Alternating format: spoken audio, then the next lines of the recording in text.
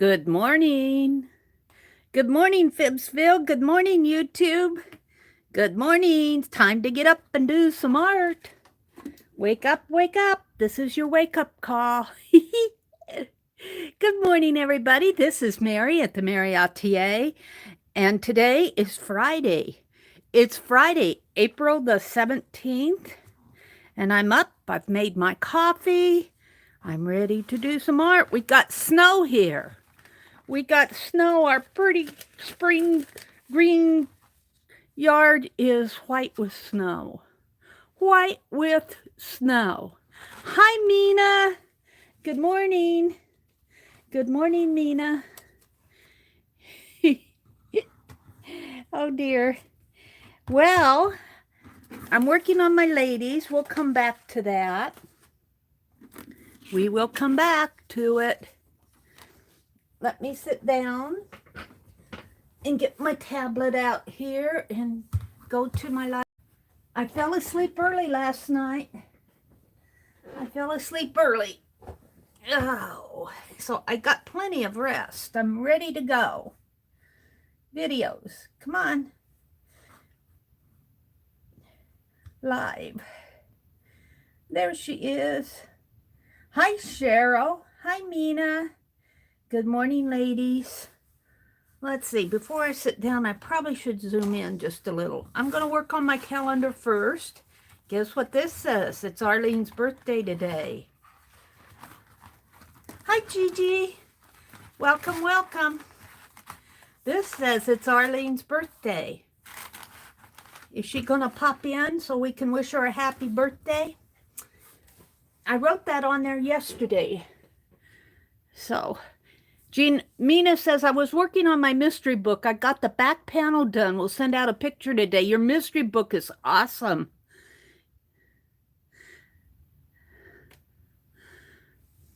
Did I zoom in? I zoomed in a little. We'll zoom in a little more later when I get to drawing and sketching. Mina, let's see. Cheryl says, good morning. They're saying good morning, good morning. Cheryl, you're up early. You're up early.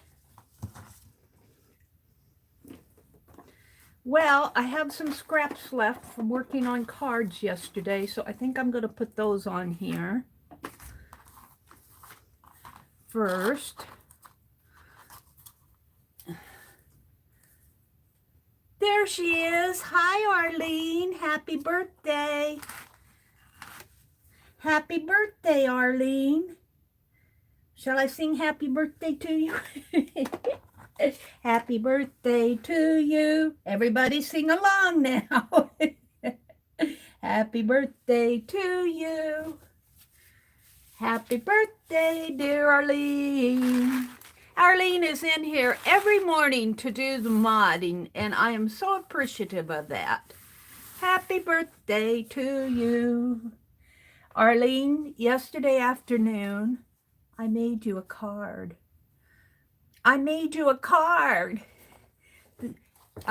It snowed. I don't know if I'll get out today, but I made you a birthday card. So you're going to get it late, but you will get it. It snowed here. We got snow on the ground, and I don't like to go out when it snows. So it says, for you. For you. And there's a lady, I'm not sure what she's doing. I think looks like she's almost soaking her feet down here. It's off of a 1909. And you open it up. And we got all these ladies on the inside. Patterns here. And the little dress patterns down here. And then there's a poem about the first wild asters. The first wild asters, lovely though they be, have always sent a stabbing pain through me. Their deep dark purple fills me with surprise. Surely, I think, some fancy blinds my eyes. Surely not yet should they appear. When is it thus early in the year? Always I have thought the summer done when the wild asters blossoming has begun. This is more of a poem for November, but I love that. I love that drawing in there. Here I have found in the wayside grass how very swift the seasons pass. Time marked by tulips, violets, the rose, wild asters, how swift life goes. And then this is the back of it. So Arlene, this card is for you. I got it all done. I sat here yesterday and did that. And I want to thank you for all the modding that you do in the morning. And then this card we finished yesterday. This card is for Kathy Whitley. We finished this one yesterday, The Lady's World. And then it has a Walking Softly poem here, Little Girls and Music, and on the back here. And I leave this spot for journaling. And I am working on a card now for Danny Coleman. I have a feeling that I'm going to be doing quite a few of these cards.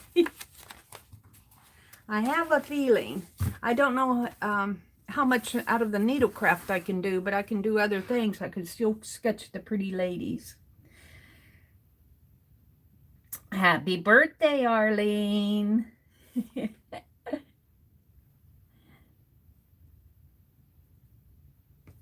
Okie dokie.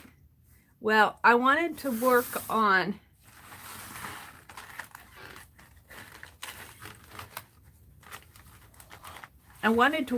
see, I wrote Arlene's birthday there. Even if a farmer intends to loaf, he gets up in time to get an early start. I think that's funny. Like, if I'm going to loaf around, look, I got a little square from my I don't know what I'll do with that. Maybe put that little dress pattern on it. Let it dangle from the, maybe I will. Let it dangle from the,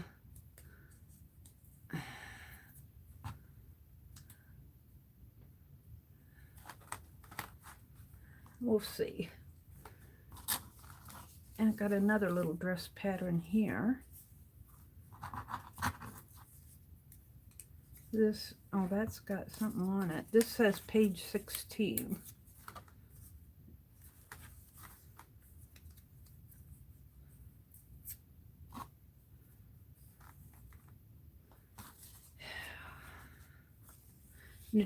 Naturally enough hand soap. Naturally enough.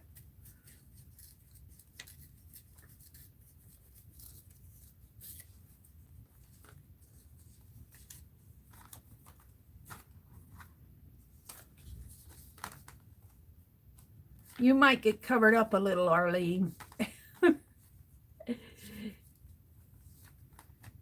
Edgar Watson Home. What's on that? That's not... I think I'll put that in there. Let's give it some inkaroo here. I think with my brush or my sponge, maybe. Oops, that's not gonna work.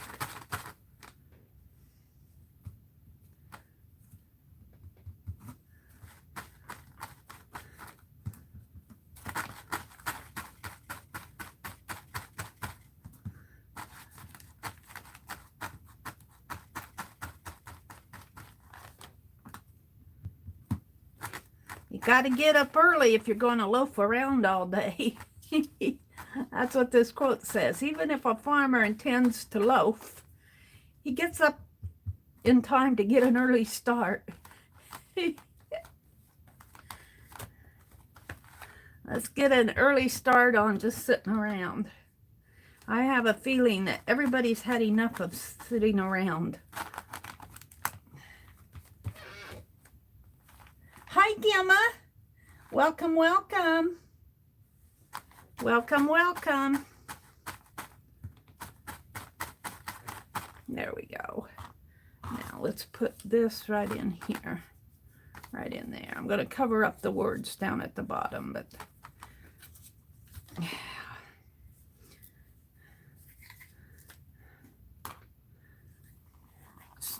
so what you going to do on your big day, Arlene? Going to watch videos. Today is Friday. Today is Friday. Barbone will be on. Drama-free Fridays.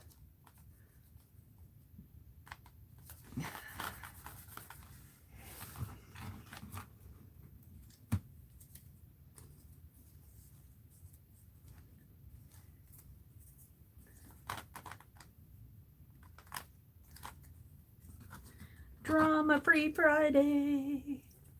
Do-do-do-do.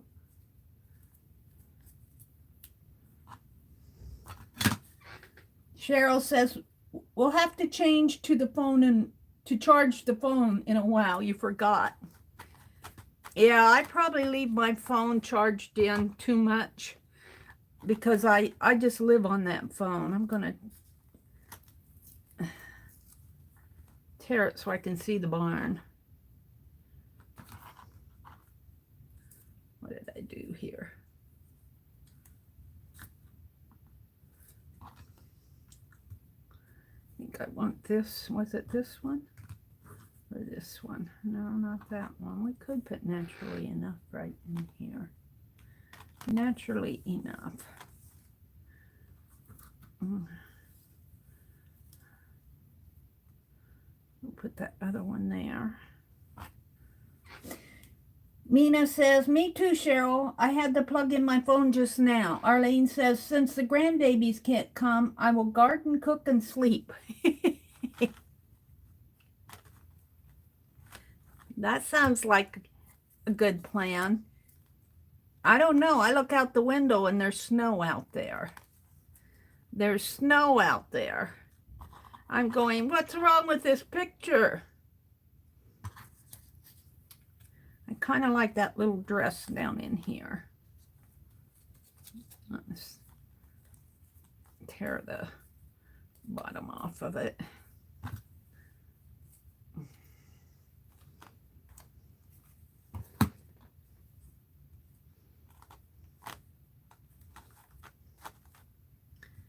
What else do I have? There's nothing on that. Nothing on that.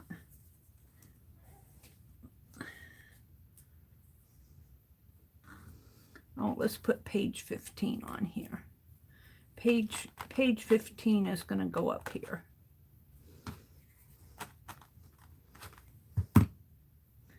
Page 15. Get rid of these scrappies.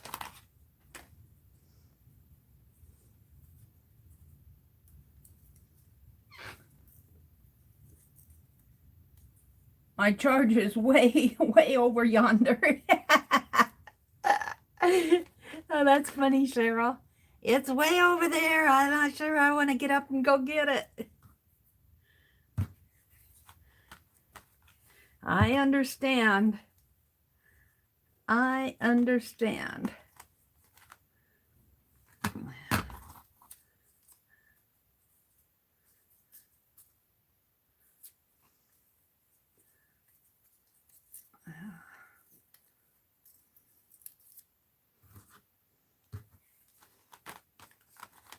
I'm just using up my little scraps from making the cards.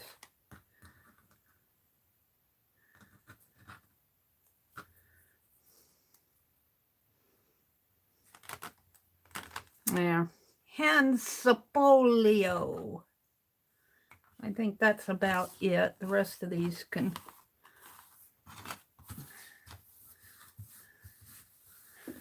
be tossed. I have to toss some things. All right. I think I'm getting the backlog done here. Don't have much on there. What do I have out? I cleared off my desk pretty good. What's this? Oh, that goes to my... I don't think that's one that I used for... do I have another large one? Good friends make good neighbors. Let's put that in there. Let's put that in here. Maybe in here. Like that. Like that. I have to do more than a glue stick on that. Oh, tacky glue. 70 degrees? Well, it's supposed to get up to 50 today. If I can get out of here, if it warms up enough by 2 o'clock, our post office in this town closes at 2. If I can get out of here by 1, I'll go mail my cards and things, because I'll have a little stack to mail today. But if it doesn't warm up, it's supposed to get up to 50 here. Hopefully it will.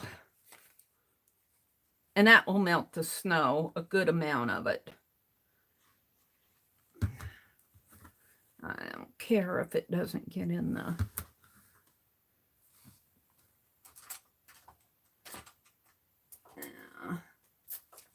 Well, it's here somewhere. The little glue tool. I'm going to have to hunt that out again. Of course, I got glue along the edges. Why wouldn't I?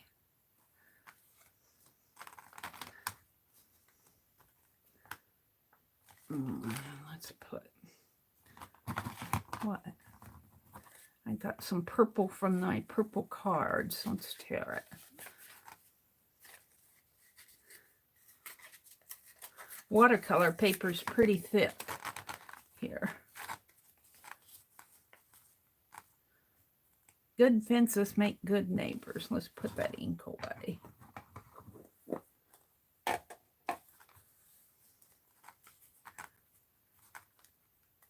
Scooch over. Can you... Ooh, it's down. Well, that's where it's going to be. And let's put some more in here.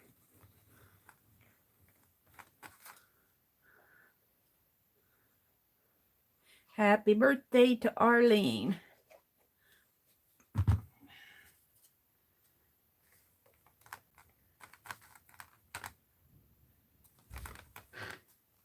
The ground will enjoy the snow melting. You know what? Yesterday I went out and took the rug off of my little hydrangea plant. I put it on there to protect it.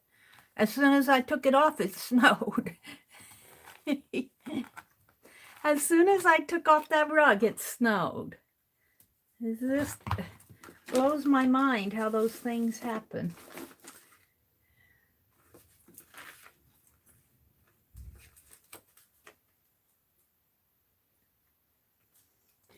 This, I think, Mary 2 wrote. Mary put the kettle on. Mary, meaning M-A-R-Y.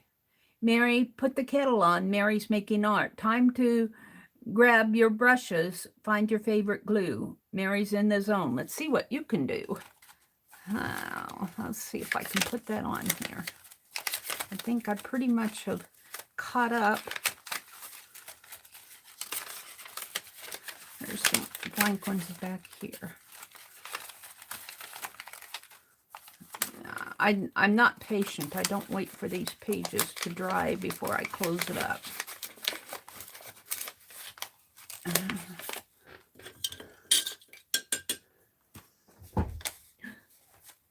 didn't want to do that.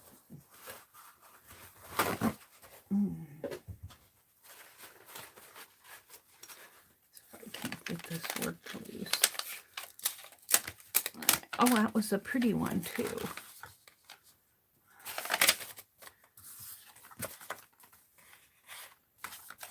I need one that I can cover up pretty good.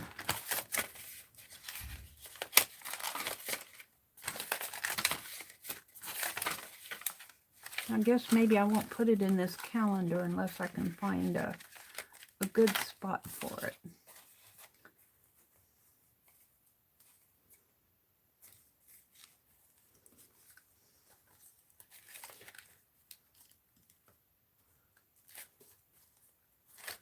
I can tear it. Before I tear it, let's ink her up here. So long as seed catalogs are printed, faith will never die. That means as long as we can think about growing another plant.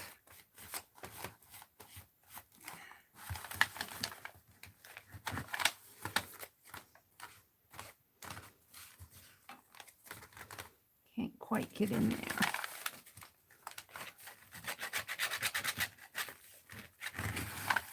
Yeah, that's what the sponge is for.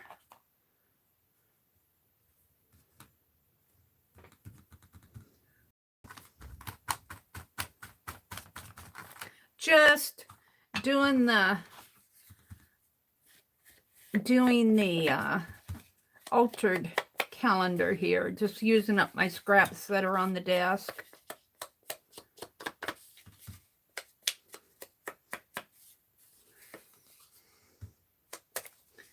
I think what I'm going to do is tear it right in here.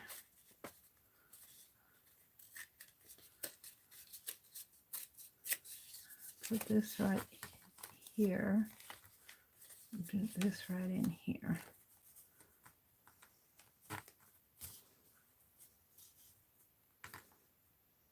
Could just put it both up in here.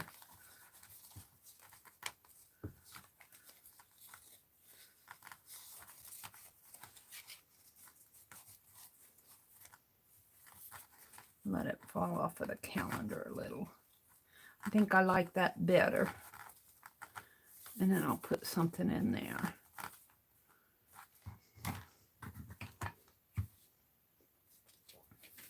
Like this purple piece.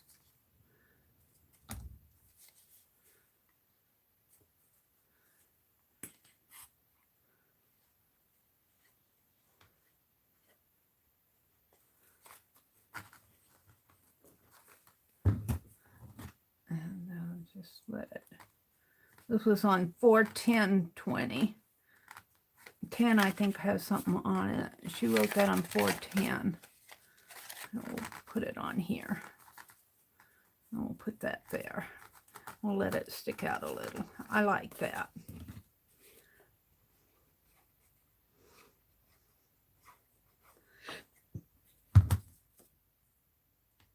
Of course, I put the glue on the wrong side.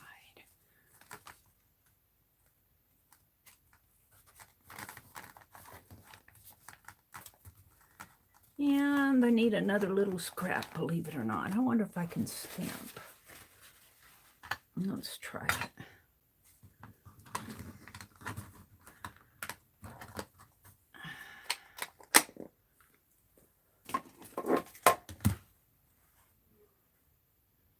What did I do with my stamp?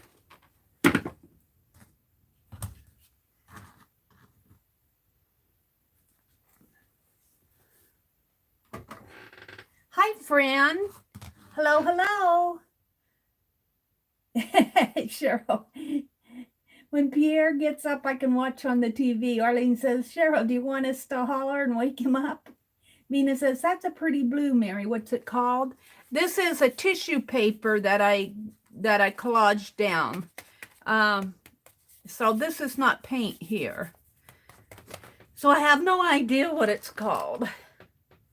Oh, I guess I'll put dragonflies on it because I don't know what I did with my dandelion. There's my glue stick thing. Let's put the dragonflies on it.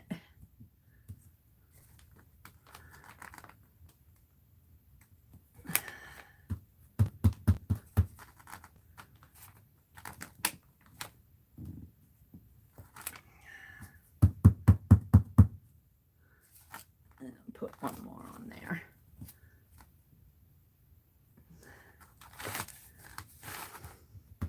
Let's put one right up in there. There we go.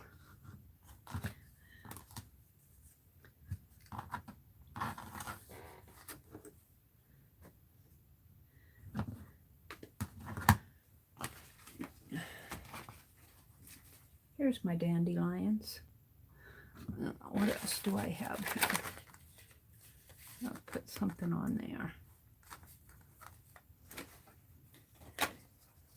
Where are all your scraps when you want them, Mary? They were here yesterday.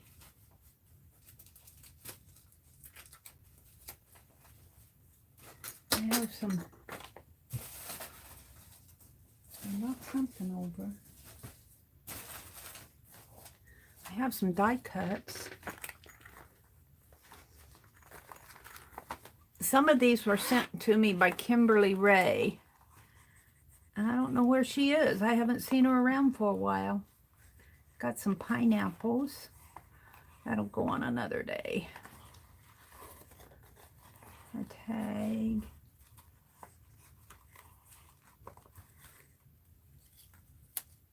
Friends Love. I think I like that. Let's put that on. And here again, this is glitter. So I'm going to use my tacky glue to put that down.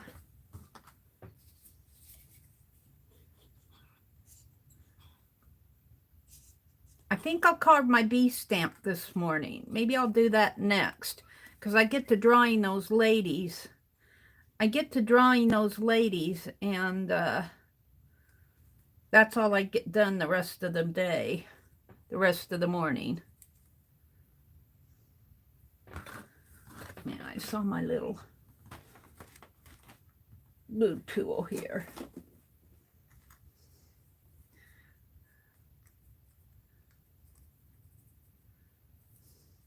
Everybody wish Arlene a happy birthday. That's all she's going to hear today is happy birthday, Arlene. We want you to have a happy birthday. Oh, we can't bake you a cake. What's your favorite cake? What is your favorite kind of cake? We can think you out a virtual one. Let's wipe this glue off.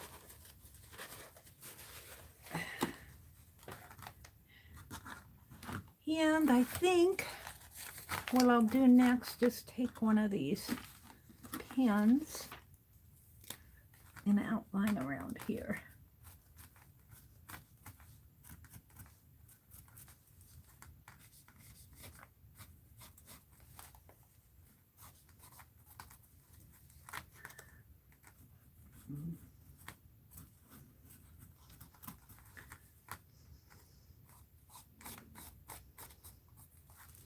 There we go. That's good enough. Put my glue stick away. Put the zipper on this.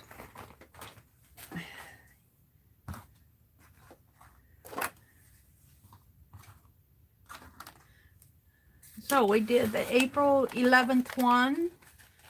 Good fences make good neighbors. We did that one. We did this one with the little rhyme that Mary 2 did. Mary put the kettle on, Mary's making art. Time to grab your brushes. Find your favorite glue. Mary's in the zone. Let's see what you can do. This needs something more. I'll come back to it. And I did April 14th. No, I did April 14th the other day. April 15th is done. April 16th is done, except for it needs a black ink in the circles here. That'll make them show up a little bit more.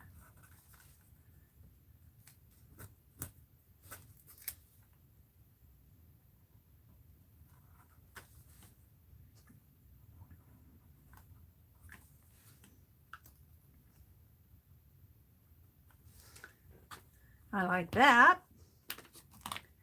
And today is glued down the 17th. Ooh, that needs something too, doesn't it?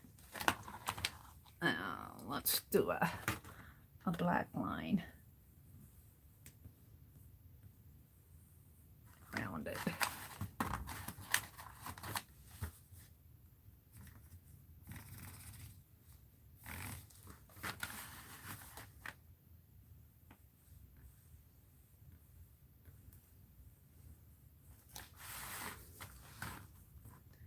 It says natural, it's supposed to say naturally enough. It looks like I tore it off there. Oh, the ink, the glue came off.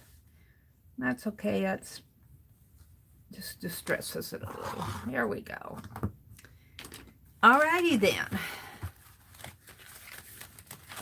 Working a little in my scrappy scrap calendar. It's gonna be a fatty patty. All right, so I want to carve a bee.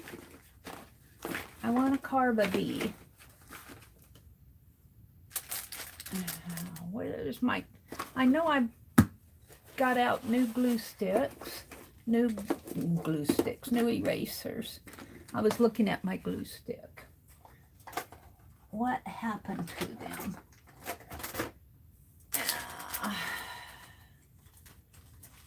Here they are. Let's get out an eraser. And I'll have to zoom in. And the reason we're doing this, let me show you. Let me get it out. Whoops. I have no Happy Meal to show you today. But I'm working on these cards. Let me get one out.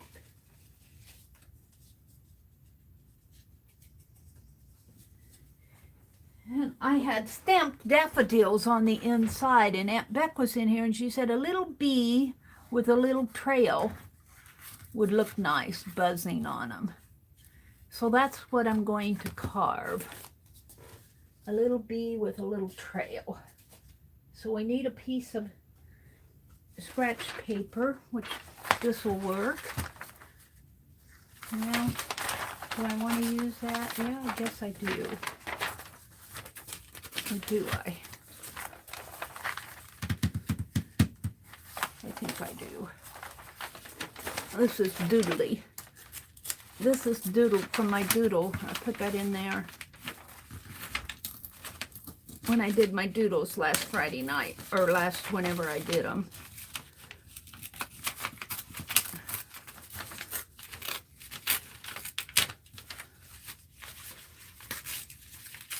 There.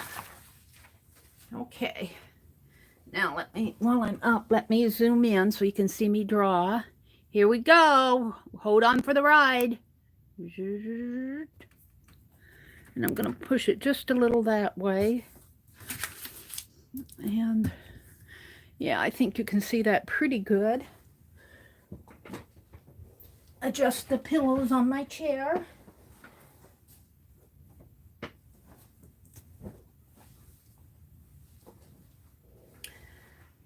Let's catch up with chat.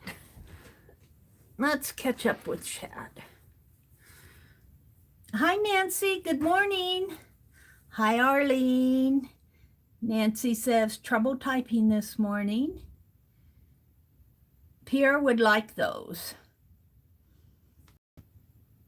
I'm not sure. Let's see. Oh, I love watching carving. Cheryl says, you can get a baby blue ink pad at Walmart. Fran says, I make Parmesan Crispies sometime. That's what Pierre would like. Crispies. I'm not sure what Crispies mean to you, Fran, but I know when we were young, my mother used to make Crispies, or were they called Twisties? I forget what we called them. But they were like a sweet dough, and then she wouldn't braid them, but she would twist them together, you know, and they were probably about 6 inches long, and they were a sweet bread dough, but no cinnamon, but she would frost them. We liked them when we were kids. Maybe I'll make some of those. That wouldn't be too hard to make. Hi, Deborah Brown. She says, hi, Mary. Even though drawing those divas took a lot of time, they are awesome. Thank you. I'm going to be doing more of them today, but I want to carve my stamp first because once I get drawing, that's all I get done the rest of the time. So I'm going to do some of my other stuff first. Mina said, Cheryl, she said it was tissue paper, not paint. Yeah. Mary, we want to know what that blue color is. Yeah, it's tissue paper. So I have no idea what color I used to make it. Arlene says, oh, okay, I understand now. I had one that I cut up not too long ago. I simply couldn't fix it. I like that blue and purple shiny bit on your desk. It must have been that little piece that I tore off. Let's see, Fran says, it's made from 3 bits of cardboard, Arlene, but each piece was just created to form the front, back, and spine, covered with nice papers, and then those 3 covers were stuck together.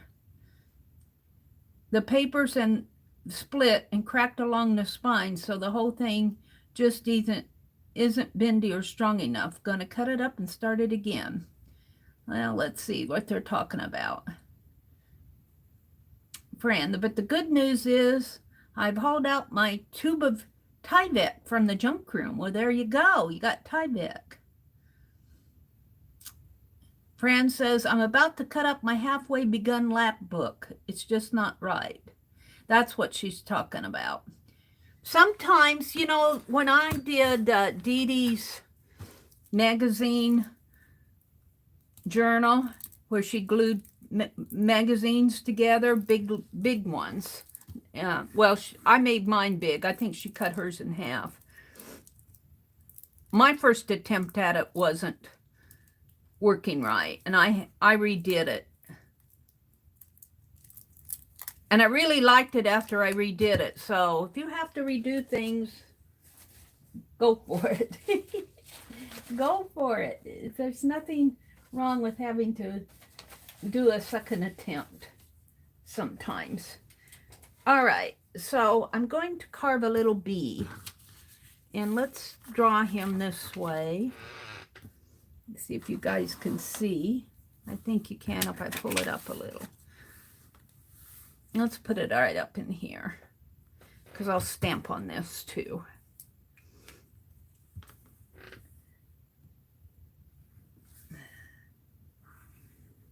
And a little bee buzzing. Now, on these stamps, if I draw him over here flying that way, he would go this way. So I think that's what I want. If I draw him here, yeah, and let him trail off, then he'll go that way and trail off. And I want him, but do I know I don't want him that way? Because if I stamp him here and my daffodils are there, so I want to draw him over here on this side, and then when I stamp him, he'll be going off to like the daffodils there. So I want to draw him, my little bee, in here. And they got sort of an oval type body. And a little round head going down here. And we'll put a stripe there, a stripe there, a stripe there, a stripe there, and we'll give him a little black. That might be a little much head going down. Let's see, let's bring a wing out this way. Maybe I can make some lines and a wing coming that way. And I might have to move him up a little, and maybe his head won't be so pointy. And then he's going to have a little dotted trail off here, a little loopy trail. Maybe I'll move him over a little more so I can have more trail. All right, so let's see what kind of a pen I have out here that I can draw with. My big pen, but that doesn't here. So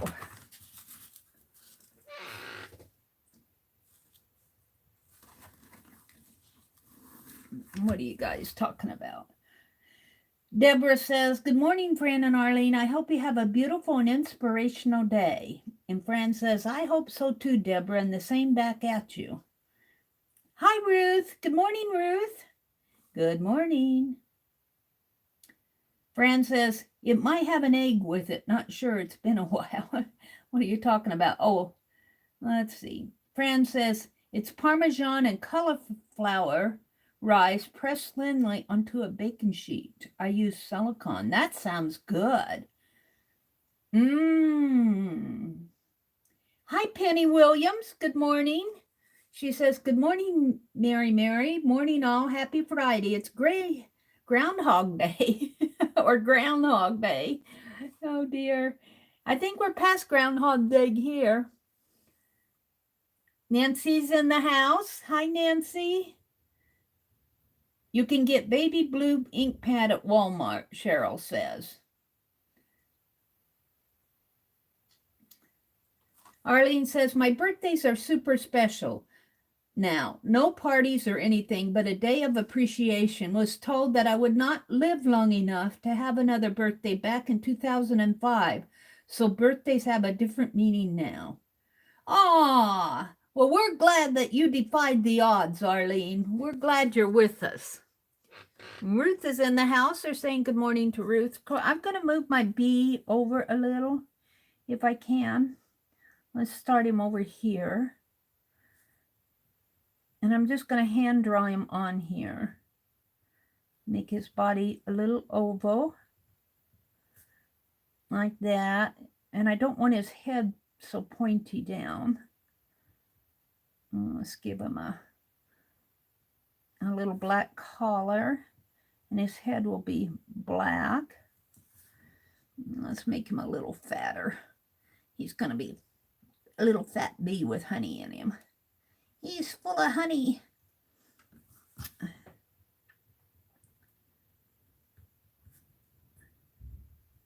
And let's give him a little black body down here maybe. And a little wing going off this way.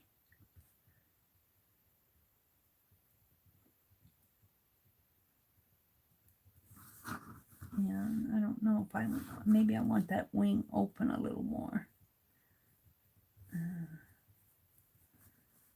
a little wing going this way.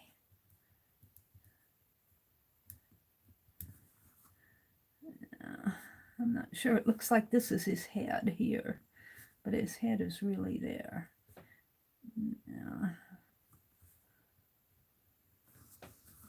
Now the little trails. Buzzy bee. It's going to be a little interesting to carve if I can carve those little dots or not.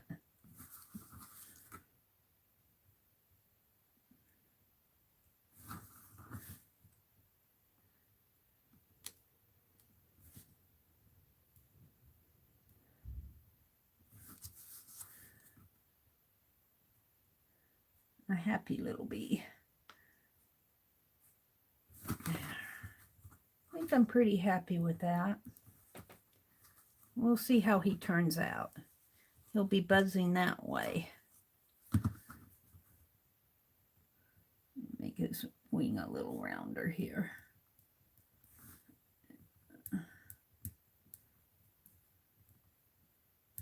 That wing's going to get cut off.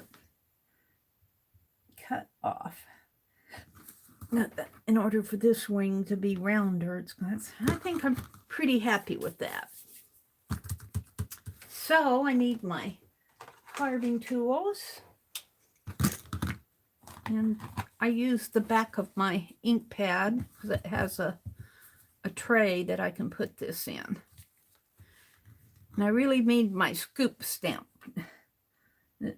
my scoop carver, and I don't have that out. I put my carving tools in a box and I don't want to go dig it out. I need to get my green scoop out.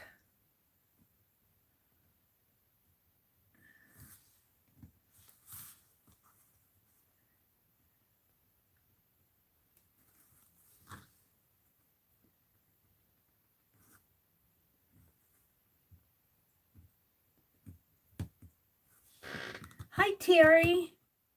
He usually goes turkey hunting, but can't this time of the year. My birthday is coming up. We've never had much for celebrations. Birthday's mine is 26 and hubby's is 27th. Well,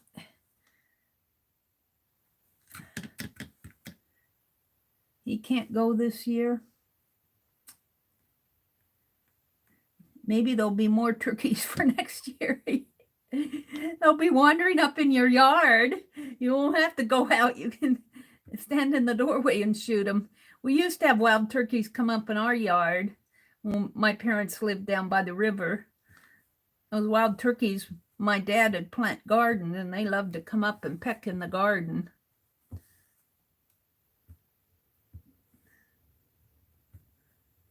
Now I need my scoop stamp, my scoop carver, my scoop blade.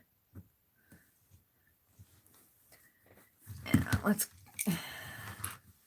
go at the bee here.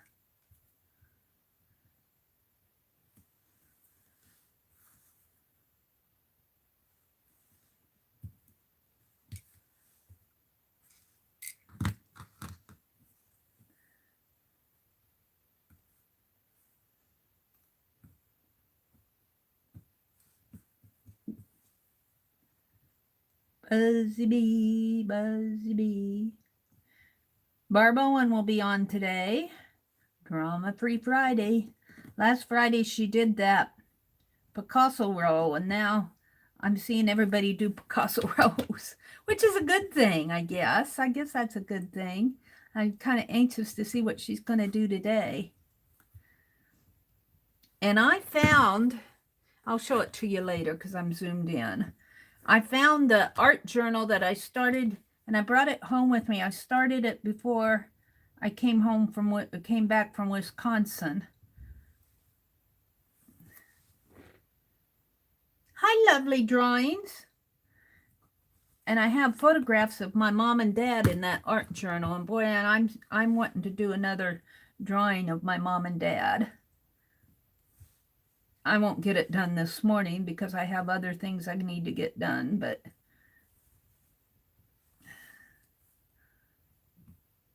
and Terry, that envelope of that card note, I think I have enough room on the back of it to do some ladies on the back of it. Maybe I'll work on that this morning too, after I get my bee carved. Terry's been patiently waiting for her card note.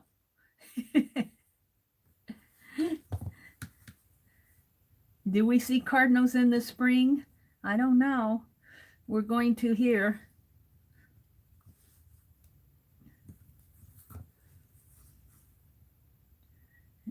If you patiently wait, maybe I'll put some pretty ladies on the back of it too, because I'm into drawing those pretty ladies. I call them pretty ladies. Ladies out of the Ladies World magazine. If I can smooth this off a little.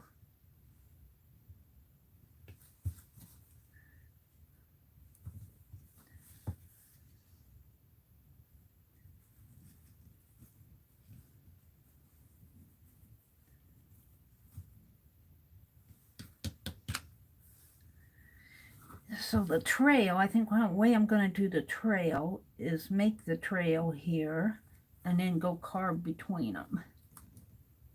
I think that's the best way to do that.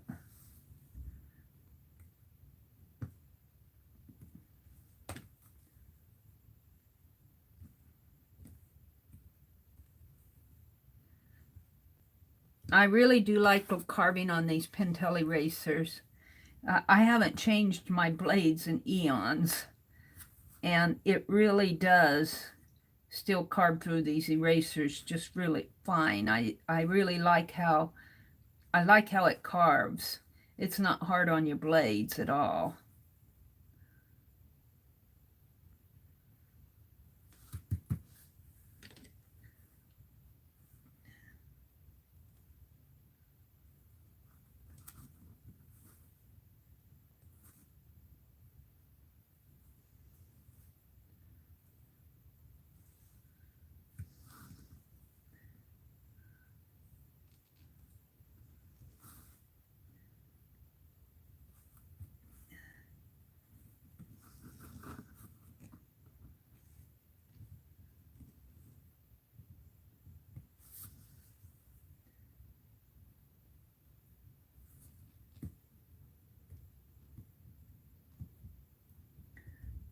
and carve my little bee.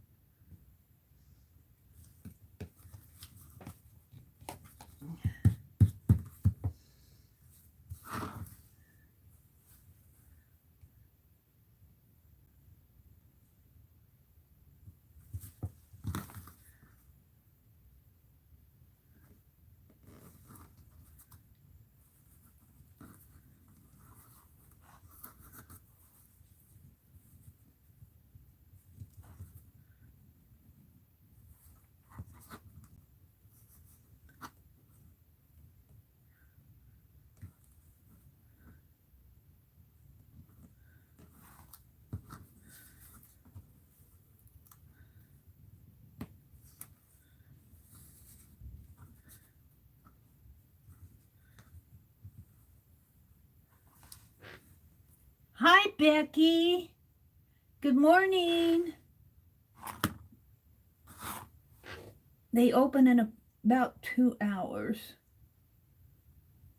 I'm waiting on the sunrise. I want to get to the grocery at opening so I can get in and out quickly.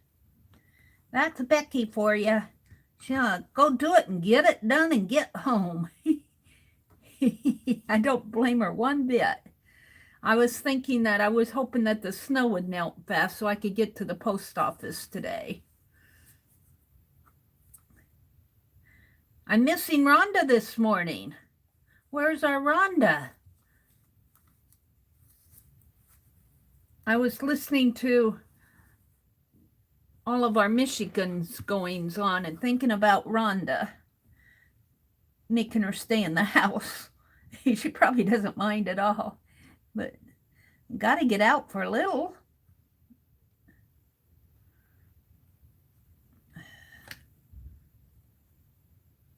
I'm missing Rhonda this morning. Hi, Gail. Good morning, Gail.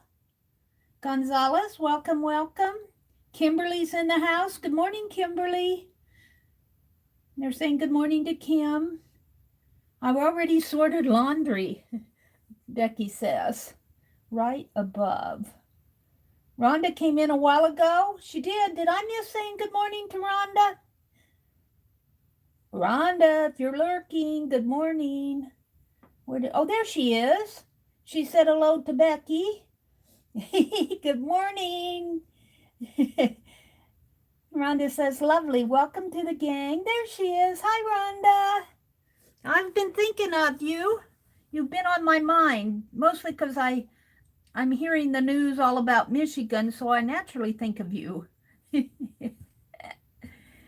Wondering how you're doing there in Michigan.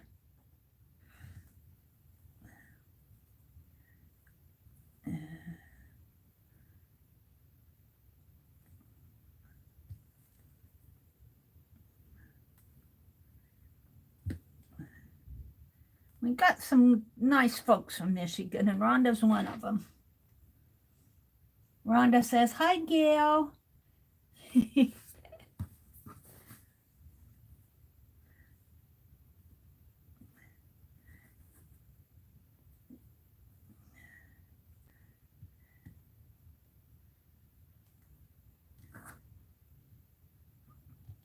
Now I'll go between the dots to make the little trail, but carve it as close as I can here. The little buzz bee. Aunt Beck said, Neri, you need a little bee with a little flight trail behind him. So that's what I'm doing. And I'm going to try, if I get to the post office, Becky, I'm going to try and mail I forgot to mail him the other day, that gold tape, that glitter tape for the Dymo machine. But I have to do some more mailing today, so, or tomorrow. They might not go out to tomorrow. If the snow doesn't melt, I probably won't go out. We got snow. 3 inches of it, looks like. Maybe not quite 3, at least 2 inches out there, and it's not melting. I peeked out this morning and it looked like winter out. And I had put a rug over the little Becky hydrangea plant because it was getting cold this week and I wanted to protect it. And I went out yesterday and took that rug off of it because I didn't want to suffocate it. And then it snowed. How rude. How rude was that?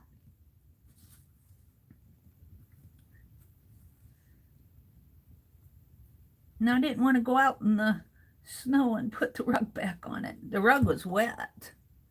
It had rained. Which is one reason why I don't want to go out in bad weather, is because it rains and then it snows and then you got bad roads.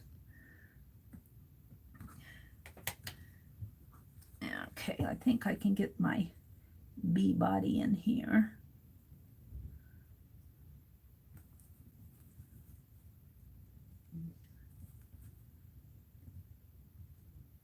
Might have to get to the little carver to detail it.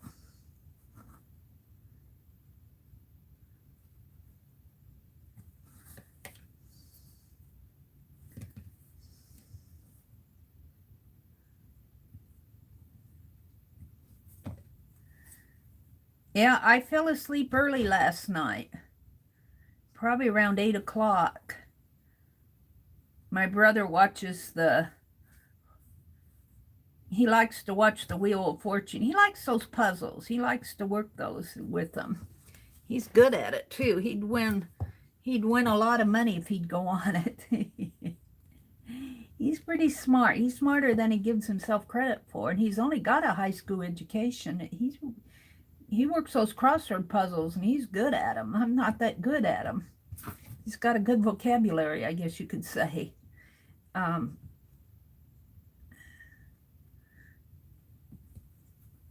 But the TV goes off at 7. He doesn't like to watch anything else. And I watched a little YouTube, checked my mail, checked Facebook, that type of stuff. And then I fell asleep around 8. So I am well rested.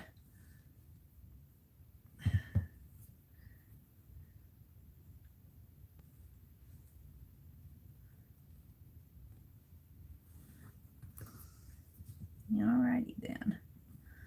Let's cut this bee's head a little rounder. Now let's go in and detail him.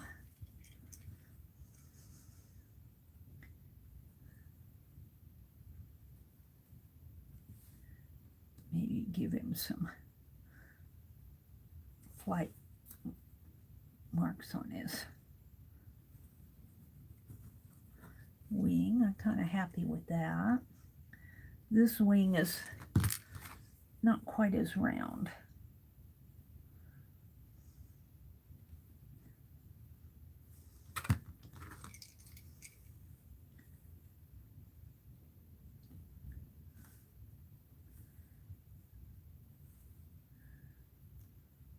Where is it going to?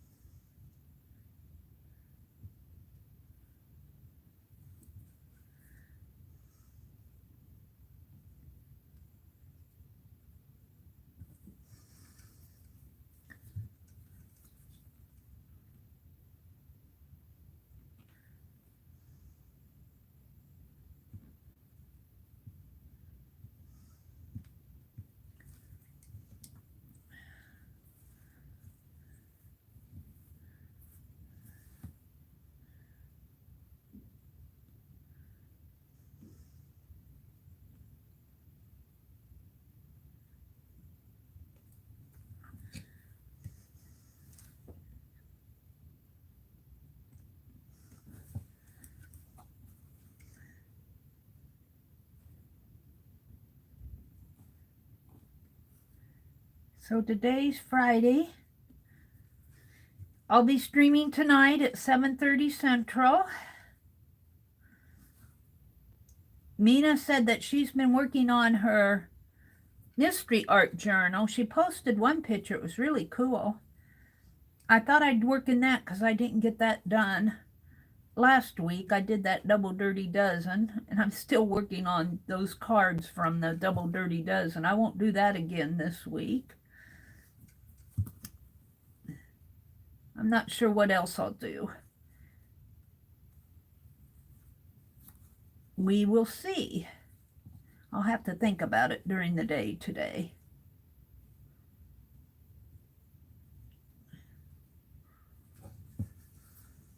It isn't like, oh, you know what I should do is my traveler's journal. I should do that. I've been meaning to work in that. Armchair traveler by traveling on the internet.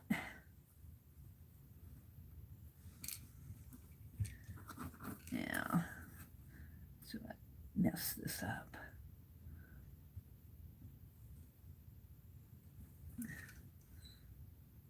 It's hard to get in there. There. Now let's get a little flight path.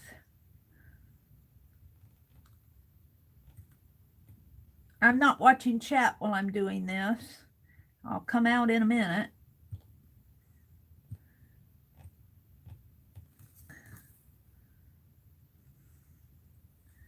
So if you come in and said good morning and I missed you, good morning. Now, I need to carve these little dots.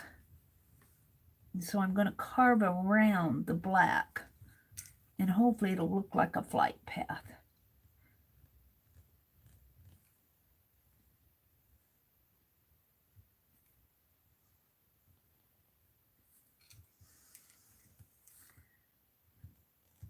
And if it doesn't, I'll cut it off and draw it.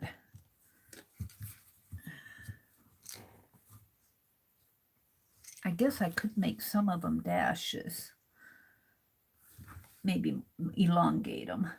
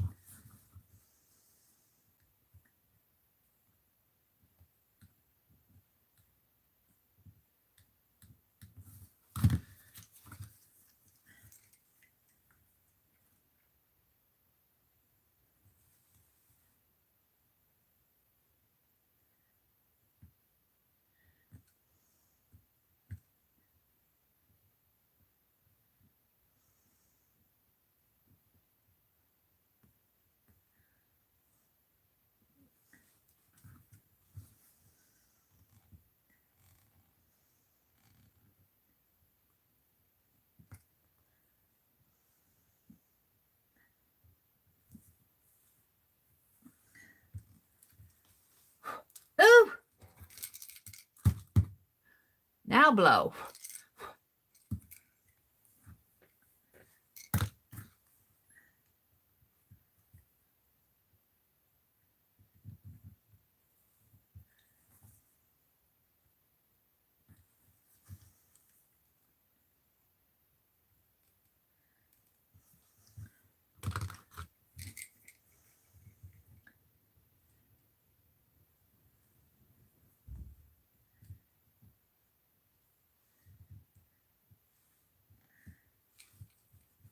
Believe it or not, the flight path is the hardest thing to carve.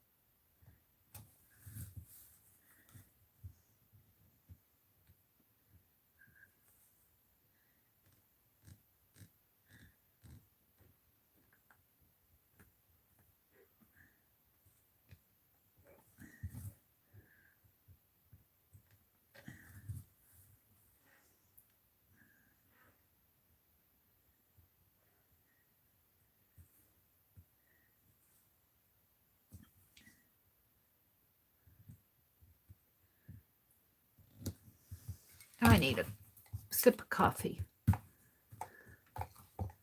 What are you guys talking about? Hi, Robbie. You like the elephant bug? The elephant bug. Lovely drawing, says Arlene. You have good content. Aunt Beck says I would just draw it in. I probably should, but I'm carving it now. I'll probably have to go in and clean it up some. Fibs is Friends in the Box, Arlene says. It's a Facebook group for us in Mary's chat. Thank you, Arlene, for posting that. Those DD cards are gorgeous. Are you talking to me or somebody else? Are you talking about the cards that I made? I made a birthday card for Arlene. Today's her birthday. Wish her a happy birthday. I kind of have to show it.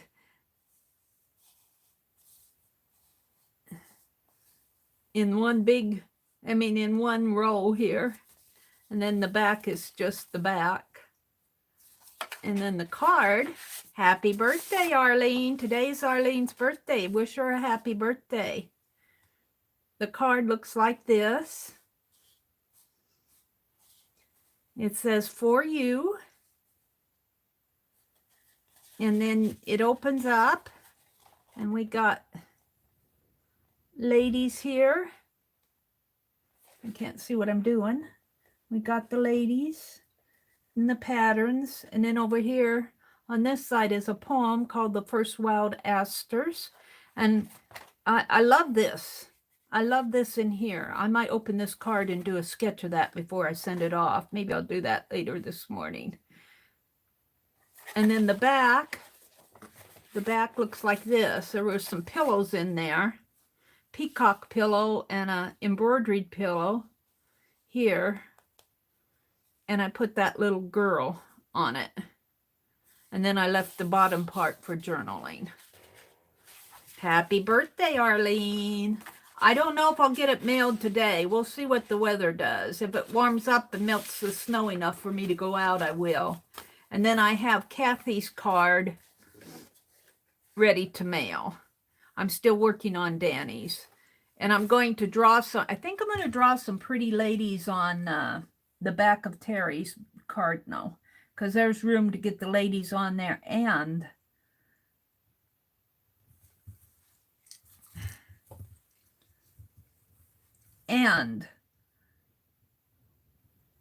the addresses. I'm into drawing those ladies for some reason or another. They're just fun to do.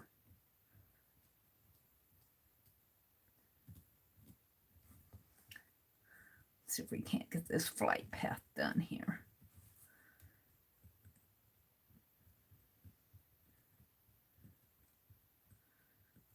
With this little number 1 blade, number 1V blade, it's really tiny. And I have to tell you, after you've already carved, like I've already carved out the flight path, it's a little bit difficult to get in there and carve around that because your base material, and in my case, the eraser, wants to move around. It's not as sturdy as carving a nice flat surface. I've noticed that on the edges too when I carve.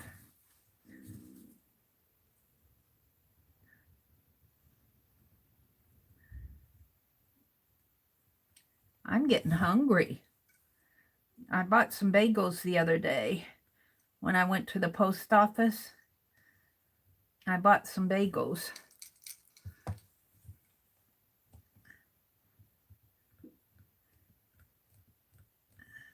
I should try to make some bagels. You have to boil them. But I boil when I make soft pretzels, I boil those. It gives them a crust on the outside and makes them soft on the inside if you boil them. Now bagels, I don't think you bake the bagels after you boil them. I'm not sure. I'll have to see what the recipe says.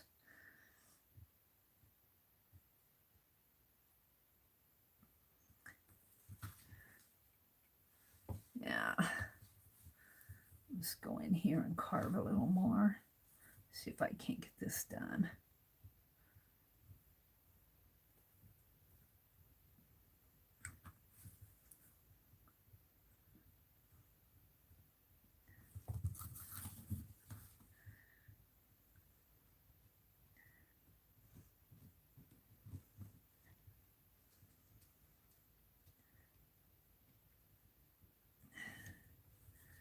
So those of you that work or go out a lot during the week normally, now that you're at home, do you find that Fridays aren't as special because you get to stay home? I'm just wondering. Does Friday seem like another day? Those of us who are retired, we're at home a lot anyway. But if you're used to going out to work every day and now you don't go out to work, you work at home, Friday comes along and you're already at home, you've been at home all week, I'll bet it doesn't seem as special. I'm just wondering. Weekends are usually, like, thank God it's Friday type thing. TGIF.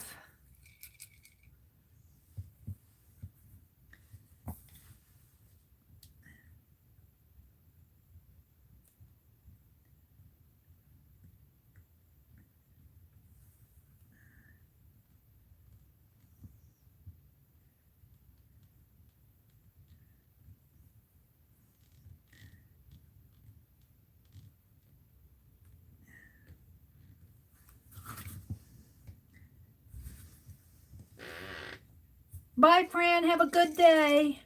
She says, Mom's up. I got to go take care of my mom. Give her a hug. Tell you love her.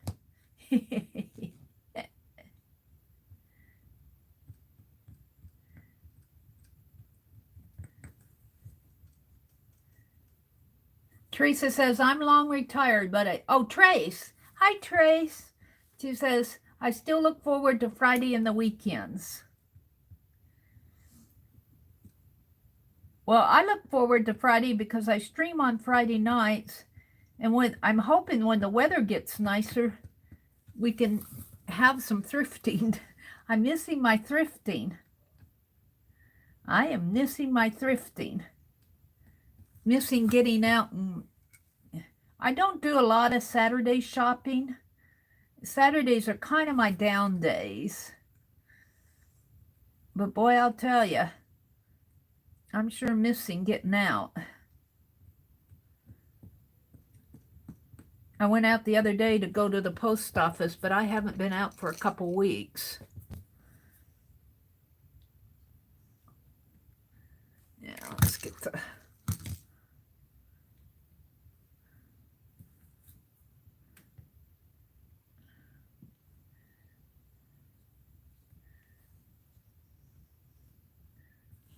clean this out. I need my scooper blade.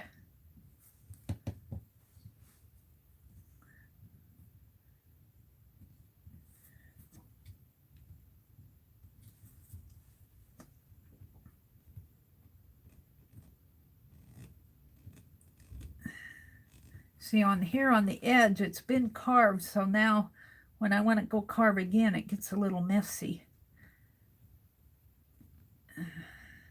Gets a little wiggly. Let's see if I can make this with this blade.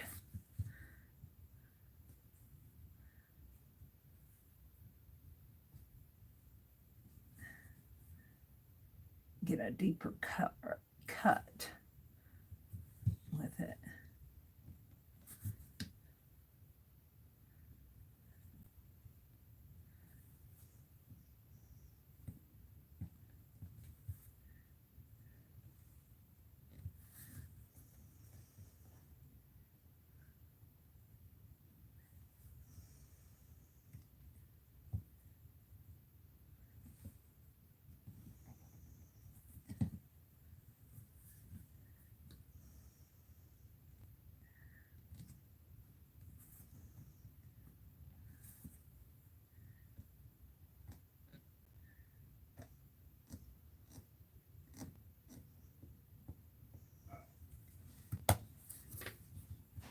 you'd use the you'd lose your fingertips. You just need to keep your fingers out of the way. These tools are sharp, but unless you really gouge yourself, you aren't really going to hurt yourself if you keep your fingers out of the way. Unless it slips and hits you. If you go slow, you really, even if you slip a little, you aren't going to hurt yourself too bad. Just keep your fingers out of the way. I try to. Sometimes I forget and get my fingers in the way.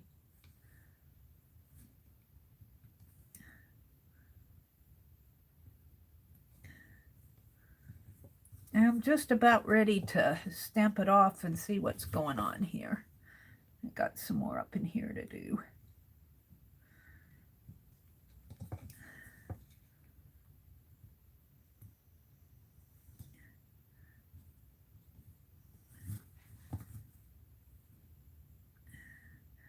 I'll probably have to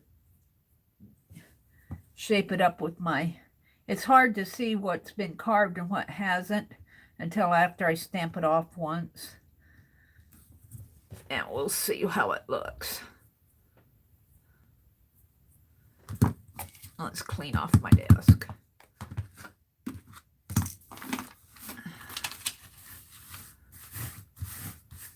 Let's throw this away first. Sweep away all the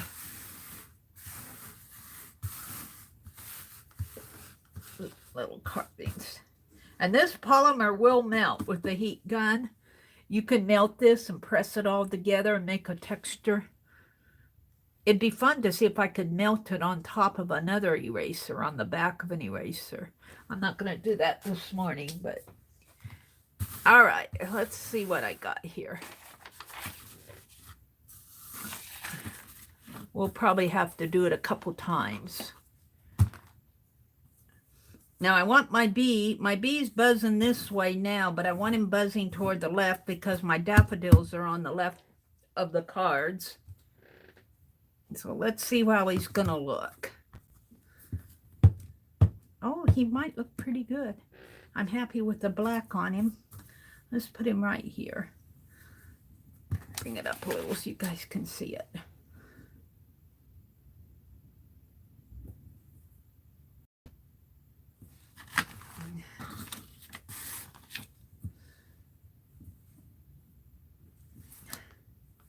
Not too bad.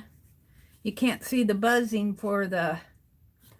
I need to clean it up there a little. Let's see, let's mark it as I'm going. This is number 1.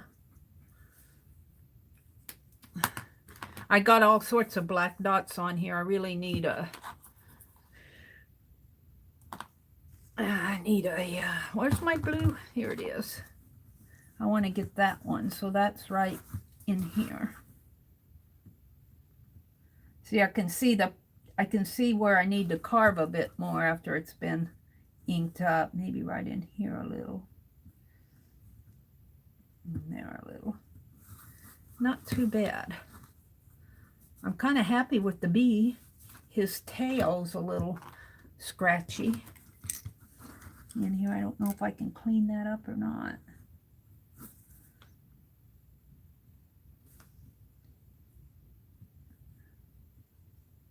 A little.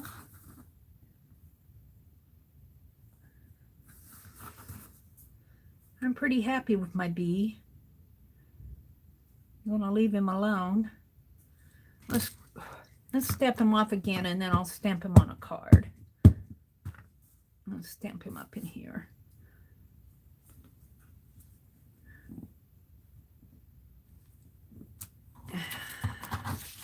There he is.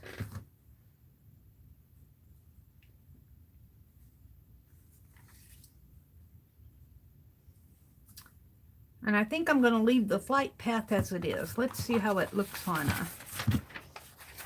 Let's see how it looks on a card. Let's get my cards out.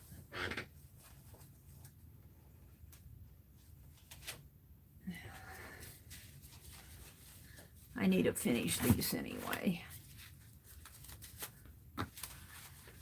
I think I have all the these are all done here. I think I have all the purple done. Some of these got a little black on them. I'll probably keep those.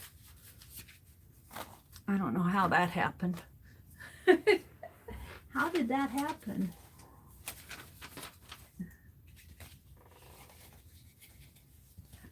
Put this down here. I need to get out that platform that Rhonda gave me. It's still in the closet. I keep forgetting to get it out. This is a practice one because it has that on it.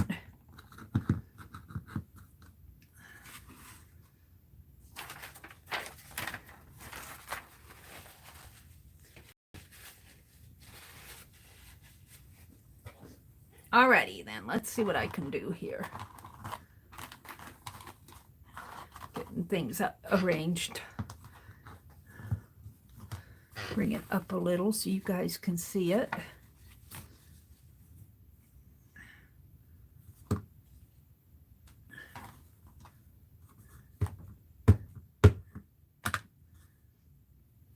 So let's make him buzzing right in here maybe.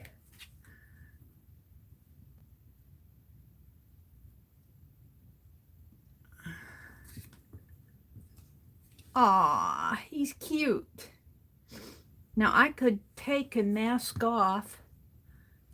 Let's get a mask. Let's just do the bee.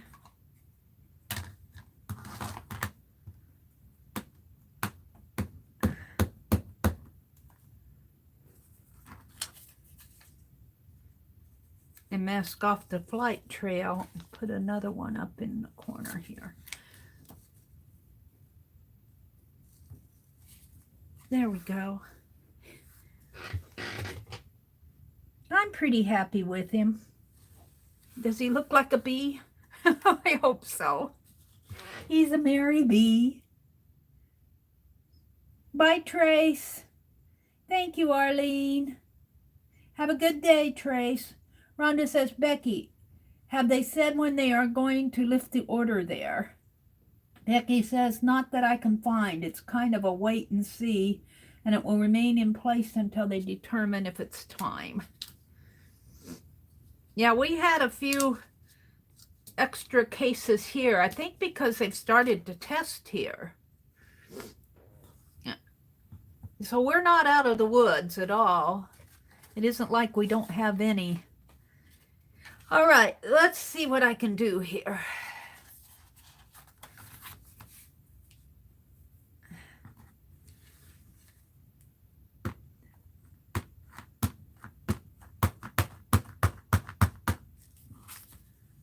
My little buzzy bee. Let's turn him a little more. See what happens if I put him there.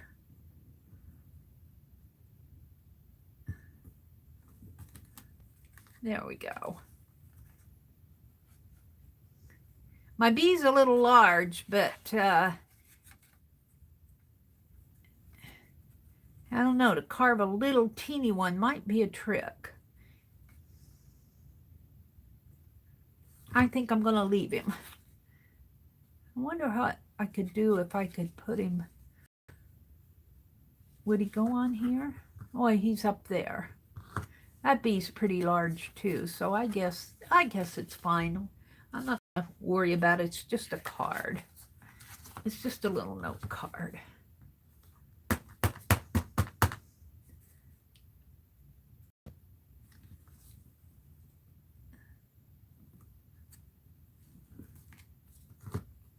Oh, he needed a little more ink. Let's put some ink on his head here.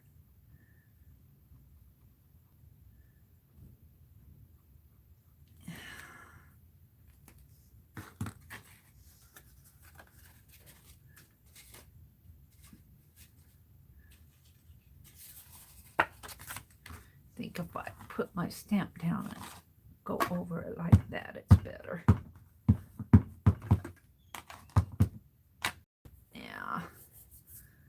Handled that tray. Now my hands are inky. wash my hands off.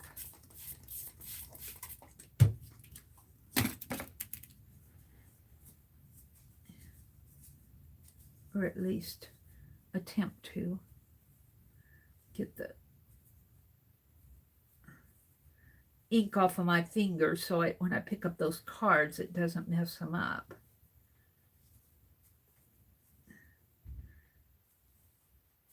All right, let's try that again.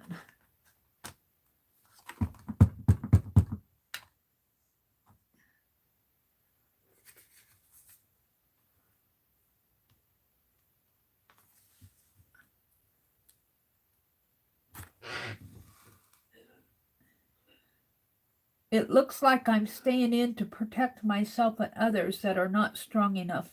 Oh, I look at it as I'm staying in to protect myself and others that are not strong enough to survive. I kind of worry about my brother because he's a heavy smoker.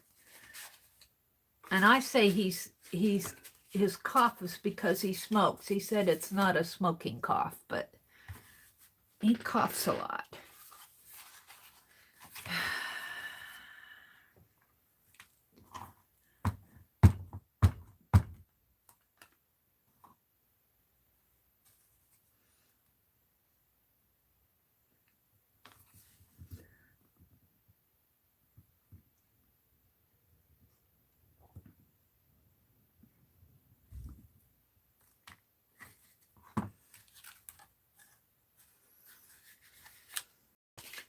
Now, the rest are envelopes. I mean, aren't the rest are just cards. I don't have the piece mounted on the front. I'll just go ahead and stamp them off this morning.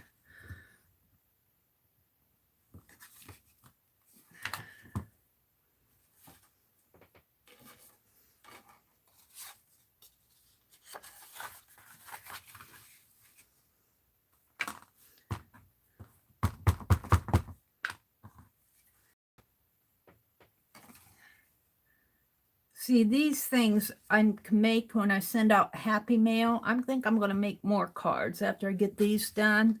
Make me 2 or 3 sets of them so that when I send off Happy Mail, I really don't have anything to put inside of it. And if I make these cards or even tags, I can use them in my Happy Mails.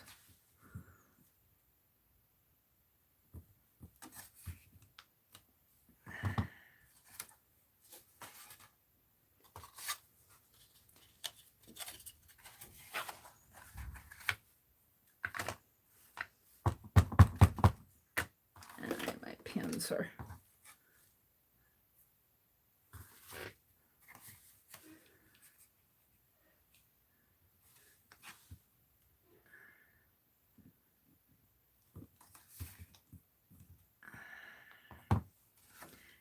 And I was thinking about my stamps that I carved last December to send out to you guys. I think what I'll do now is get the envelopes ready, and I think I'll draw pretty ladies on the back. And it's going to take me some time, but it's taking me time anyway. But I think I'll do like a set of 2 or 3 a week and get them sent out. Or we'll see how many I can get done. And just start sending them out. They're sitting here and I need to get them done. I've been remiss. I've been missing the mark on those.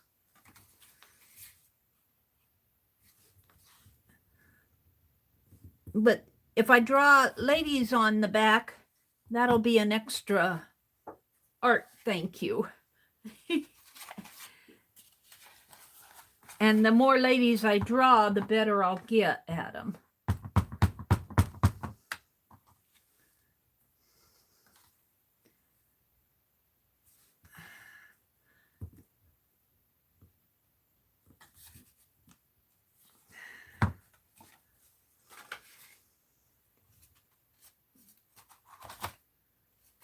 And it would be better if I sent 2 or 3 out a week rather than work on them till I get them all done and then send them all out.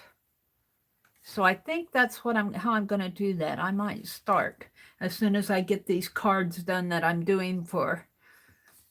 I got another person I want to do a card for who has been patiently waiting.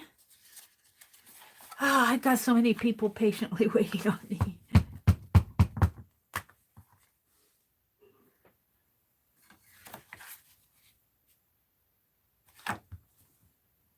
It's because I get enthused. I get doing these other things. I'm just get caught up in it all.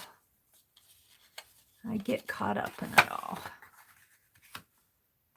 I could sit here and art 24/7 and still not have everything done.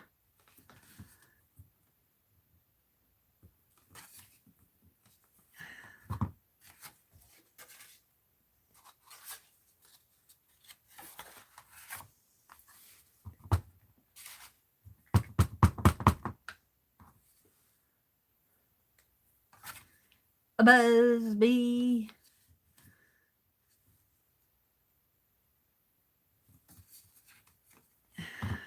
He's flying over that daffodil.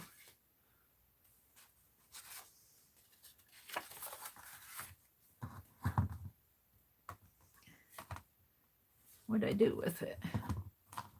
It's here. Yeah.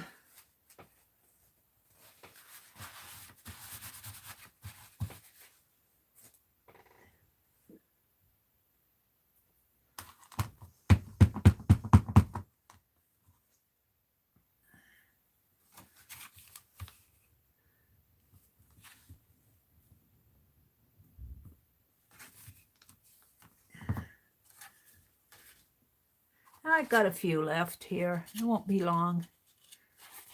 I will have my bees stamped.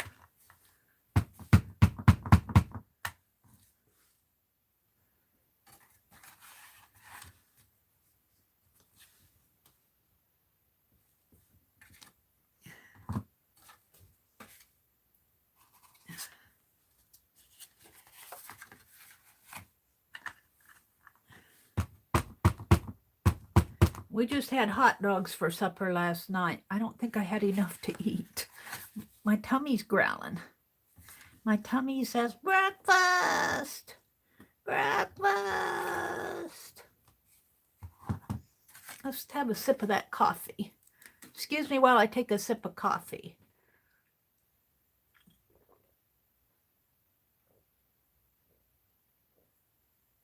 The upper lip of the coffee is cold and the lower lip is warm. How does that happen? Does the warm coffee water go to the lower part of your mouth when you drink?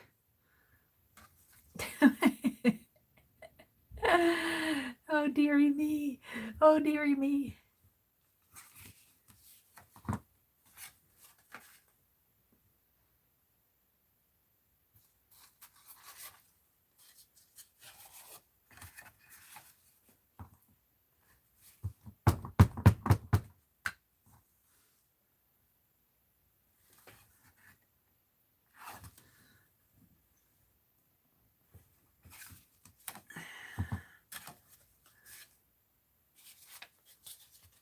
I got 4 more after this one.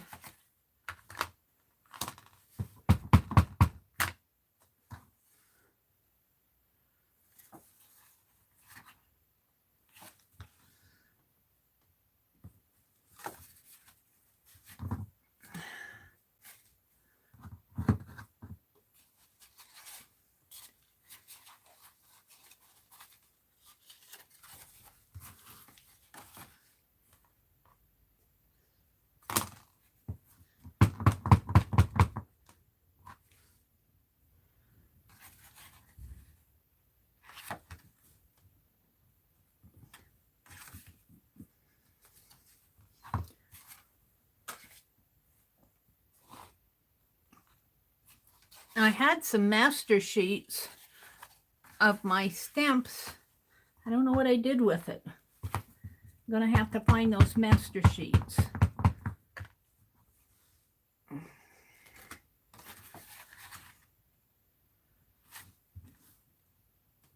They're around here somewhere.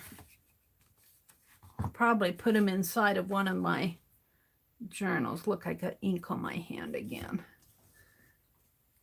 Pick up those cards, and that's how they get dirty. If I can get that off.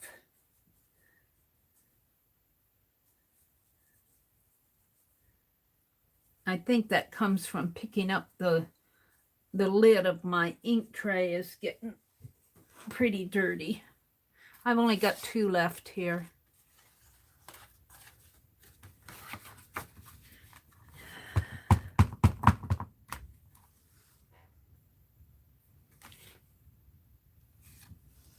I need to work on the Defy dress form. I might come on this weekend and just do an unlisted live and work on that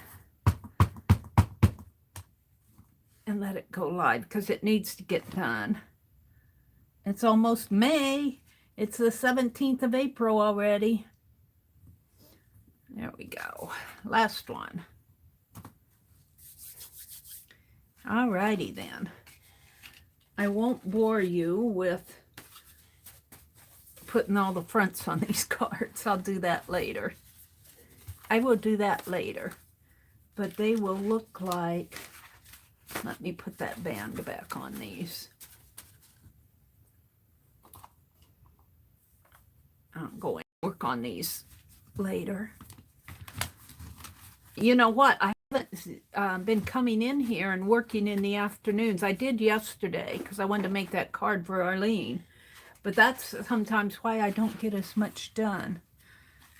They will look like this. Now, I think I want to put some black dots. Let's experiment with this one. How many? I thought I had 5 here. Now, let's put this over in here. I guess I only have a couple. I don't know what I did with my others. I'm not going to hunt them out. 1, 2, 3, 4. I've got 4. 1, 2, 3, 4. I thought I had 5 that were done. Maybe that was my imagination. What I want to do, I'm thinking, because what I like about this cardstock paper is that the black ink does not soak through like it does on a regular sheet of copy paper. Like here's my note. I want to make a card for Kathy. I got that done. Carve Little Bees is done. I need my armchair travel journal. I think I'll work on that tonight. But I was thinking I wanted to do black dots. And let's see if I can do them right along the edge here. Instead of a border, do black dots. Okay. I like my black dots.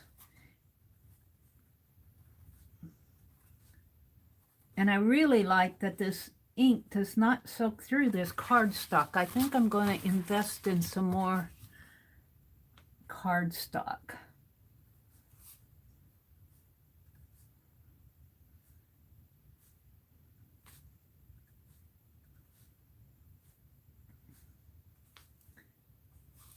Basil cardstock. It's got a nice weight to it. Not all cardstock is going to resist the ink bleed through, but this sure does a nice job of resisting that bleed through.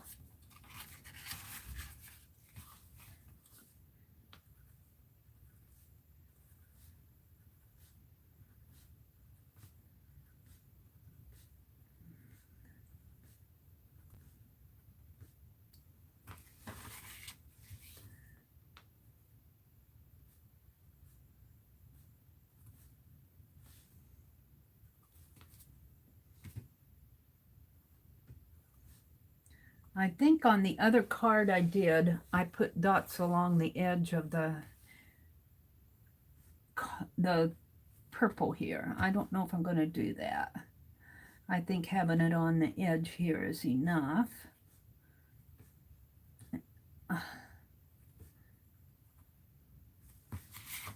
I kind of like that.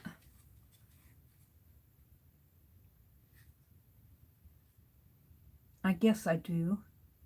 I might put I'll do that off camera too. Say happy spring or hello. I might put just a hello because I don't know I'll get these out during spring.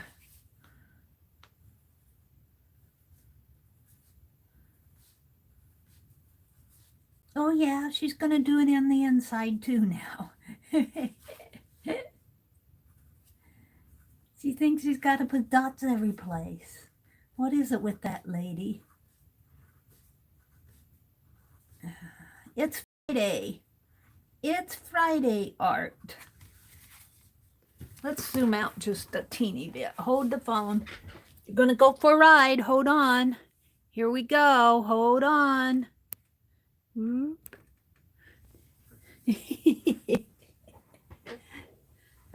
Ah.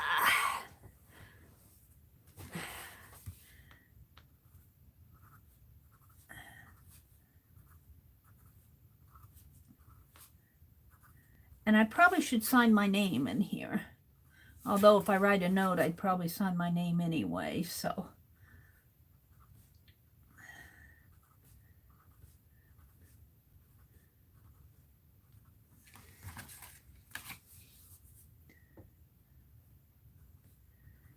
So, the other morning we were talking about getting a name for the group other than the Fibbers. I'm not sure that I want to call us the Fibbers.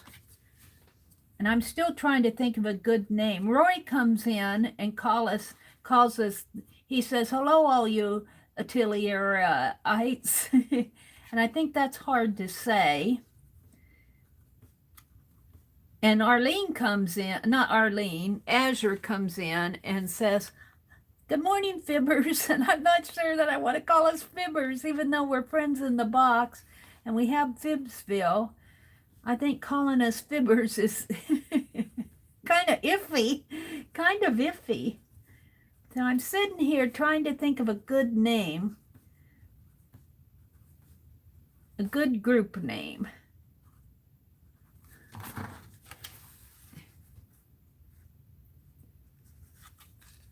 Kind of like that. See, these white dots kind of take care of the dots and the dots on the butterfly. I think I kind of like that. I think I'll call that done. I think I'll call it done. You mean you're going to do all 4 of them this morning? I was thinking about it.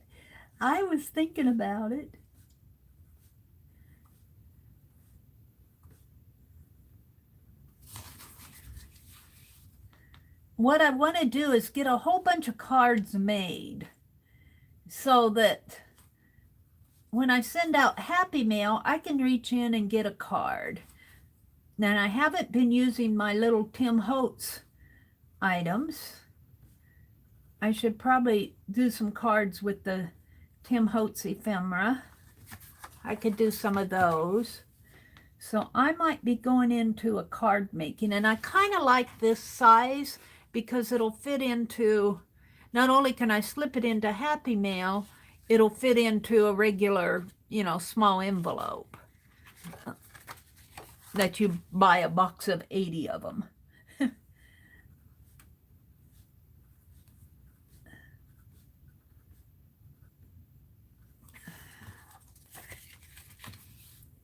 Now, I didn't put dots on the back of this one, did I? It's kind of plain. We'll have to change that. Oh, Mary. Yeah.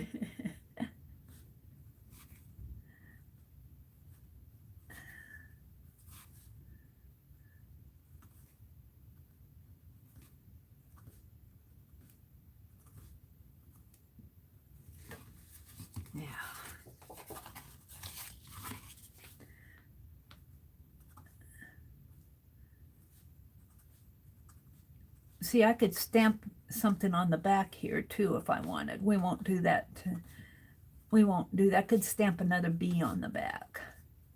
Buzzy bees. Or I could carve another stamp maybe by the time I get these done.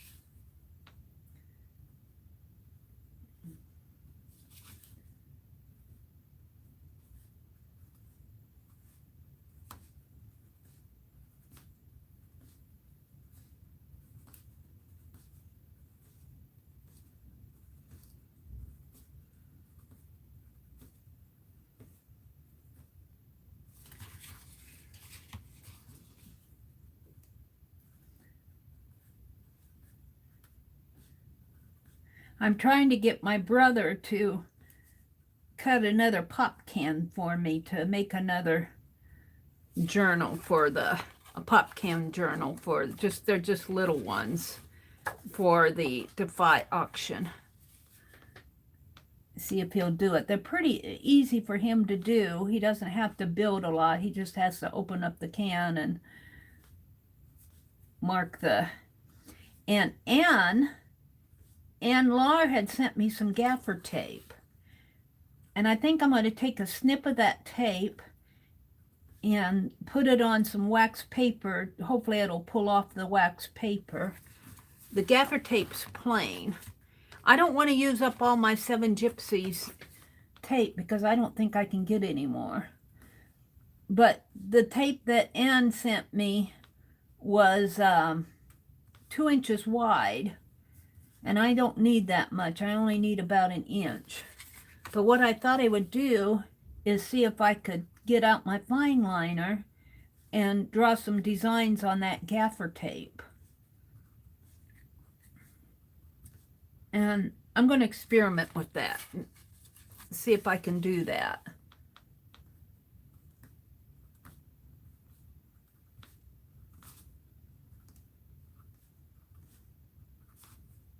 And I put gaffer tape on it. I don't have to do gaffer tape. I could use washi tape. Fabric washi tape would work too. But that, when you have a pop can journal, like imagine this was a pop can, and it has he makes a spine, a little 1/2 inch spine, but that pop can, as it opens and closes, can break.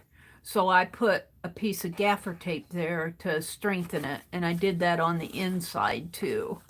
So there's, even if it did get weak, the tape would hold it together.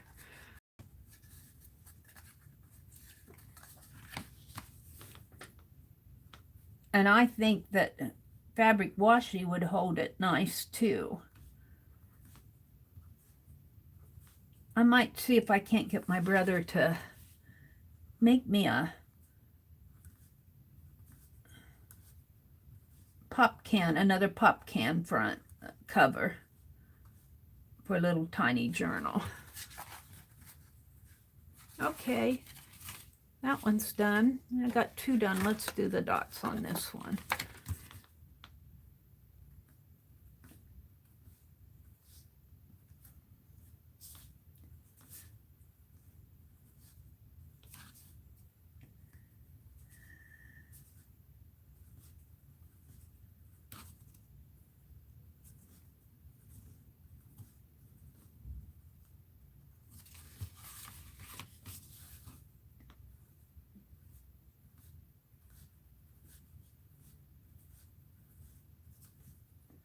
I could sit here in the afternoon and do this.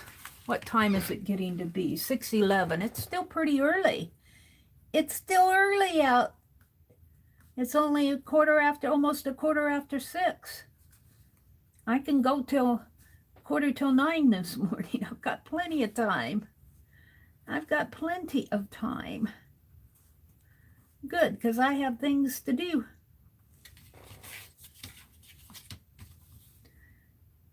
I have things to do.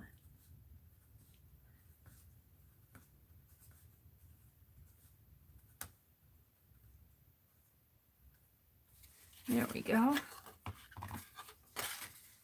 Let's stop on this, though. I don't want to bore you guys to tears. I don't want to bore you to tears. I'm pretty happy with the cards. So, and the only thing I'm going to do to these now is I think I'll put hello, or maybe just hello there, or just some sort of a little border in there, a little journal spot in there. So, we won't bore you anymore with that. We'll put these over here with the rest of them. Work on it again later. I want to show you something. Hold the phone. Hold the phone. I'm going to have to zoom way out. I'm going to have to zoom way out. That means I have to stand up again.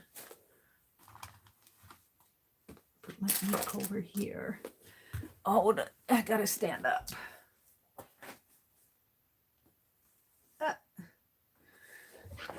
And get my carving tools off. My palette knife away. Hi, Anne. Good morning. Hold the phone. We're going to zoom out. That's as far as it'll go. Hi, Lynn. I'm not sure that is as far as it'll go because this is a big book. This is a scrapbook. It's huge. Surely I can zoom out further than that. Let me move this calendar. Penelope, you're going to have to move too. Take my coffee off of the desk or move it. Oh, I have a sip of that. I got 2 of these scrapbooks. Let's see if I can zoom out anymore. It seems awfully there.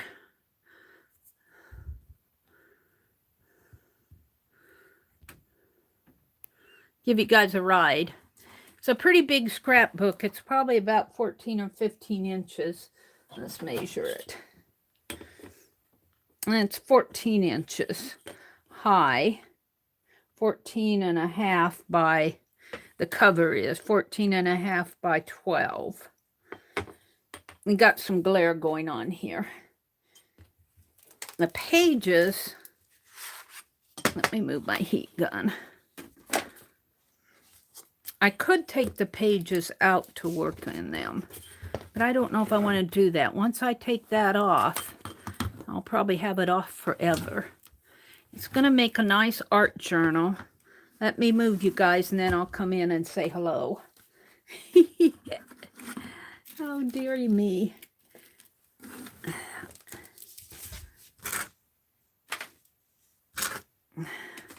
The pages are quite large. They're probably not quite 14. They're more like, well, yeah, they're 14 because that was 14 by 11.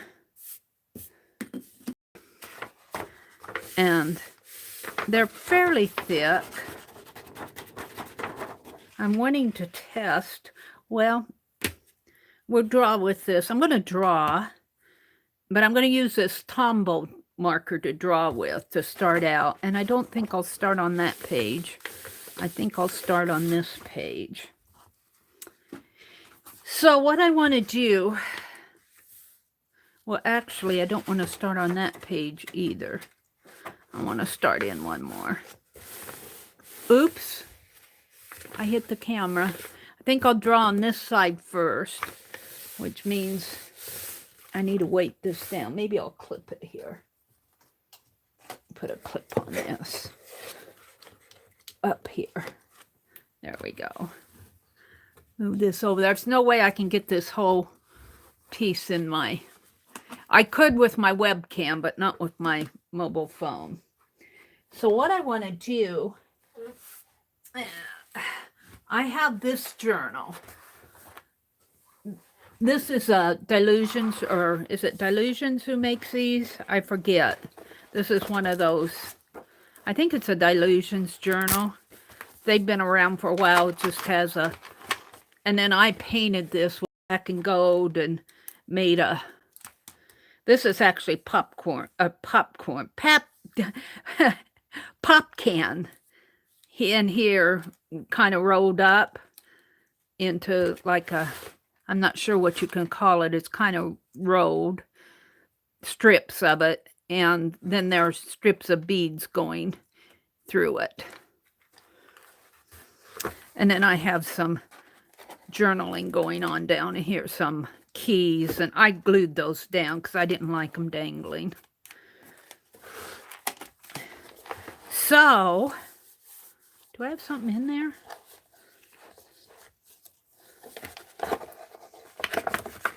No.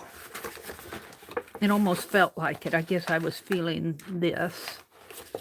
This journal, I did this here when I was in Nebraska, but the pages in here I did when I was still up in Wisconsin.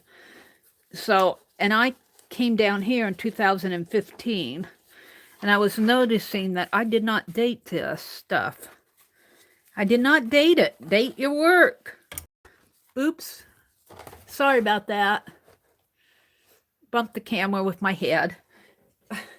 Let me sit down. So I did these when here, April 17th of 2013. So and this is April 17th. Today's April 17th. I did this exactly, 7 years ago. I did this page exactly 7 years ago.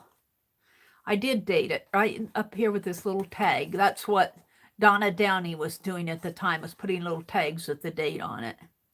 And I had cut out these ladies, which looks like what I'm doing on my envelopes today.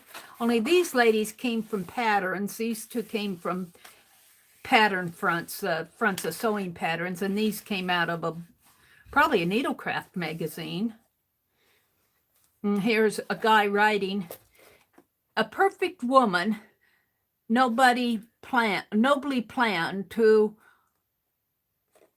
warn, to comfort, and command, and a spirit still and bright with something of angel light, a spirit and yet a woman too."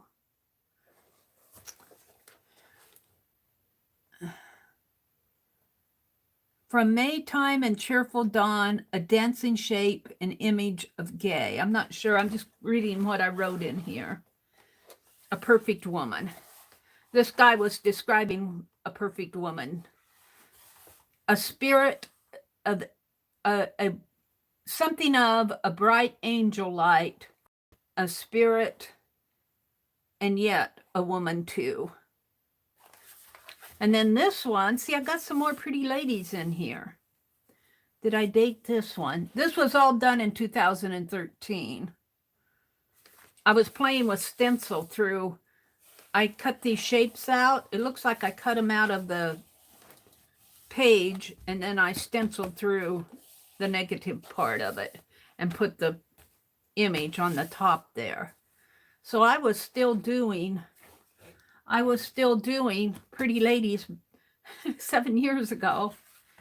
And then this was a photograph. I got it at a thrift store up there in Madison. This is a photograph. Some photographer was selling all of his black and white photos. And I really love that little boy, how he's kind of just looking down. And I'm not sure that you can see his face too well. I see it pretty good. To see the world in a grain of sand and heaven in a wildflower. And then I put wildflowers along here.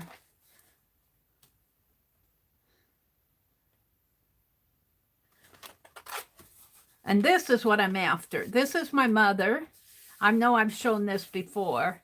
And this was done with puffy paint. It's embossed. Mother, and this is all puffy in here. Pearl paint. It's kind of puffy pearl paint in here. I have to get some more of that. I really like that. And this is my father over here. And that's what I want to do in this book over here. I want to sketch Dad here and Mom over here. I want to practice sketching them. I've sketched them several times, but I'm going to do them again in this scrapbook. I'm going to make an art journal out of that scrapbook. And this, I did some urban sketching. This was a shopping mall up in Madison. I just sketched the rooftops. I long to accomplish small tasks as if they were great and noble. That was a quote by Helen Keller. And then I put, I very sincerely wish you would exert yourself so as to keep all your matters in order yourself without depending on others, as that is the only way to be happy, to have all your business in your own hands. That was a quote from Martha Washington. I very sincerely wish you would exert yourself so as to keep all your matters in order yourself without depending on others, as that is the only way to be happy, to have all your business in your own hands. That's an interesting quote, isn't it? In other words, if you want it done right, do it yourself. Here's another quote. Everyone confesses in the abstract that exertion which brings out all the power of body and mind is the best thing for us all, but practically most people do all that they can do to get rid of it. And thus, as a general rule, nobody does much more than circumstances drive them to do. In other words, I'll do what I can. What did I quote here? Old years and new years with their pain and strife are but the bricks and steel and stone from which we fashion life. I like that because these are brick storefronts. And then the next page, I had some, this is a real photograph. It looks like a dad, a little boy, and I think that's a lady. It's either a lady, I think that's a lady here, and they're going fishing. Many men go fishing without knowing it is not the fish that they are after. The one that got away, food, time alone. These are the things that they're after. Food, time alone, quiet, peace, rest, relaxation, something and relaxation. I'm not sure what that was writing there. Quiet and relaxation and sport. Those are the things that they're after when they go fishing. I don't have all the pages done here. I just have a few pages. Oh, this is dandelions. This must have been done, this one was done in April, so it must have been May or June when I did the dandelion page. And that says dandelions there. And there's the dandelions. This is 7 years old. How time passes. And then I was playing with stencils. That's just the background page and another background page.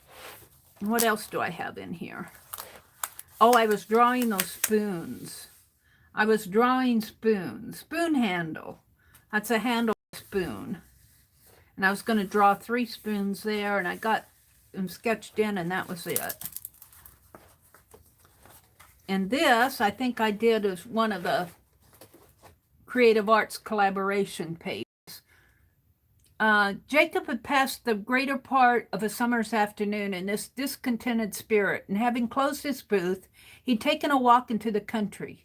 Here on a summer's evening, to which our tale refers, at the foot of an old oak tree, so this is the old oak tree, at the foot of the old oak tree, was seated Jacob Pout. This is Jacob. A solitary thrush was singing its hymn to the evening. No other sound was heard except the something or other. Oh, here it starts over here. The story I'm about to tell you happened many years ago, long before railroads had cut up the dancing grounds of ferries. This is all about a ferry. Long before the railroads had cut up the dancing grounds of ferries, or the shrill whistle of the locomotive had frightened the good people from the green dells and quiet nooks wherein they are said to have held their merrymaking by the clear moonlight. We never see a fairy nowadays. Nevertheless, we are glad to talk about them and their doings in the old times. We see the fairies in storybooks nowadays. So here's Jacob, and he was on a summer afternoon, and he wasn't very happy. He was of a discontented spirit, and having closed his booth, he'd taken a walk into the country. Here on the summer evenings to which our tale refers, at the foot of an old oak tree was seated Jacob Pout. So I think he sat down. A solitary thrush was singing its hymn in the evening. No other sound was heard except the something or other. And as he looked in the direction of the sound, he saw, bless me, how he rubbed his eyes. He saw coming from a little hole, here's the little hole right here, at the foot of the hollow tree, which is this is the tree in here, a procession of pygmy people, all gaily dressed, and marching to the music of a full band of elfin players, in the midst of a car not bigger than a walnut. I don't have the walnut car here.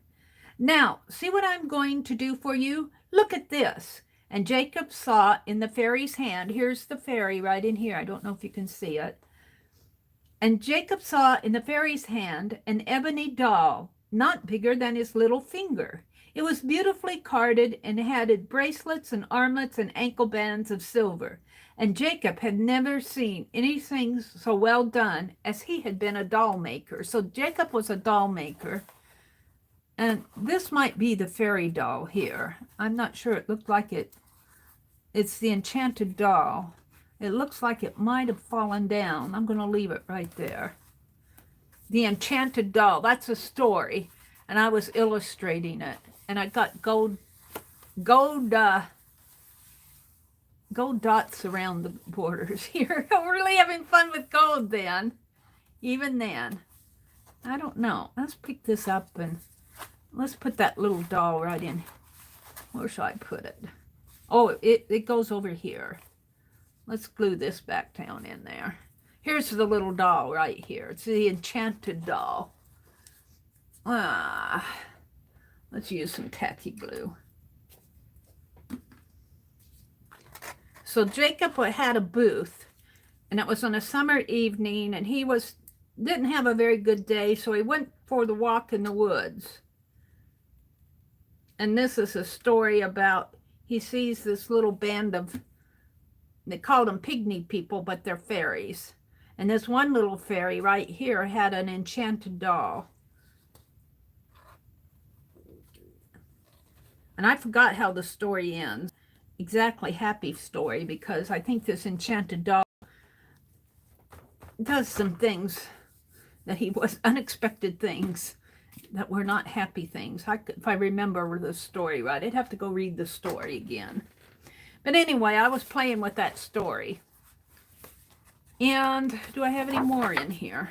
I think that, no, I have some more. Oh, this was my very first illustrating for my very first intro to my channel. See, I opened my channel in June of 2013, and this page over here was dated April of 2013. So this was my, when I read that little, and I did read it, I was very uncomfortable, but I sketched, it was either this one, I have another one here, or this one. It might have been this one.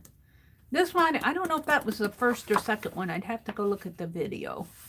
This might have been the first one that I sketched, and I didn't like it, and I come back and I did this one. Or the vice versa. Oh, and here's another one. I was playing with sketching while I was, what I wanted to do. I kind of like these now. See, I come back 7 years later, and I'm going, these aren't all that bad. So keep your art around for 7 years. And this, I was telling my brother this story the other day. This is a story, and this was kind of done on the fly here. It needs some work. This was a story of two little girls, and it's really a personal story. My sister had given me this tube of lipstick, pink lipstick, And the cap of it was a white cap, and it was cracked down in there. And it had pink lipstick, and I just loved that pink lipstick. And this is our school building in here. It needs some work. But I was showing all my little friends my tube of pink lipstick that my sister had given me. And you have to realize that I was probably in 4th or 5th grade then, and I idolized my sister. She was seven years older than me. She was probably in high school then. And she gave me that tube of pink lipstick, and I was just overjoyed, and I was showing it off to all my little friends. And one day it disappeared. Here's a school bus. I must have shown it off in the school bus to one little friend here. I don't know which one is me. I think that's me, and that's my little friend. And I was showing it off, and one day it disappeared. I got The Mystery of the Disappearing Tube of Pink Lipstick. I did this in 2016, so this is a little bit later. I was telling this story in a video, and I was painting it while I was telling it. And that pink lipstick disappeared. I lost it, and I couldn't find it for a couple weeks. And one day, there's a door here behind on the schoolhouse, and if you go into this door and go over to the side, they got coat racks on each side of that door. And then underneath the coat rack, they have a little shelf where you can put purses, and underneath you can put boots and everything. And this little girl here had a purse, and she left it open. And I was walking down the steps to go, as you go past that coat rack, you go down to the lunchroom. And one day I was going down to the lunchroom, and I noticed this little girl's purse, and it was open. And inside of that purse was that tube of pink lipstick. She took my tube of pink lipstick. I took it back. Yeah, I took it back because I knew it was mine, because I knew it had that crack down there. And I can remember I took it back, and, you know, and nobody, I was showing it off again, and nobody said anything to me because they knew it was mine. She was afraid to say you stole my tube of pink lipstick because she knew she stole it from me. I go to what, in junior high? Not even in junior high, probably in primary school then. 4th or 5th grade. It's so funny. And years later, I went to business school, and I got a legal assistant degree. And to take that legal assistant, we had one of the city attorney or county attorney up there in Lincoln taught our criminal justice class. And we were talking about the difference between burglary and breaking in and what else, you know, the different misdemeanor crimes. And I raised my hand, and I asked that attorney if it would be a crime if you took something back that somebody stole from you, and you knew it was yours and you saw it, and if you took it back, if you would be stealing in return, but it was yours in the first place. And I was asking him if that would be a crime. And he said, give me an example. So I used this pink lipstick story, and he thought that was so funny. He said, well, in that case, it probably wouldn't have been a crime, but if you would have killed her, you would probably be committing a crime if you would have killed her. Yeah, that's the story of the missing lipstick tube. I wanted it because my sister had given it to me. I think that's the last page I did in this book. I might go in and work some more in this journal. I got a lot of blank pages. Maybe I'll work along with Barb Owen. She's working in a different journal. She's working in that one with all the different, I think she's working in, is it Dina Wakely that has the burlap and canvas and different types of pages. I might finish working in this. But what I want to do, let me look at chat now that I've showed you all of this. Oh, there's some more spoons. This was done in 2015, in March 28th.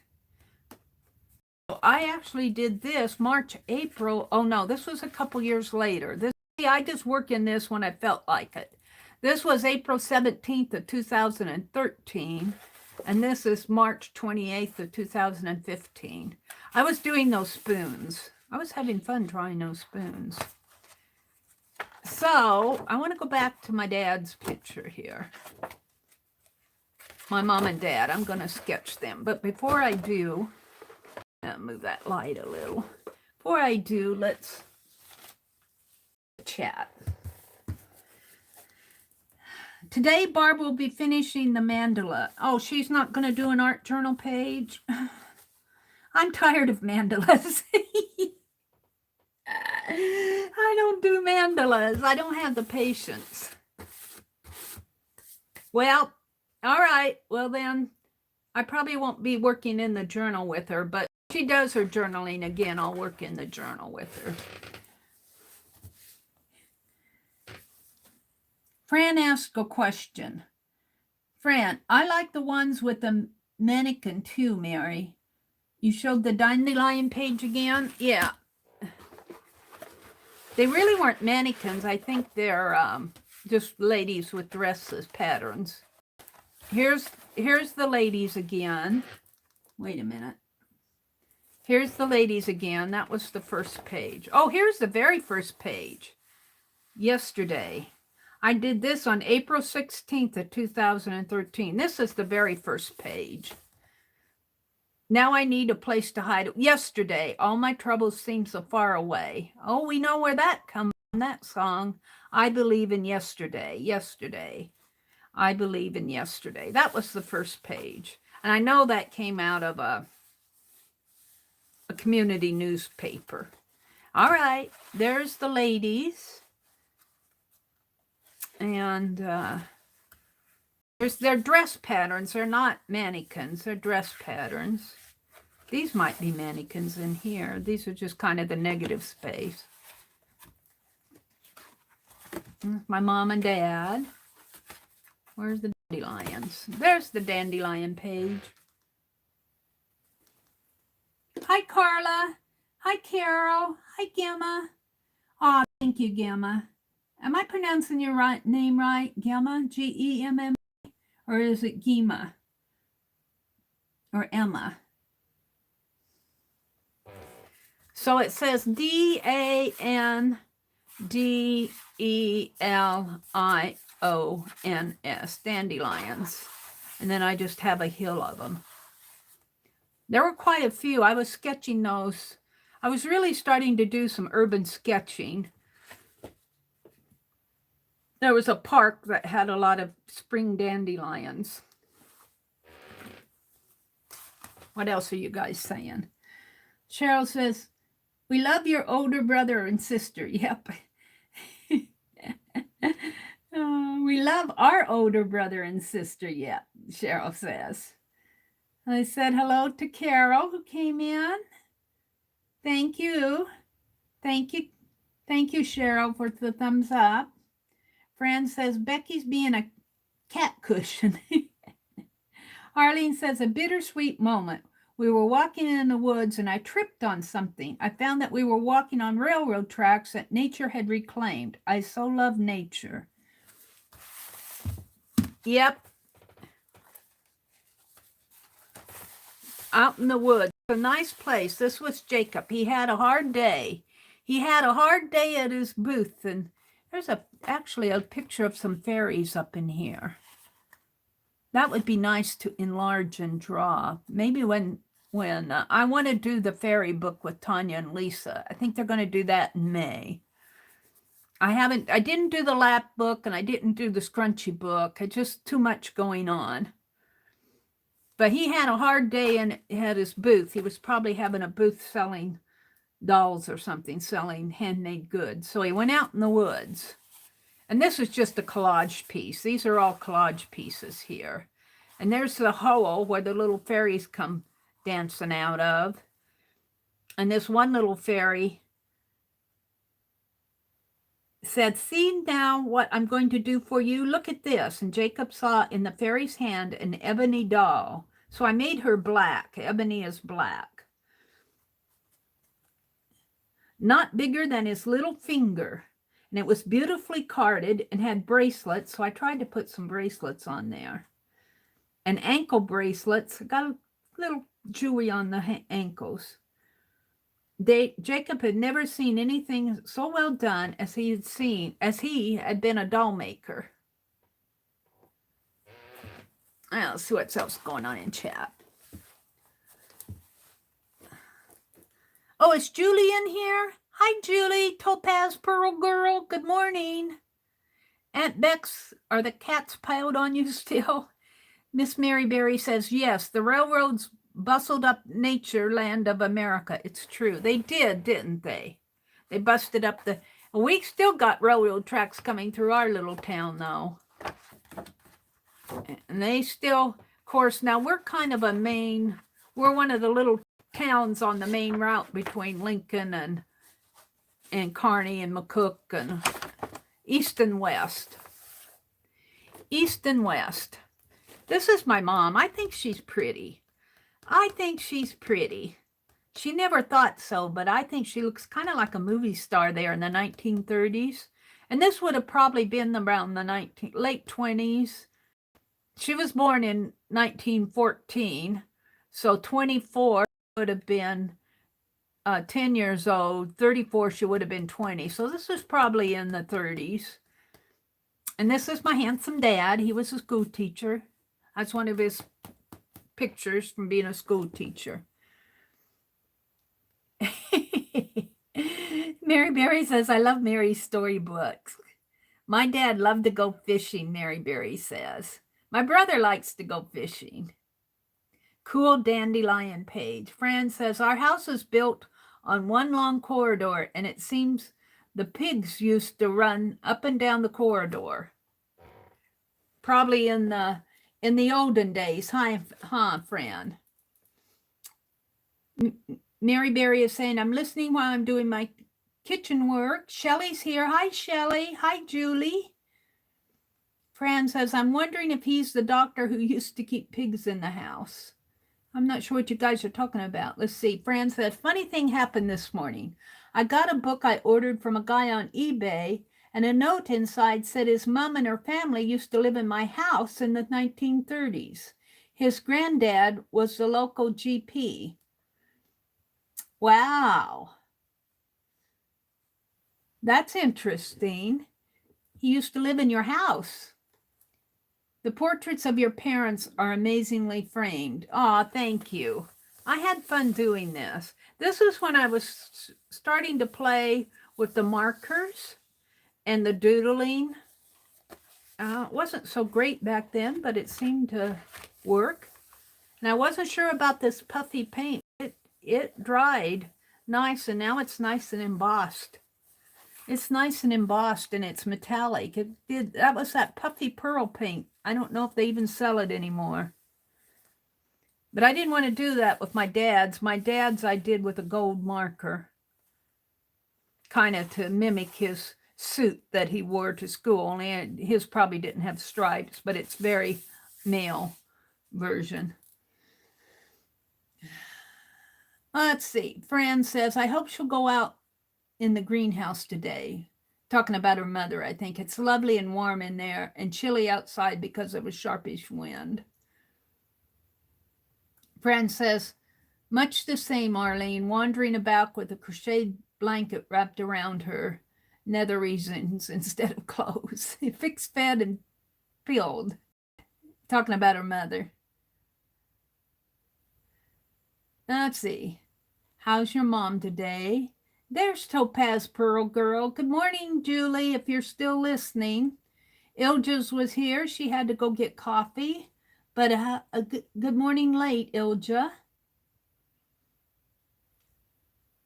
Miss Mary Berry came in. Carla's here. Ilja's here. Lynn J says, good morning, all. I'm starting my work day. Happy Friday. Ann Lar popped in. Hi, Ann. No tears, never, Carla says. If you want to join, we're talking about that. Fibs equal friends in the back, already perfectly named. I think so. I don't know. I might stick with fibbers. I don't know. Fibbers, the fibs. Except for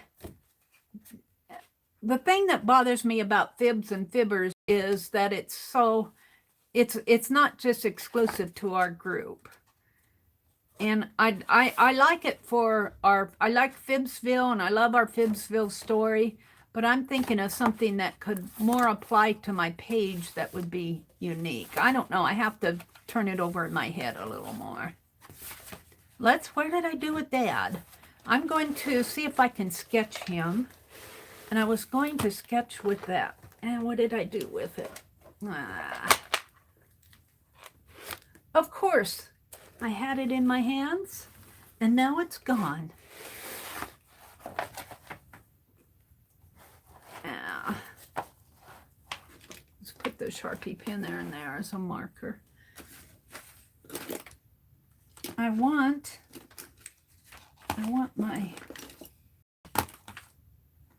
that Tombow marker. Here we go.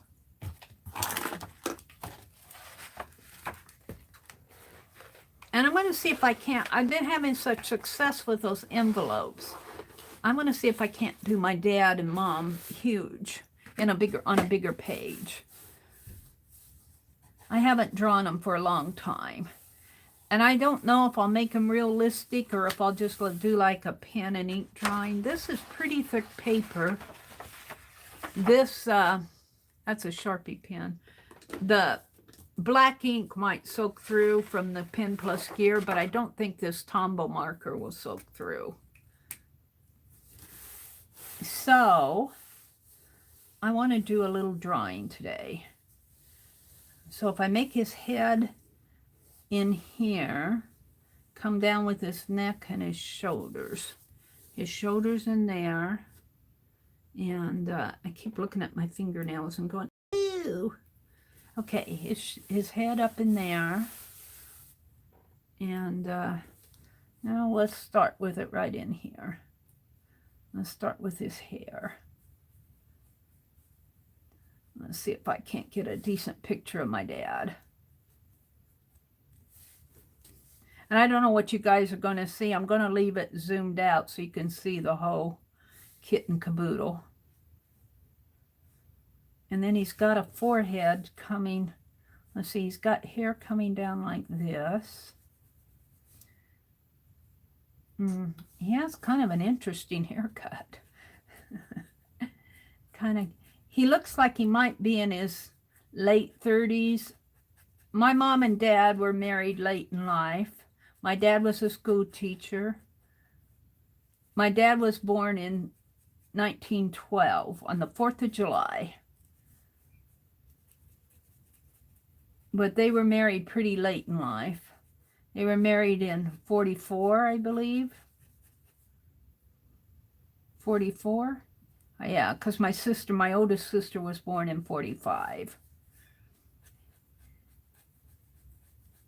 And my oldest brother in 47. Giving you all the personal information here. They met at the Navy Ammunition Depot. The war was going on when they met. They met at a company. They had a picnic for the workers there. I said a company picnic, but it was more of a outing for the locals. My dad was in the service, and he was working at the Navy Ammunition Depot there. They made ammunition. They made bombs. Okay, let's give him a forehead kind of comes out like that. And his eyebrows start in here.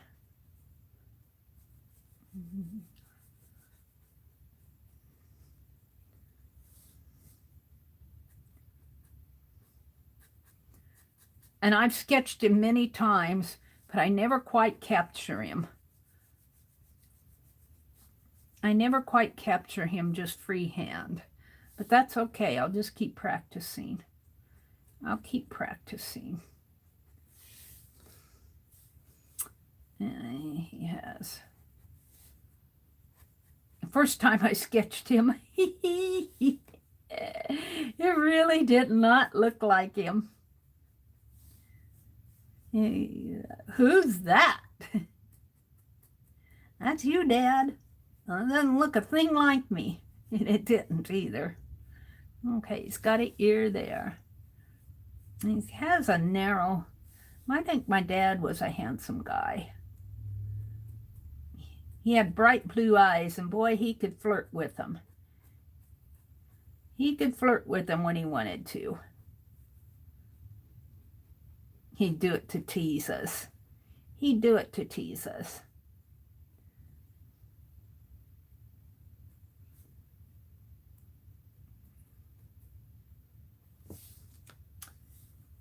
And then his other eye comes over this way.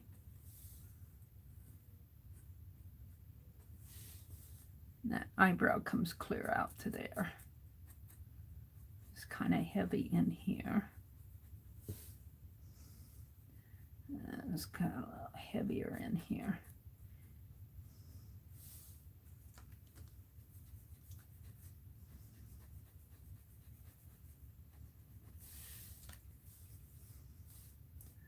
So his face comes out this way. And I always mess up on the noses.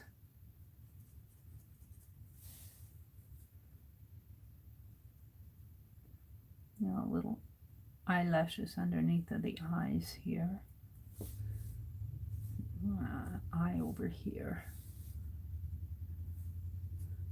Yes, eyebrow comes down a little more. That ear needs to be a little bigger.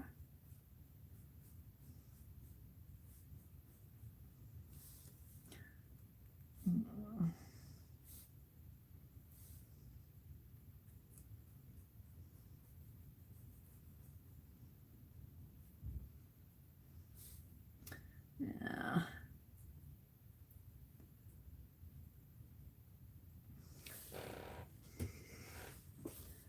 One thing with drawing with a pen like this, you can't get a lot of, and this is not water soluble, I don't think. You can't get a lot of tonal values in here, so it's mostly a pen and ink drawing. It's mostly a pen and ink drawing.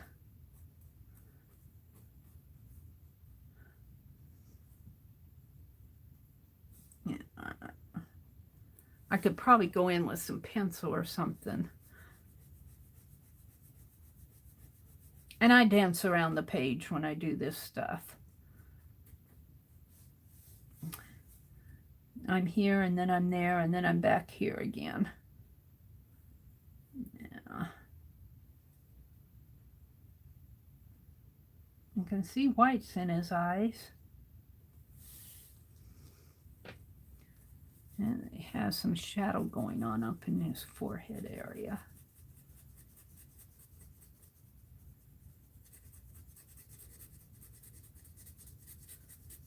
It makes this ear. I'm not sure that ear is right. Okay, bring it down a little. I'm afraid to touch the nose. And a shadow area in here. And it comes down like that. His chin.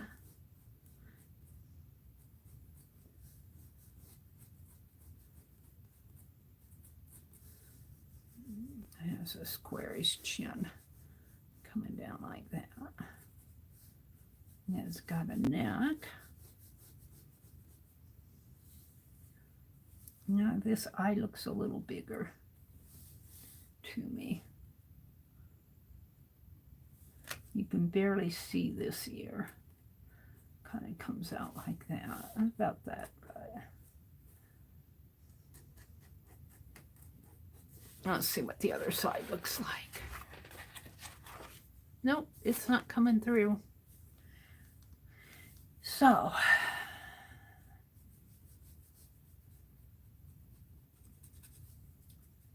it's got shadow in there.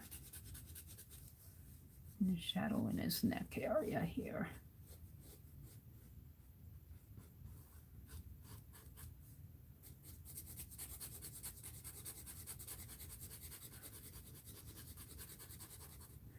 been a long time since I've drawn, so I wanted to get out and do some drawing. His eyes are kind of dark in there. And kind of some darkness going on in here. A little bit of coming up in there. Darkness coming in here. Down to his cheekbone. In there. Notice I'm leaving that part blank. Oh dear.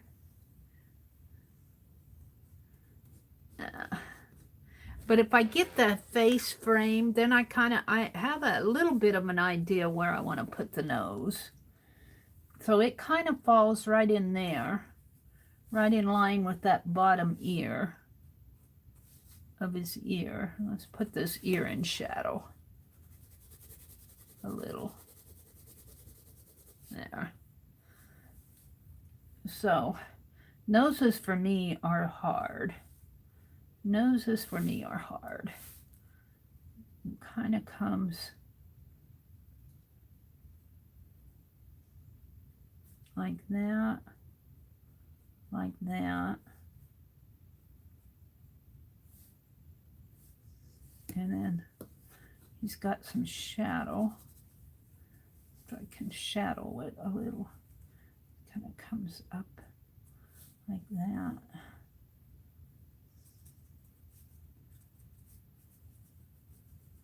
I think part of what it's being hard for is I've drawn it with a pen and I want to get tonal value there, and it's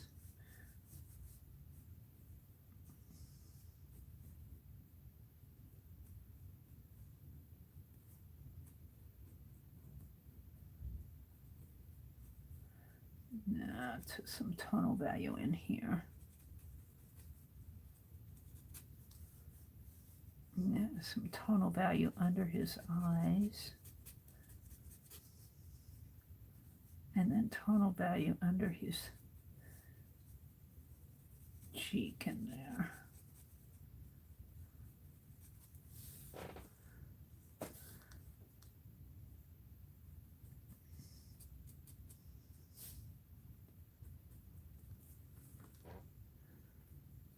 Oh, Dad. I love my dad. I was closer to my dad as he got older. As he got older, he was a little bit more approachable, I think, for me. I'm going to hug him and kiss him. Don't die. Don't die. I'm not ready for you to die.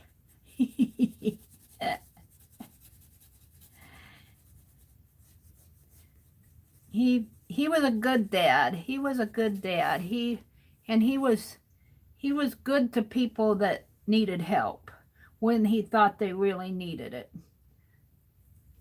He was a good example for that for us. We had one guy come to our house, and I must have been in college then. I was home. But a guy came to his house, and they were needing help. And he went to his stash. He must have had, and I'm going, Dad. And he dug out some money to help them with. I think they paid it back too. I think we were questioning whether, I know my mom and dad were questioning whether they'd ever see that money again. But I think they did. I think they were legitimately needing help, and I think they were legitimately grateful for it. My dad was not a rich man. He taught school. And then he lost his hearing. And when he lost his hearing, he's kind of like my brother. He refused to wear the hearing aids. Not comfortable for him. And so he refused to wear them, so he quit teaching school. And as he got older, my mom, I've told you the story of how my mom had dentures, and they were really uncomfortable for her. And we went shopping once. And those days, we didn't stop at a lot of grocery store or a lot of places and that. Sometimes we did, but we didn't have all that money for that. And so my mom would buy sandwich meat and chips, and on the way home we'd eat our sandwiches. That was our lunch out. But Mom, her dentures were uncomfortable, and so after she got done eating, she would wrap those dentures up and put them in a napkin and put them in, a cookie box or a bag or whatever we were eating at that time. Well, she did that one time. When we got home, we were cleaning out the cars. She threw it away, and so her dentures got tossed in the trash. And it was too late. The trash had gotten taken out and was gone. And, my dad said, go to the dentist and get you a new pair. And my mom, they said, oh, they can't make them to fit. So she never went and got dentures again. So my dad said, well, I'm going to take my dentures out too then. And so when my mom quit wearing her dentures, my dad took his dentures out and put them in a jar in the water in the bathroom, and there they sat. And they both gummed it for the rest of their life. Ate soft foods. And I thought that was an example of true love. I think my dad loved my mom. He, especially when he got older, he got more expressive. He was always telling my mom that he loved her. I don't remember him being as expressive when he was younger, in my younger days. He had to be, because they had 4 kids. But it needs more shadowing in here.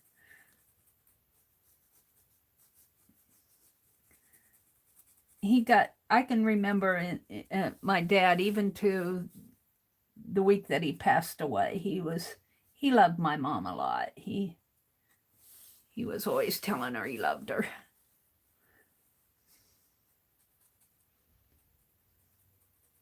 Which was good for Mom, because she didn't think she was pretty. She didn't think she was that pretty. Let's see if I can get some shadowing going on in there. But he'd always tell me when I wanted to do something, if he didn't approve of if he didn't think what I was going to do was going to work, he'd say, "You're making a mistake. You're making a mistake." And I'd say, "Well, it's my mistake to make." Well, then hop to it. That's the other thing he was telling me to do. More when he thought it was a good idea, he'd tell me to hop to it. Hop to it.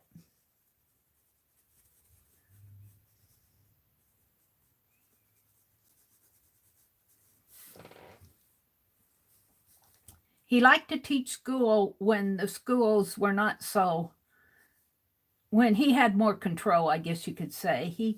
He'd take the boys in his class that he taught, small school. You have to think this is small school. He'd take them fishing. He'd do things with them. Well, you think of small school. He taught history and English. He was a principal in the small schools. He wasn't a coach. He didn't coach. Oh, I'm getting that too dark in there. Oh, well.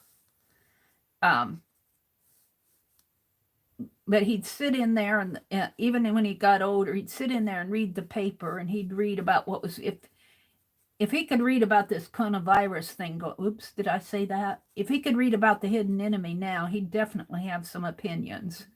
But he'd read about the news going on or something going on. And he'd go, "That's not history as I taught it. That's not how I taught it," he'd say.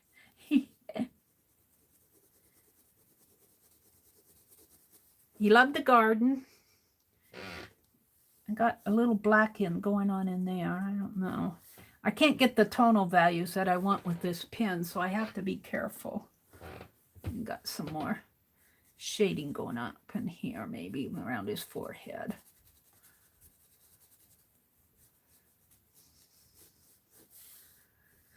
Now, let's see. Let's do the suit. Kind of comes down this way, around this way, and in here and around there. And he's got a tie here. Let's see, his tie, I really have this off a little. This comes in more like that. And the tie comes in here and there. And I'll have a white shirt coming up here. You can just see a little of it coming in there. That's not perfect in there, but oh well. And the suit comes down like that. The tie is black in there. That nose looks flat to me. I don't know. I struggle with the nose. It needs some shading in here. And shade it. I can't get a nice shade like I want. Sorry, Dad. Your nose is flat. He's got too big of a nostril there. And it has some, you have that ridge up there, going up there, in there. I struggle doing the noses. It just takes more practice. It takes more practice. It has some shading in there, but I'm afraid to put it in. That's the problem. Make shading up around his forehead in here too. Makes his head a little rounder.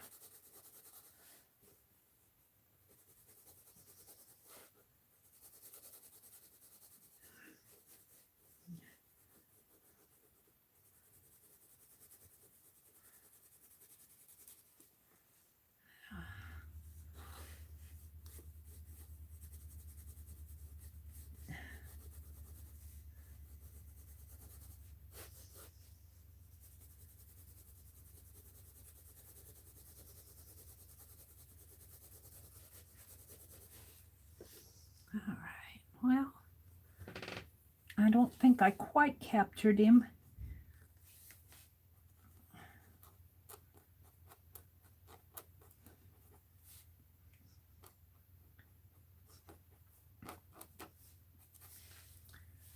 His eyebrows were always kind of arched there, like he always had that movie star arch, I call it.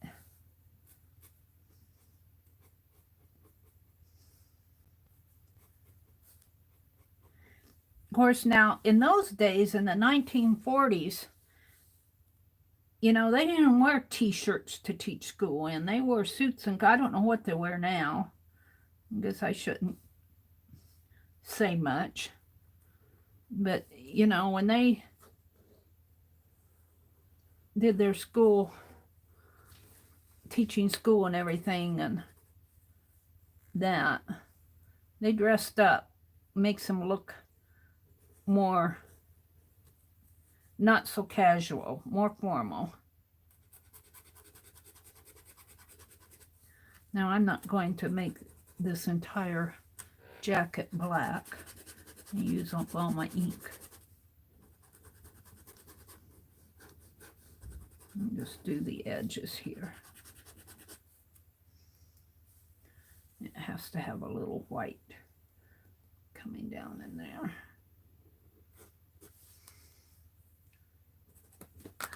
Oops, to the lid. There we go.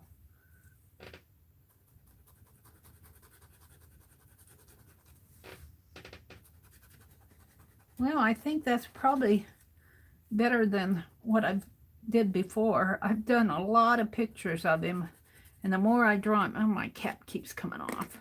The more I draw him, the better I get because I've studied it more.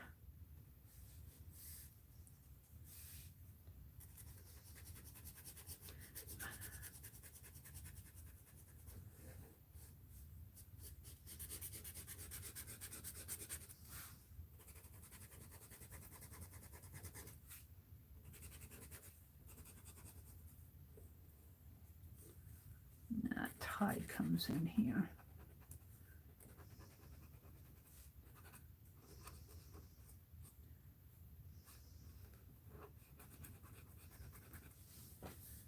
Kind of look more like a tie.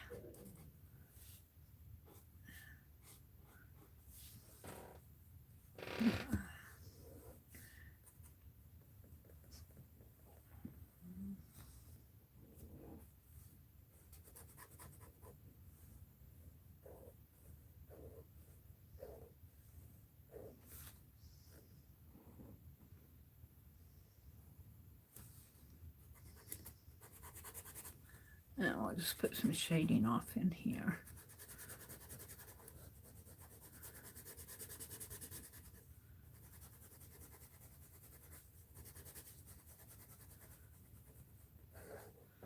Now I think I'm going to call, this really needs to be maybe a light color, just real light and fast.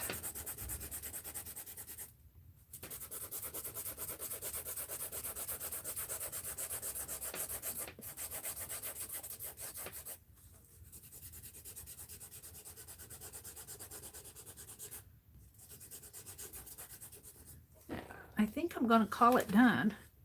His nose, his nose looks so flat to me, Dad. Your nose looks flat to me.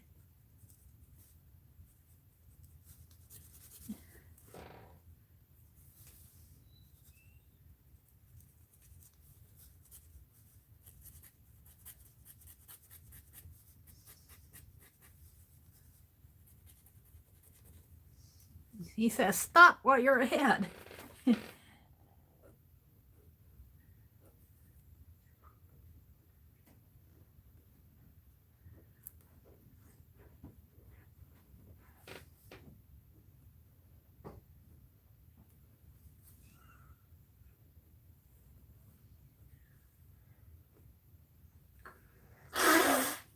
Oh, there goes my brother blowing his nose really loud.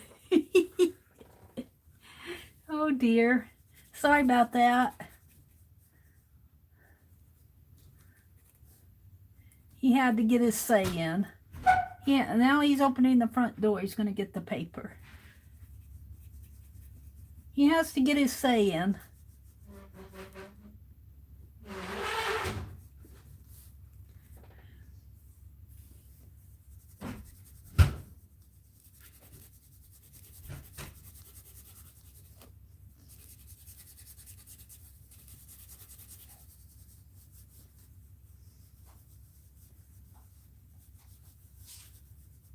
Yeah, I think that I'm going to call it done. Oh, that last mark on his lip, I didn't like it. Because today is 4/17/20. And I'm going to put Dad. There we go. We're going to call that done. And I'm going to call him done. Let's see what you guys are saying to me. I don't like that right there. As I look in, he's a little bit more flat, right like that. I think you can kind of see an arc.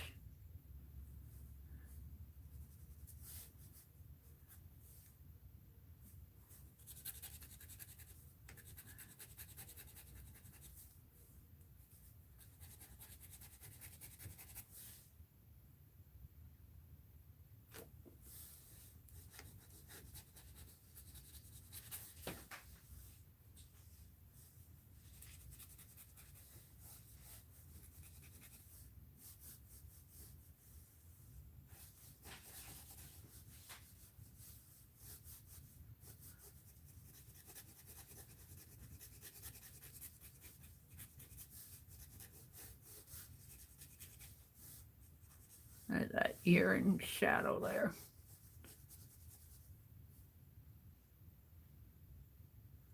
His lip, this area needs work in here too.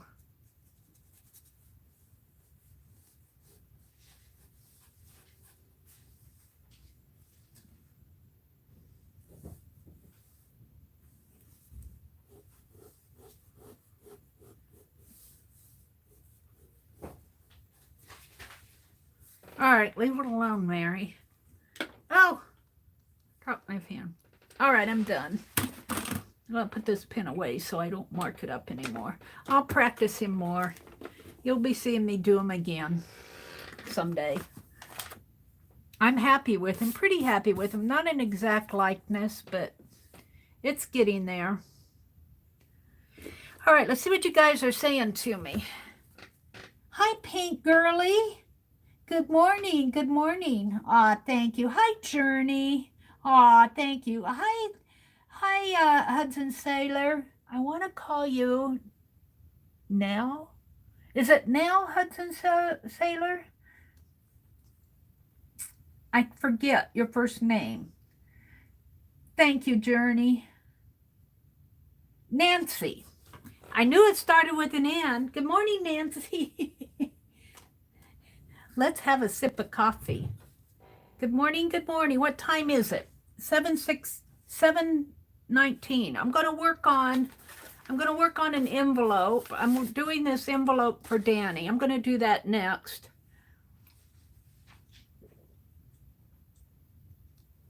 I got about 45 minutes before I'll jump off.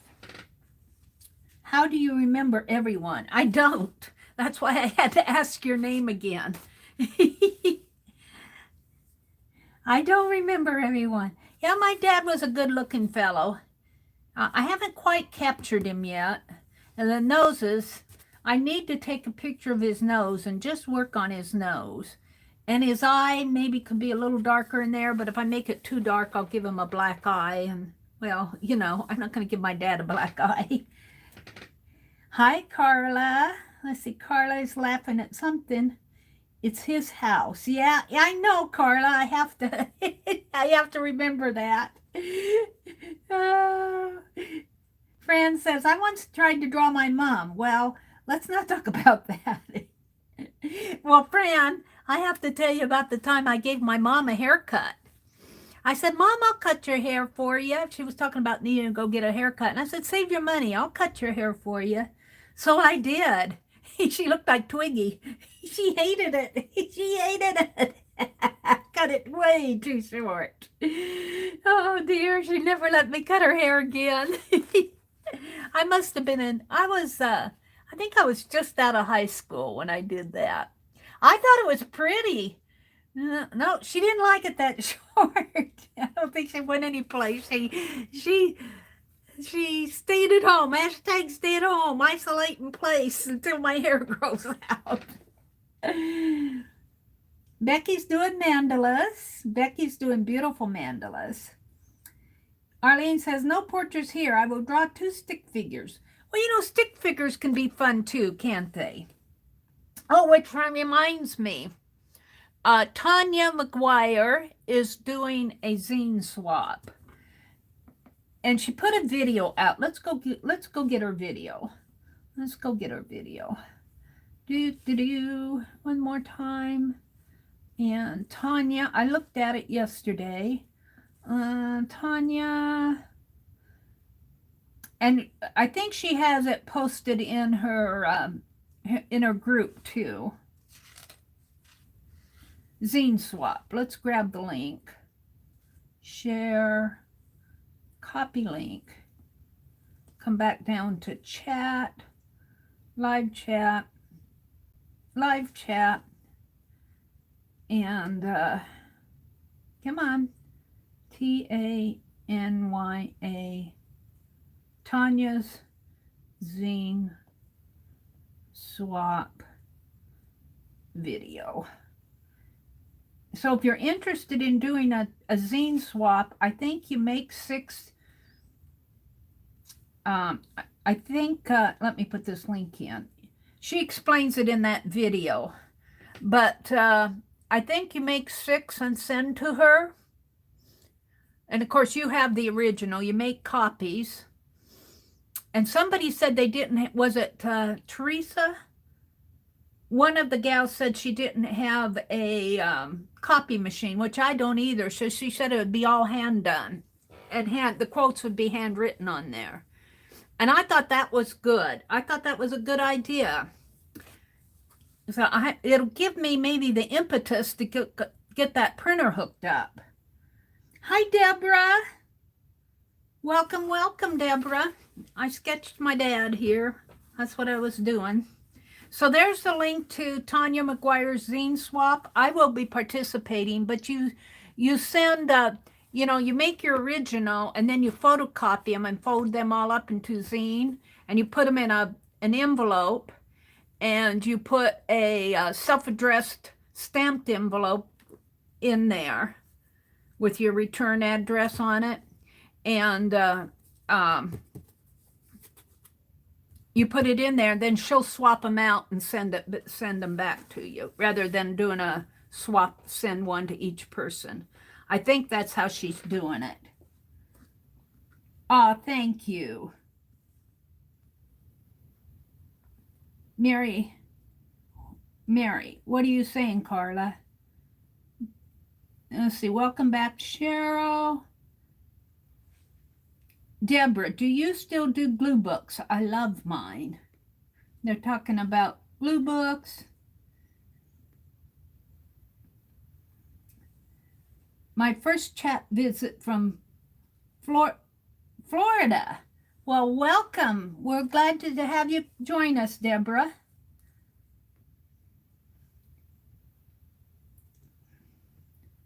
And Lori's here, Carla's here. Carla had to remind me that my brother could blow his nose anytime he wanted to. That's funny. Rhonda says, doing good, thank you. Rhonda's saying hello to everybody. Journey's saying hello to everybody. Rhonda says, Mary, I know you said your 2 brothers are still with you. I was wondering, is your sister still living, if you don't mind me asking? No, my sister passed away. She passed away in 2007. Was it 2007? I believe it was 2007 when my sister passed away. I was still in Madison. She smoked a lot. When I was still living up in Madison, we were talking about getting her out of Bakersfield. She lived in Bakersfield, California. She left home right after high school, and I was in 6th grade when she left home. So I did not know her very well until later years. She found me on the internet, and she called me several times later in life, and we had a lot of good catching up. And I'm really glad that happened. But she had bad lungs, and she smoked a lot, and there were a lot of wildfires out in California, and the air was not good for her lungs. And she had a hard time breathing, and when she passed away, she had respiratory failure. She called the ambulance herself and got admitted to hospital, but she was in ICU on a ventilator, and she never made it. I was ready to go out and see her the week that she passed away. I was ready to go out there, and of course I was working at that time. I was working, so I had to work around that, and I was planning on going out to visit her to see if she wouldn't come back to Wisconsin. And she was looking into it, but the air quality out there was really bad on her lungs, and she liked it out there. She had a hard time, like I had a hard time leaving Wisconsin and coming back to Nebraska. I liked it there, and she'd lived out in California for years, and that was her home, and it's hard to make a change. So she passed away. She was my I have a picture of her someplace too, not in this book. But she was my childhood. She was a smart girl. She was valedictorian of her class. Of course, she went to a small school. And she was a cheerleader and pep club president and everything I ever wanted to be, even in a small school. She was good at art, but I couldn't get her to swap art with me in later years. I'm buffering. I got the red dot though. So I'm going to be doing sketches in this scrapbook. I'm going to come back in another day and do my mom on this side. And then we'll just do other sketches in here. I might as well use it up. I got 2 of them, I think, for $5. And they're just scrapbooks, but the paper is pretty thick. And I haven't tried to see if, I should try it down here in the corner and see if my ink will soak through here. Let's try it with a marker. Let's try it. Let's try it right down in here. Let's see if that soaks through. No, only a little. Only a little.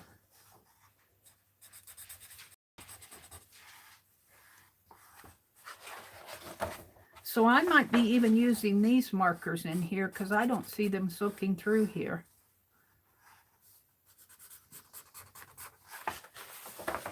They're not coming through. So this paper is pretty thick paper. So I can do a lot of sketching in here. Maybe I'll do portraits.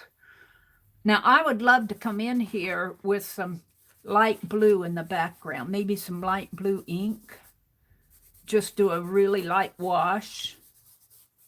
We'll wait till I get my mom's done. Or even gold would look nice in the background here. And I'll get my mom's done and we'll kind of make a match like I did in that. So I want to move on and do the other side of this envelope here. This is an envelope for Danny. And I still have that in there. And for those of you who just came in, today is Arlene's birthday. Happy birthday, Arlene, again. I gave her this card earlier. I sang happy birthday to her. This is what I did yesterday afternoon. I made this envelope and card for Arlene. Pretty ladies on there. And here's the card. It says, for you. And this had a soap. That soap thing that I put on my calendar, I had a soap advertisement, but I cut it out and put the June 1909 for you on there. And then you open it up and they look like that on the inside. First Wild Asters. I really like this. And then this is the back where these were some pillows. That's a peacock pillow. And this is just a pillow with embroidery on it. And I put that little girl standing on the pillow. It looks like she's almost standing on a rug. So that's Arlene's happy birthday card. I don't know if I'm going to get it in the mail today. It depends on how much snow melts. I might not get it mailed till tomorrow. All right. So we're going to work. I'm going to zoom back in. We're working. Well, I'll show you. This card is for Kathy Whitney. I did this one yesterday morning. And I was saying for those erasers that I need to hand out, I think I'm going to draw envelopes like this to put them in. And send them out maybe 2 or 3 at a time instead of waiting until I get all 25 of them done, 24, 25 of them done. Because they're sitting here and they need to be sent out. So this is Kathy Whitney's card, The Lady's World, and she's sitting reading a book in front of a cook stove, probably reading a recipe book or something. And you open it up and it's got a poem of walking softly, and there's 2 lady patterns here, some music and some little patterns for little girls down here. And then on the back is another sheet of the rest of that music and a lady sitting on a couch. They were selling dresses in that Needlecraft magazine. There's some dresses down in there. So,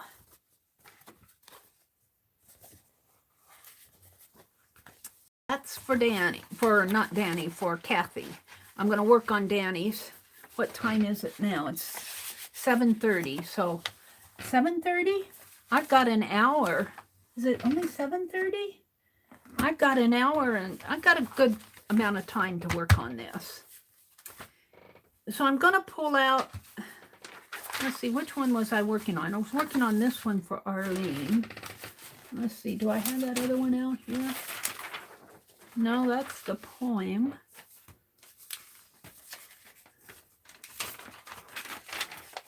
Those are black and white ones. Ah, here they are. This lady come from here. So I kind of like this lady down here. She'll be looking off of the envelope, but I like her pose. She's holding a clutch. I'll have to zoom in so you guys can see better. But yeah, I'm going to be drawing from these ladies. So let's put it like this. And get my pen out again.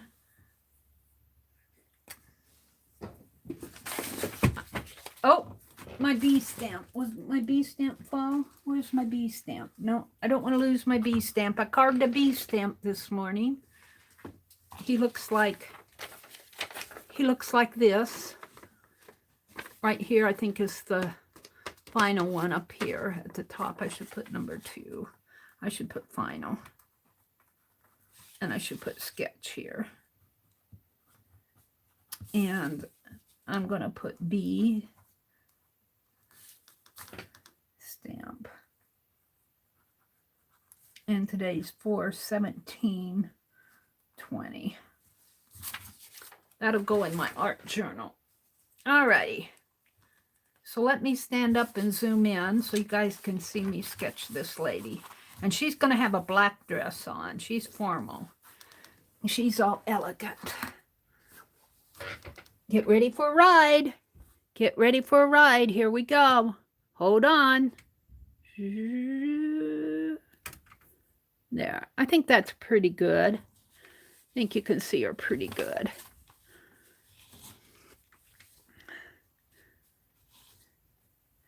Arlene's 50 years young today. Happy birthday, Arlene.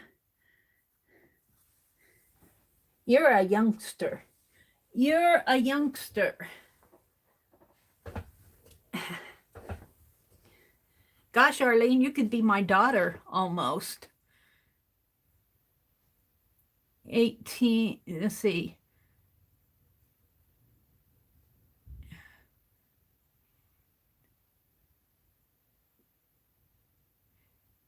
You could almost be my daughter if I would have gotten married young.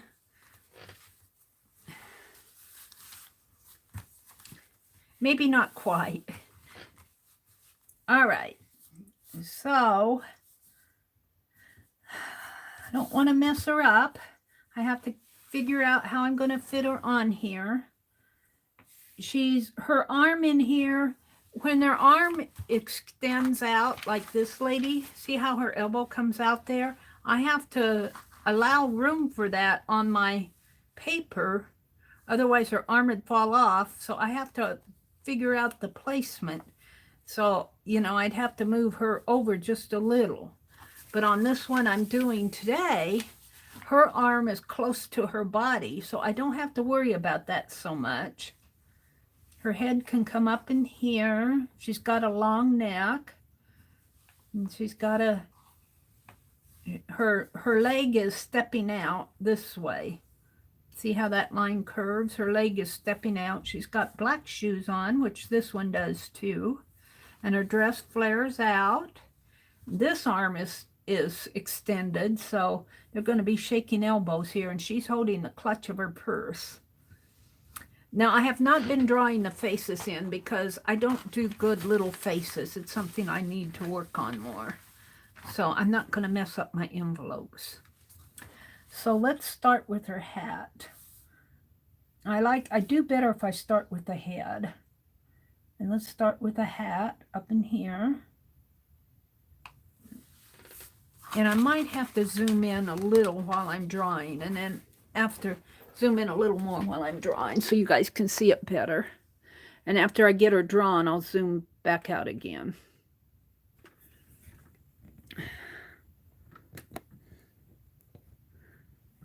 Yeah, oops, you're seeing my hand there. I'm going to try to straighten this camera out a little more. There. And then after I draw her, you know, I'll move it around as I'm drawing, and after I get her drawn, I'll zoom back out. But I think you can see her a little bit better while I'm drawing. Now I want another sip of coffee.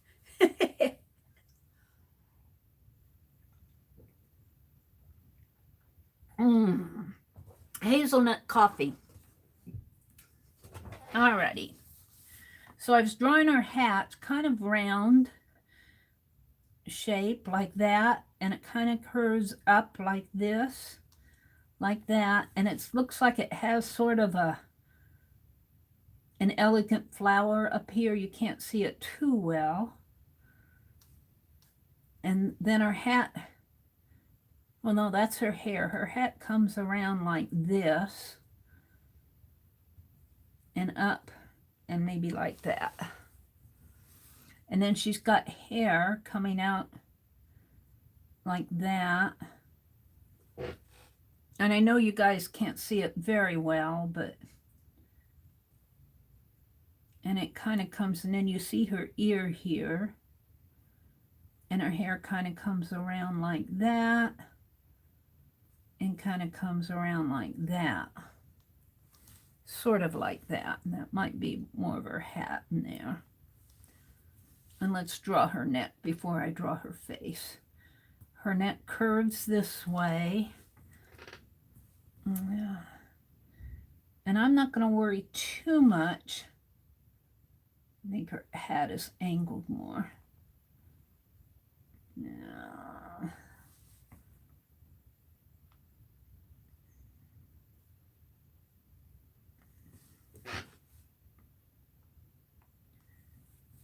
I'm not going to worry too much about her getting a pretty nose, because I don't want to mess it up. I'm drawing in ink. See, her throat comes down like that. So I'm just going to kind of just draw her face like that. Because if I try to do that nose, I'll mess it up, and I don't want to mess up my, I've already kind of done that. Let's give this a little more curl in there. So that's all I'm doing on her head. She comes down like that, and it curves up. And I'm never happy with this until I get the long dress on there, and then it starts looking like something. So let's do this shoulder first. Kind of comes like that. Now she's got a white glove on. It's going to be a challenge. Let's draw her body first. Kind of comes like that and like that. And then the other shoulder comes just like that and kind of down that way. Curves down this way. Yeah, we'll give her a little waist. She's got a little waist, and she's got a twisty belt on here. And then her hips come out like that and comes down. And she's got a pretty slender build here.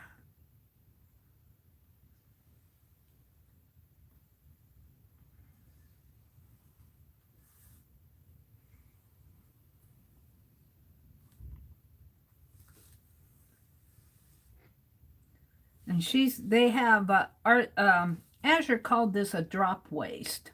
All of these fashions have that kind of a V-shaped, and this one wraps around like this and comes up this way. Now this will be in black, and there'll just be white lines showing those V's in there. And her sleeve over here is lacy, and there's lace on her collar.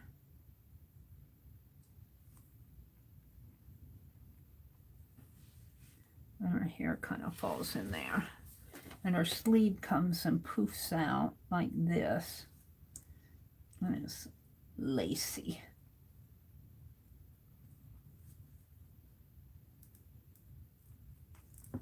That might be a little much. And then she's holding a clutch. If I can get her arm in there.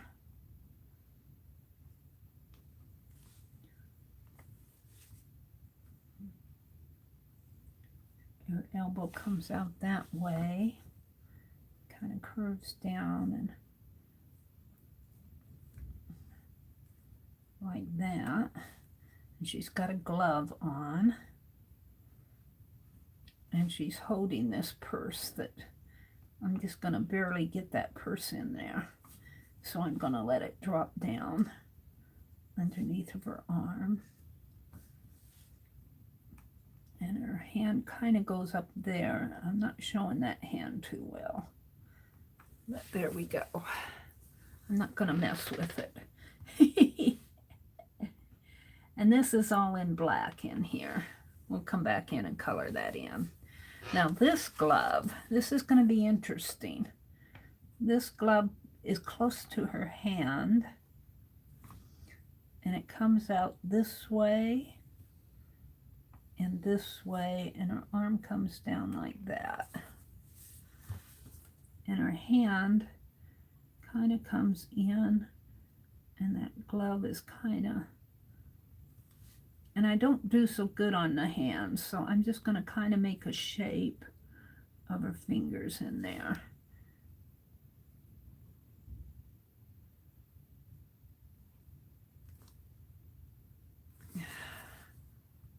There. Don't want to fool with it too much. Now, let's do this part. This part comes down. It's got kind of like a fish tail. I don't know what you call them, but pretty pleats in here. And this, there's a white area that comes down like that where it shows where her dress is pleated in there. And then this kind of swirls around like that. And then she's got these high heels on.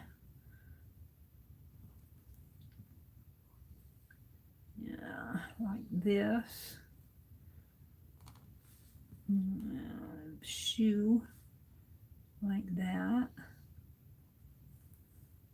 Coming down around like that. And then you can barely see the other one in there. We'll give it a little heel. You kind of know it's there. Alrighty. So now we're going to make her dress black, but I'm going to use my Pen Plus Gear. And I do have the paper in here to catch the ink from soaking through. So let's start with her hat.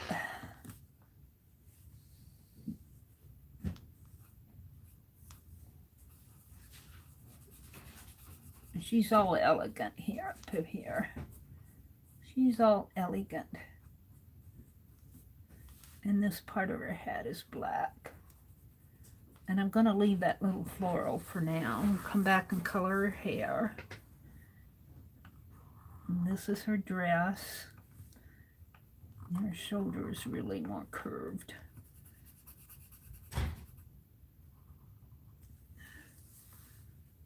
And it's curved up in here.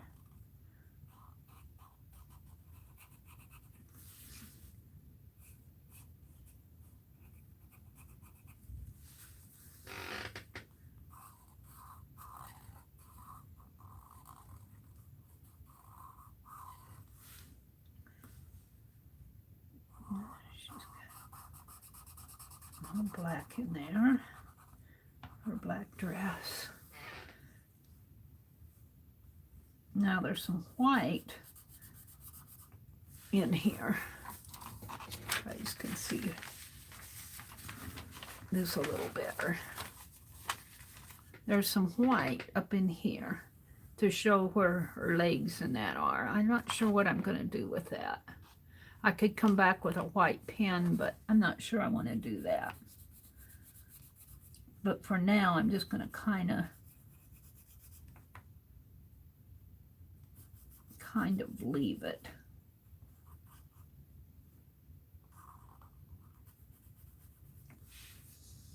Yeah, it comes down like that. Make it a little skinnier. And her belt has little white areas in it. And this is black in here.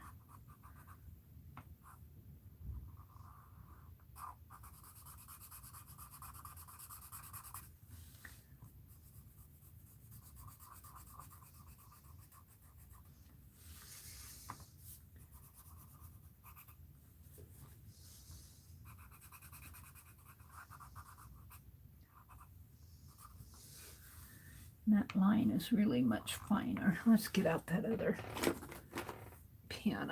I could get more control over this.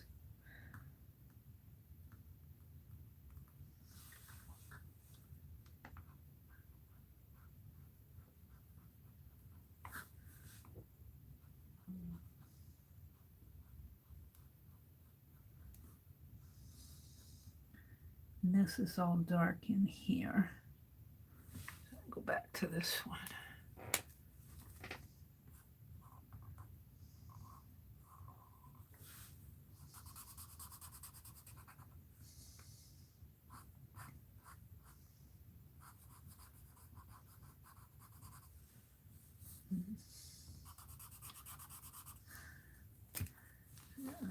Fine line in there. Down in there.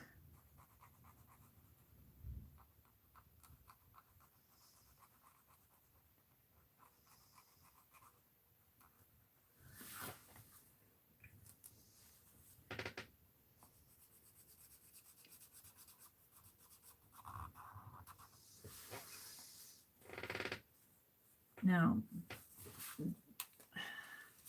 this line kind of comes like this up here, and it kind of falls down this way. And then there's another one that kind of comes in here, right in there. And one that comes in here, and a really skinny one in there.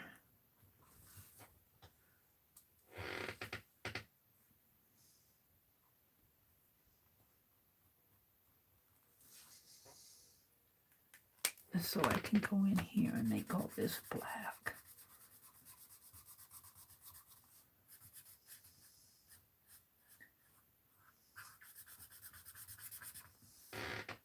Maybe I need to get a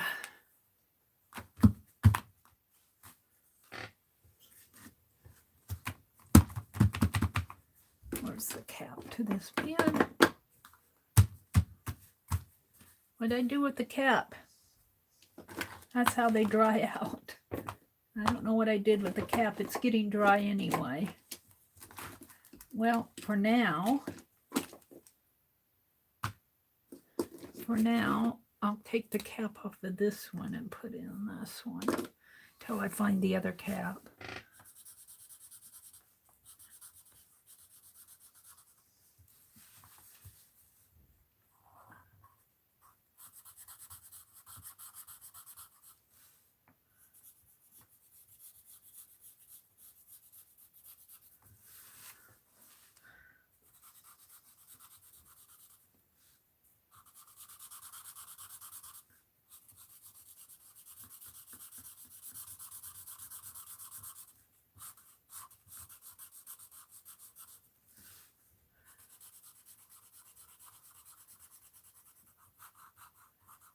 Now she's got shoes on.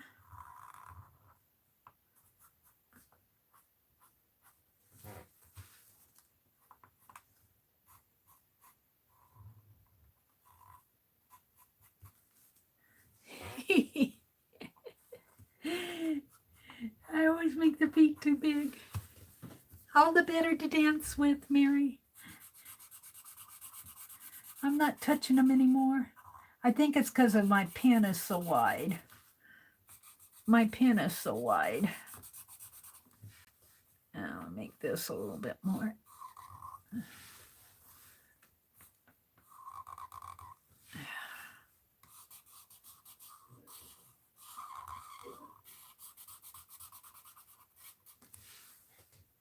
Yeah, maybe a little bit more.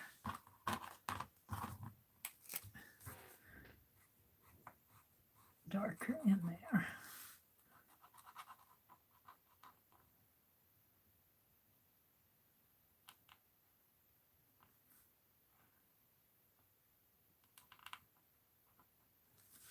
I think I'm pretty happy with her. Now let's bring her back up here and put some little lace marks in here.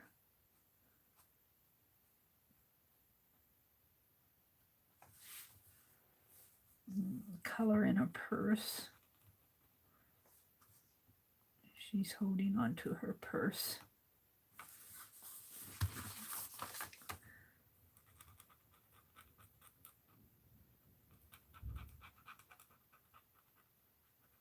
There we go. I think I'm pretty happy with her.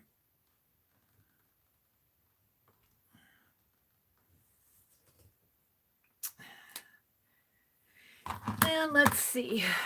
I need the cap to my pen. I keep losing the caps. Did it fall on the floor, Mary? I don't see it. It's not under my chair. I'm always losing the caps to my pens. And then my chair falls down.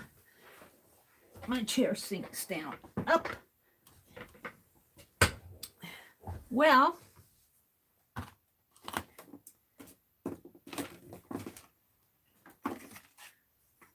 I think this one is getting dry anyway. Let's try this. No, that's not a dry one.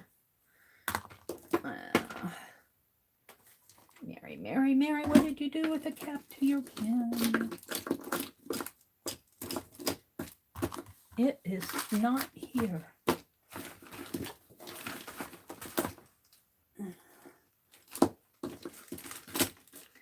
Well, I know one of these is getting dry.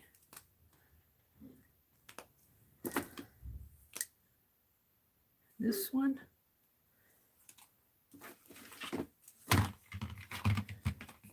That one. We'll let this one dry out. We'll let that one dry out. Oh, there's the cap. Yay. I'll put this one back.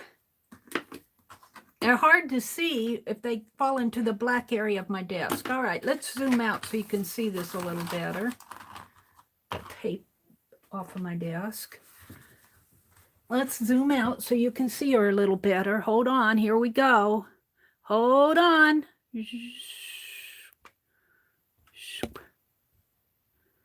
There. There we go. So now I just need to draw the, what time is it getting to be here? I need to give her some hair. It's almost 8 o'clock. I still got 45 minutes to finish her up. Good. That'll be good. I don't have the card made, but I can finish that later. Let's finish the envelope. Let's give her some hair. And I'm going to give her a red flower. Where's my reds?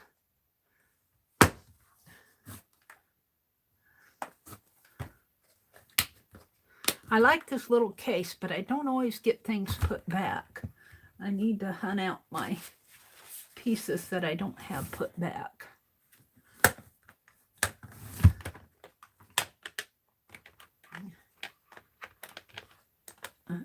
purple there. I think I dropped some under my cart and I haven't dug them out yet.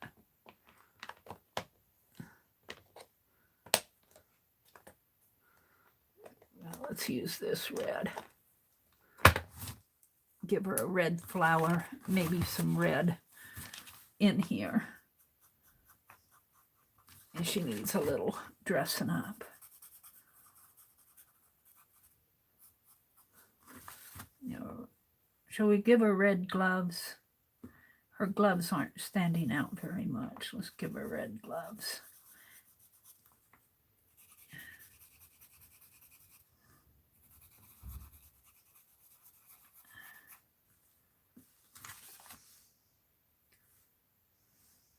I think that's about it.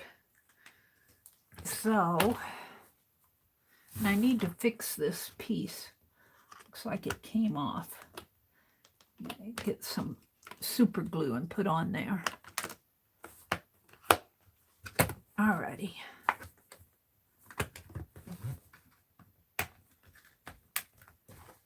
So,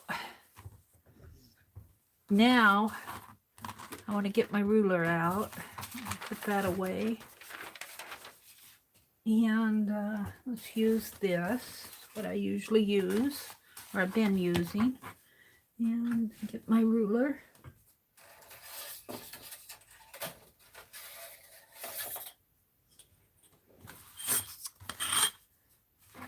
And start drawing my diagonals here. Oh, I need the pattern number. The pattern number is 668. 668.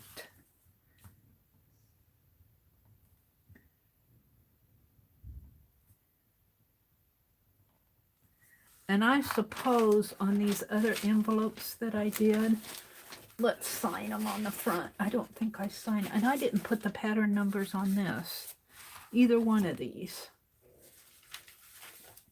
I think I cut these gals up, so I'll just use different pattern numbers for them. Of course, it's always the last one I pick. This gal is 3129.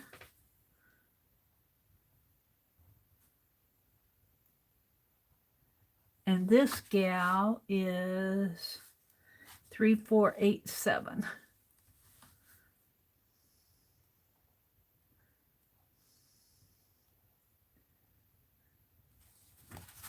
And I'm going to sign it down here, I think.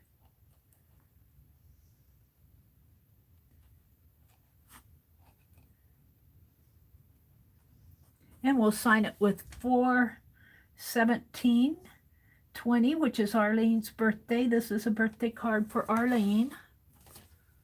And of course, I'll have my address there. And this one is for Kathy, and I cut this up. Well, are they in here? I don't think I put the pattern numbers on here, though. Did I put the pattern? No, I didn't put pattern numbers on here. I did on the girls. We'll use these, 3416. We'll just call this 3416. And on this one, it's, oh, look. Well, I did have it, 2949. Oh, well. And this one's 2977. 2977. And then I'll sign it here.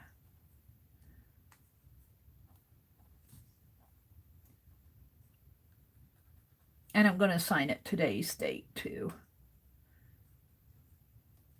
There we go. Oh, let's put the card back in there so I don't get it lost. Okay. So those two are ready to go. So what do we want to do here is draw some diagonals. And this doesn't take a whole lot of time.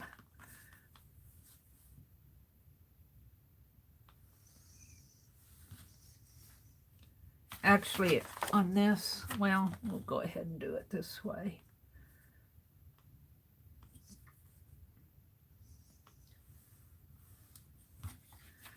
I actually have this folded like this because I I do this a little differently.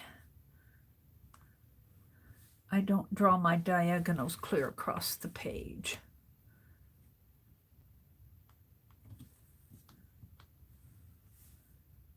I make them meet there.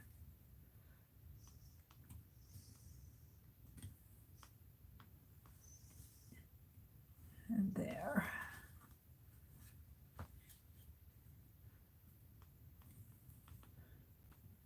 And there. And there.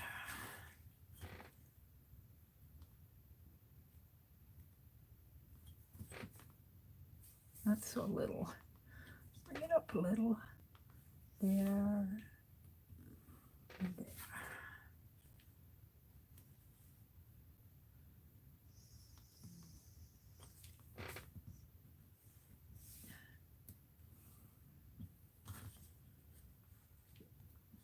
We'll let that number show. Oops, did I draw it? Well, it's not too bad. There and there.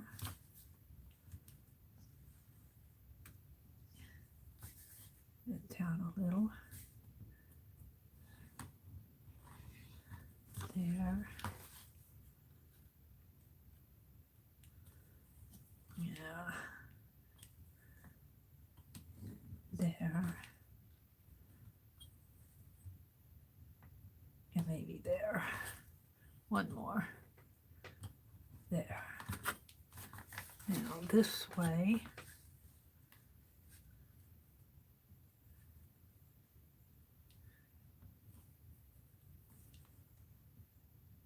Do I want to go that way? I think I want to go. Yeah. We're going to go this way.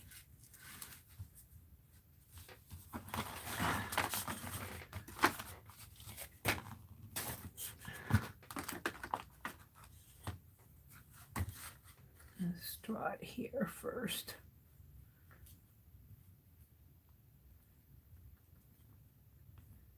Maybe like that. And like that. And then I'm going to come in here.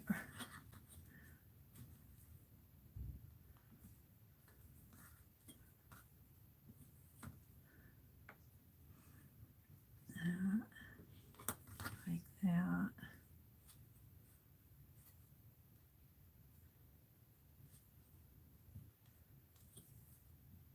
Like that.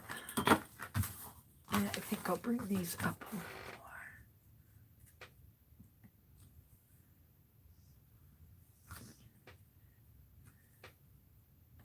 There we go.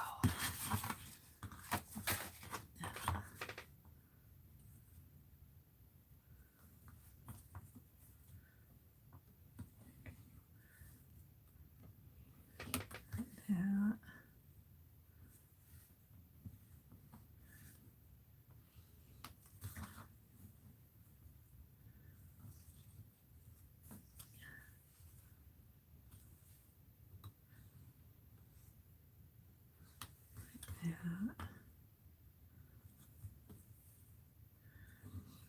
That, and we'll put one little one over here. There we go. I kind of like that. Just kind of gives it a little bit of a background. Then, I don't know if I can use this one. We'll see if it still has juice in it.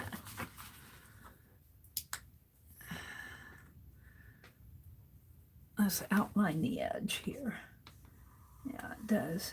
And it has, you know, I use this to do those inchy envelopes. I'm running out of juice with some of these. They need to be torn apart and put in the alcohol ink. Black alcohol ink. Black alcohol ink. Be good for a black and white journal. A black and white journal. I think Rosemary made a black and white journal.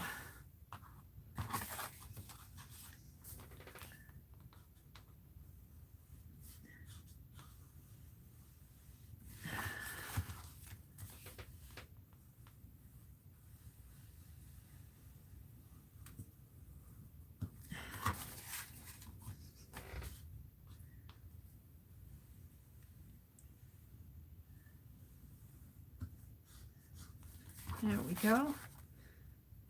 Now, let's do the dots while we're at it, and we'll have the front done except for signing it. And dots around there.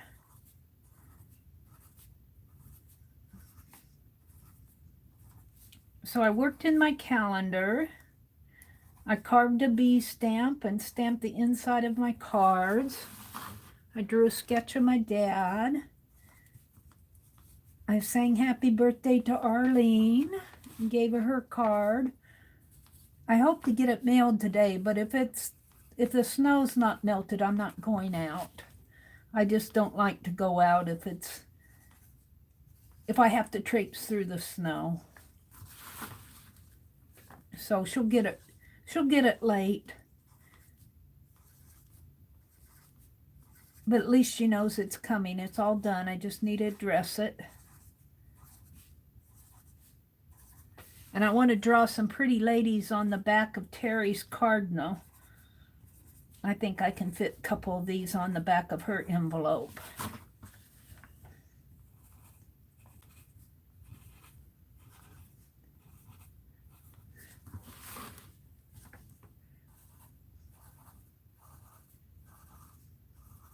Welcome to everybody who's come in. I'm kind of wrapped up in doing this.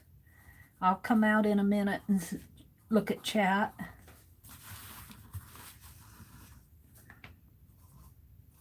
I really do enjoy doing this. I really do enjoy doing it. It's good practice too. I'm going to sign this so I'll have the front done.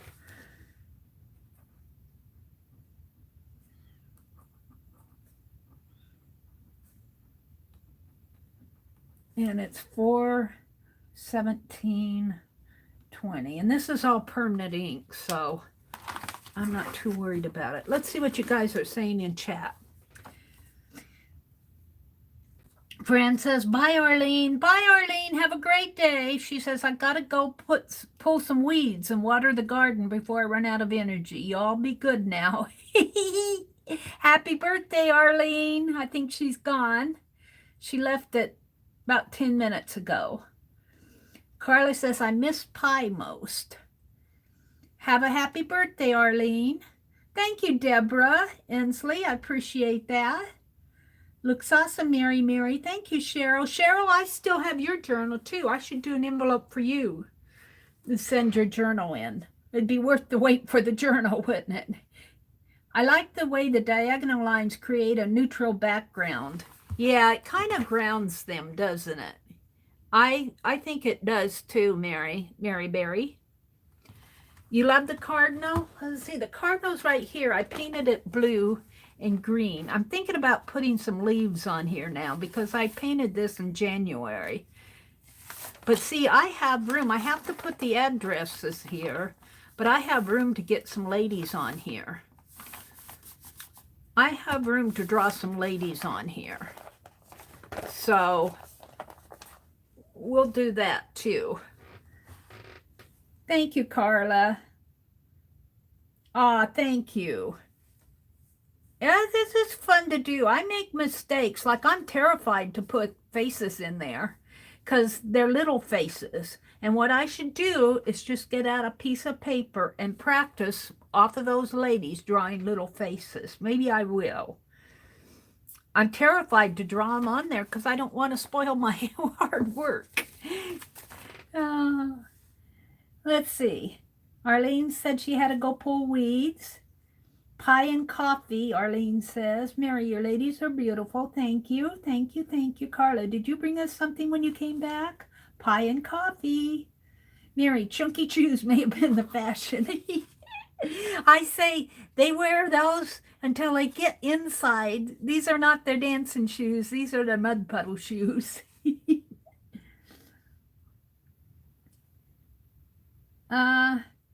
Let's see. This one I drew yesterday. The red one I drew yesterday. And then I just finished it up today.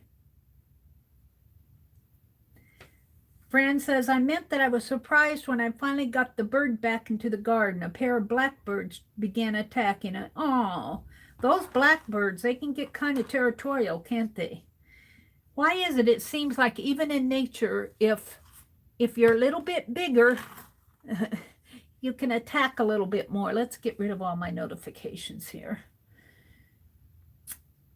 Okay, Mary, what is the paper or book the ladies are from? They are from a Needlecraft magazine.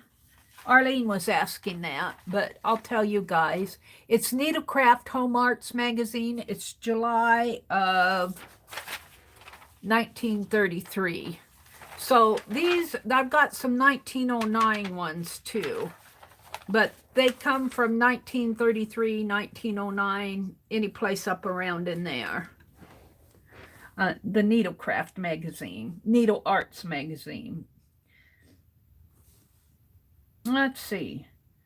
If she ever said I missed it, Journey says, does anybody know what book these are from? Journey, if you're still in here, the Needle Arts magazine. I think there's a Ladies' World magazine in there too, a 1930s issue. Fran says, Grr, I'll get back from the post and Adobe Blackbird and the so-called smart TV turned itself off. Fran's having quite a day. Dee Dee is live today, right now, on a Friday. Okay. Well, that's I didn't know Dee Dee was coming on today. I'll probably stop. Hi, Suze. Cheryl's finishing off her coffee. What magazine are you using, Journey? I am using a Needlecraft magazine. Needlecraft, the Home Arts magazine. It's a 1933 issue, and there's a Ladies' World magazine. These are those ones I was tearing up the other day. She came on at 8:30 Eastern Time. Is she off now? Oh, she's off. She just came on for a little bit. Oh, well, I see I get my head in the way when I do that, don't I? You can see my white hair, the top of my white head. I can't go and get my hair cut. All the beauticians are closed. We'll have to wait till they reopen Nebraska. It's getting to the point to where I can get it cut now. All the brown is probably about 6 inches from the bottom, and it probably falls right below my shoulder. The brown starts right below. It goes clear down to my waist, my hair does. And the brown, I'm letting the brown hair dye grow out. I'm just doing it because I'm around home. And the brown starts maybe about 6 inches below my shoulder. So I can go get it cut. Yeah, also, if Dee Dee's not on anymore, I will continue. I'll have to go see. What did she do this morning? She wasn't on very long, was she? If I would have known she was coming on, I would have bopped off. I don't need to be on here all the time. I'm just doing it because I need to get things done. Yeah, I'll finish the envelope. I won't stay on. Let's see, it's 8:16. I won't stay on any longer than 8:45 because I know the scrap chick like to come on. Scrap chick might come on. I kind of got a line there, but I'll come in with some flowers on that. Yeah.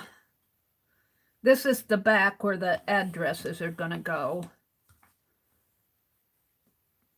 I'll finish up this envelope. She did yeah, she does impromptu sometimes on Friday, but I never know what Friday she's going to do an impromptu. I was aware that she does impromptus, but she probably doesn't know either. Mary, if I knew, I'd tell you. That's what an impromptu is. My Friday mornings are impromptu too. Sometimes I don't feel like it, but I got a lot of sleep last night. I'm getting hungry though. I'm getting hungry.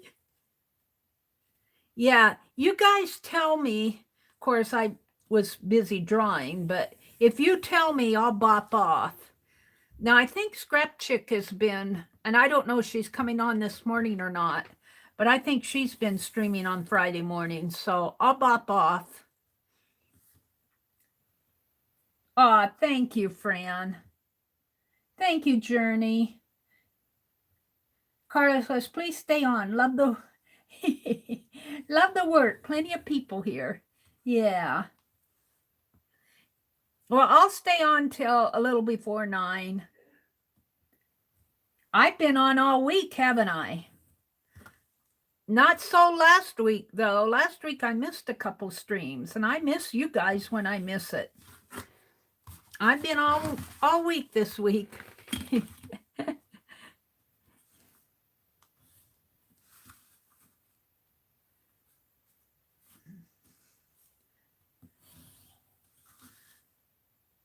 Now, this is going to be the address side, and what I usually do is draw these diagonals and put flowers in them, and then I leave room for I put address labels on it. This really doesn't take me too long to do.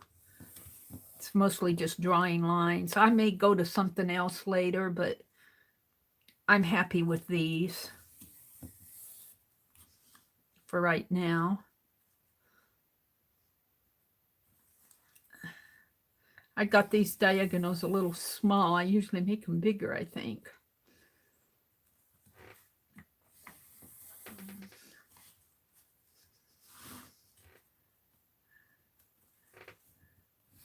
These remind me of a lattice fence.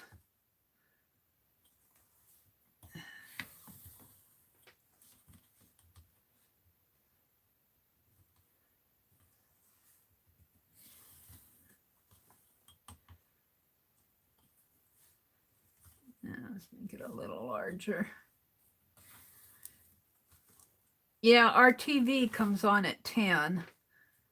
So I usually get off of here by 9, and then I can have my breakfast and check things out before the TV comes on. All right, now what I do is by Journey, I come in here and I start drawing flowers.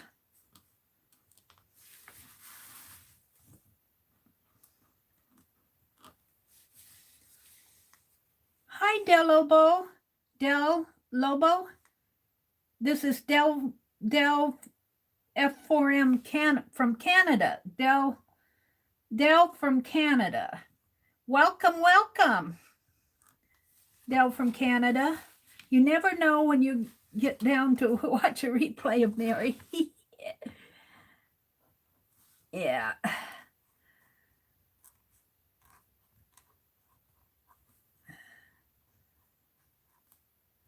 Yeah, just draw some flowers in here. These go pretty fast. I'm getting better at them.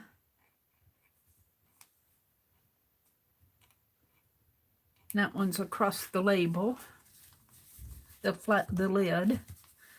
Oh, let's see. Let's make this one down a little.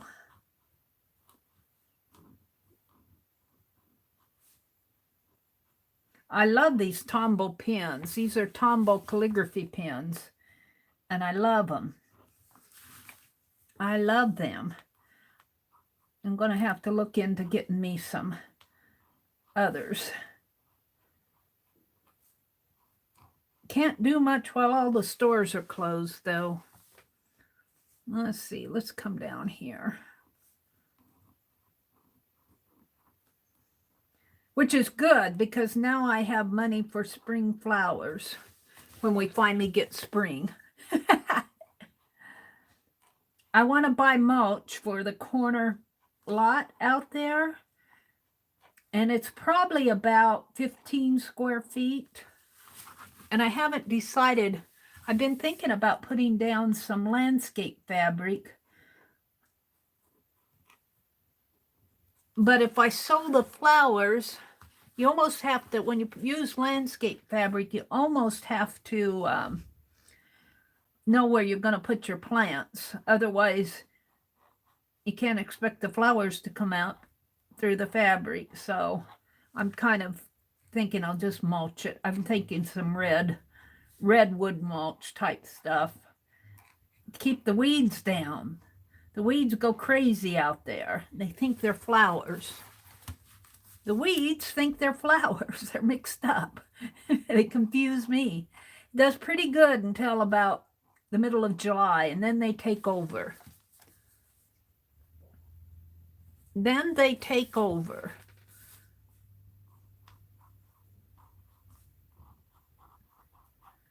So it'll cost me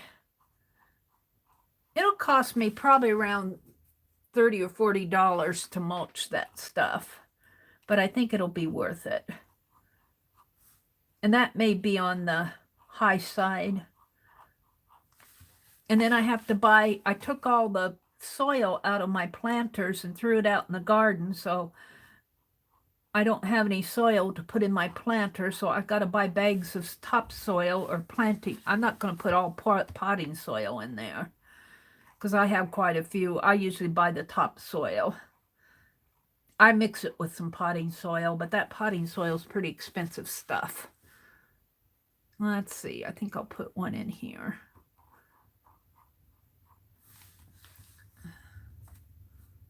I'll do it down in here. And then, of course, I've got to have begonias for my hanging planters.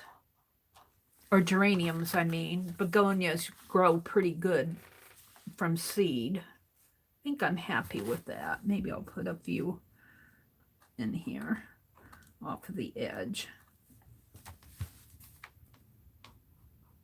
I think Aunt Beck was in here and said she was going to go to the grocery store. All right. If you like crafting art, this channel is for you. Ah, thank you, Cheryl. They're saying hello to Dell.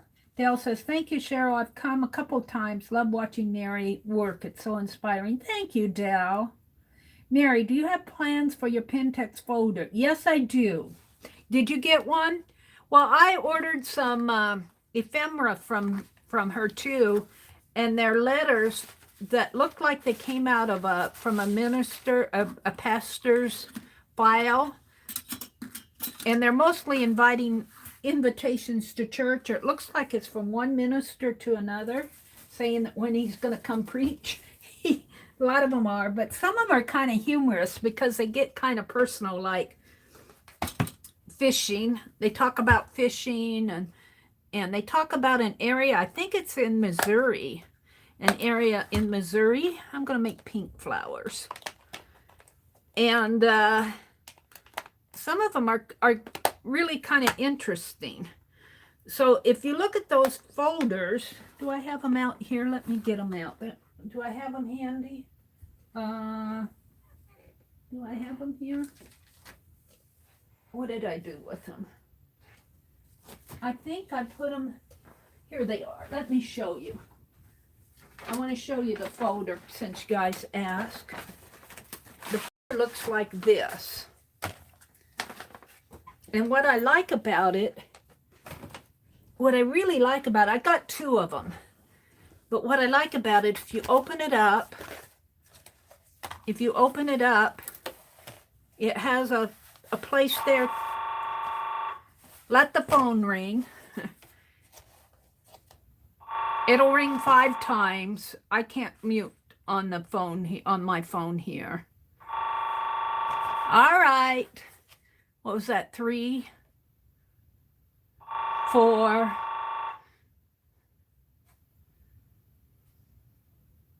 5. That's either 4 or 5. Thank you for calling. Blah, blah, blah, blah. Leave a message after the beep. Beep. I don't know what they're talking about in there. They're leaving a message. I'm going to talk over it so you can't hear it very well. Blah, blah, blah, blah, blah, blah, blah, blah. Blah, blah, blah. I think what they want to do is, I think it's the VA, and they want to change my brother's appointment. They're trying to set it up. They call, and then they're never there when we call back. We play phone tag. All right, she's done talking, so now I can talk. All right, so what I like about this folder, it's fairly long. It's about almost 15 inches long, and wide is about 9.5.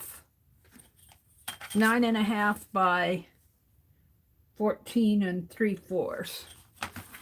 So the area in here will be a little shorter, but what I like about it, not only does it have these clips on every page, it has a clip there and a clip there, but they have these hidden hinges in here. It has these hidden hinges, and I really like that. And what I'm thinking I'm going to do on my hidden hinges is put, oh, come on. What are they doing?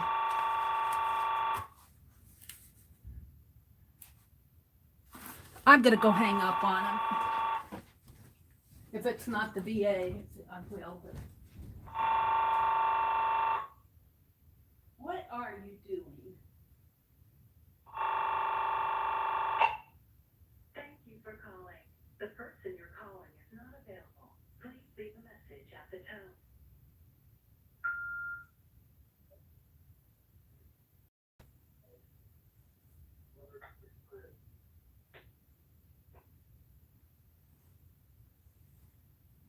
I don't know. Somebody's got a wrong number or something. Couldn't even hear what they were saying.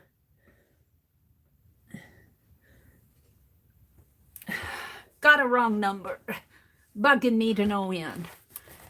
What I'm going to do here is those letters from that minister, I'm going to put them between report covers so I can just slip them in.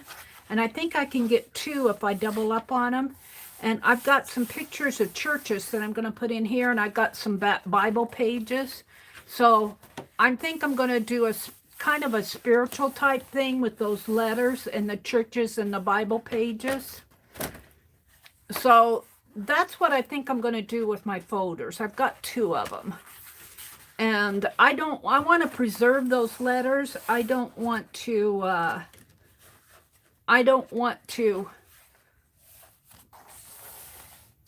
mess them up. I don't want to cut them up. I want to preserve them. So on these hidden hinges in here, I can put that acetate and put the acetate, the report cover, and fit it on top of this right here. And I think I can do 2 of them. I think I can double up on them. I might have to cut a slit in here so that they'll fold right. But I think I can do that. So that's my plans for the folder, since you ask.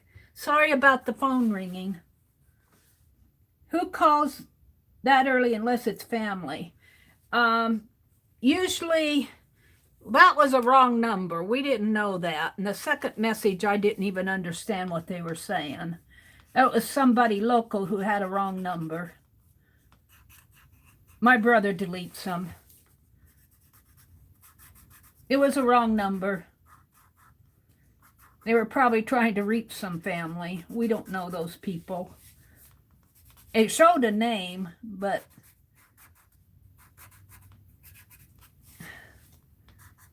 it was a wrong number. We get a lot of telemarketing calls. Sometimes I listen to the message and I say, go away. Just go away. I keep getting this message on my phone, a text message saying, you're something about your iPhone's going to be returned. And I'm sitting and going, I don't have an iPhone. I'm going, go away. And then they leave a link. And I know they're trying to get me to click on that link. I just delete it.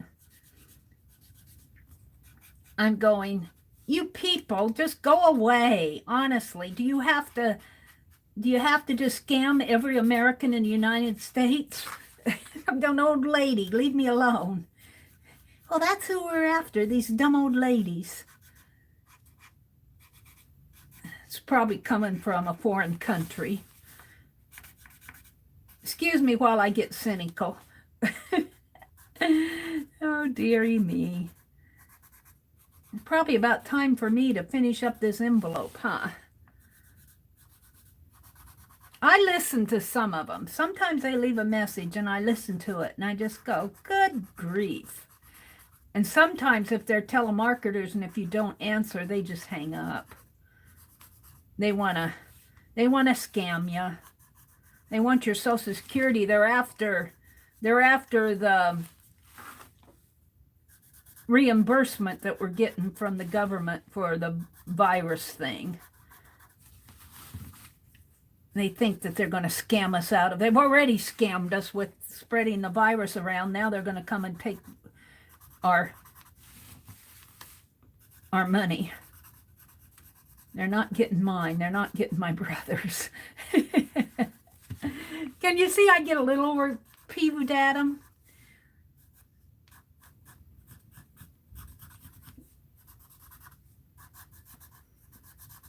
Just go away. Leave me alone. But that happened to be a wrong number. It looked like they dialed the wrong number twice.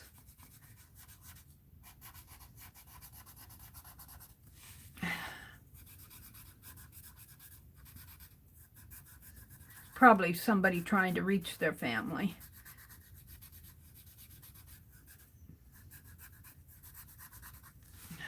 If my brother's up, he usually takes care of those. He gets up, reads the paper, and he goes back to bed until the TV goes on. I think he's a little bored. I can't get to the library to get him another stack of books. He likes to read his books. This is Friday. The library's not open.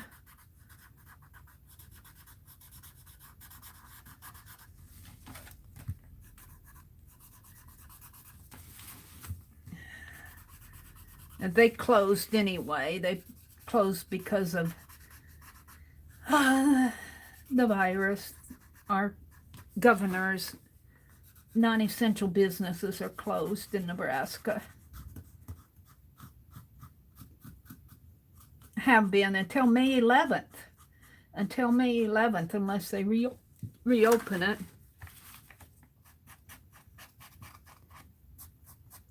Alrighty. I think I have time to put dots. Let's see what you guys are chatting about. I say no speaky da English. Your libraries are closed in New York? Yeah. We just let it play. Usually they hang up if nobody answers. We let it play and then we just go delete it. Usually it's just a click. They click off sometimes before. If they get the message saying nobody's available to take your message, they click off usually. But that one left a message and I think it was the wrong number. I think it was a wrong number.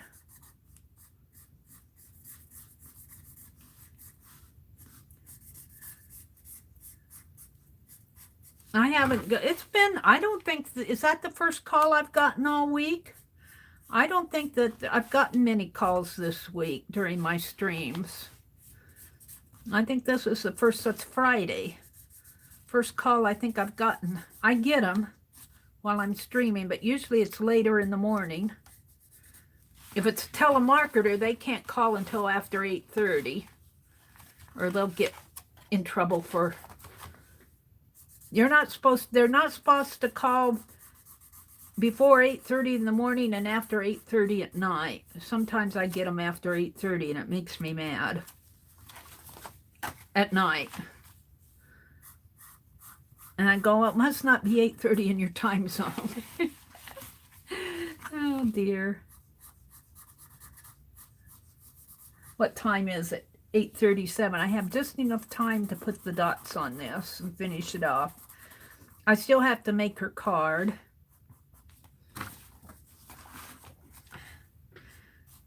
So I probably won't stream again until Sunday night. I do impromptus on Sunday evenings unless I leave a message. I got started doing that on Sunday evening. kind of enjoy doing it on Sunday evenings. Now my brother's playing the message back. He'll delete them.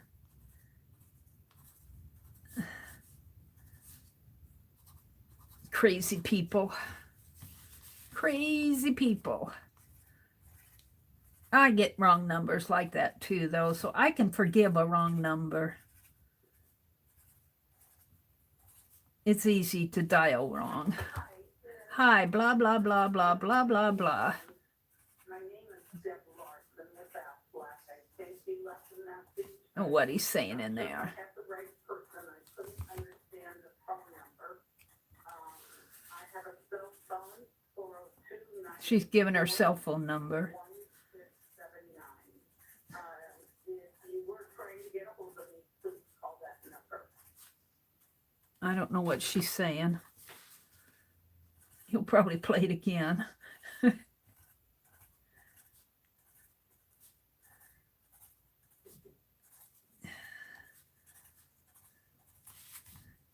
No, he deleted it.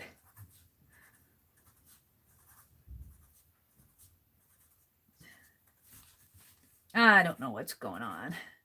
I can forgive a wrong number, though. I can forgive a wrong number. I do a lot of wrong numbers. I don't do that much calling, to tell you the truth, though. I don't do a lot of calling. Sometimes I call the post office to see when they're open.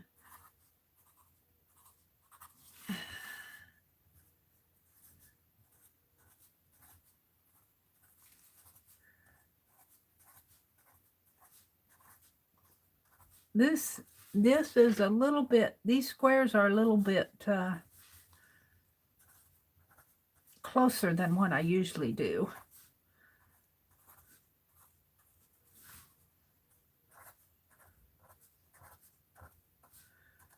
The more dots.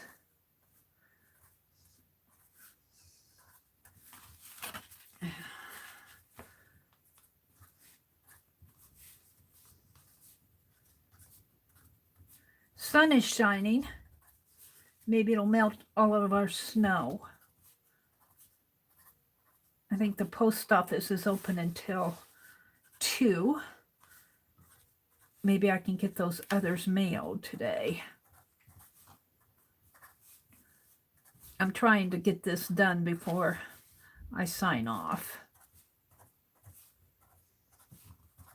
Almost there. Almost there.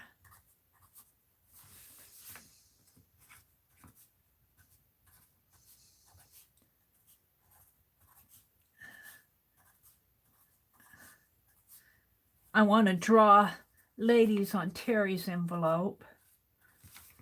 So I got Kathy and Arlene's to go.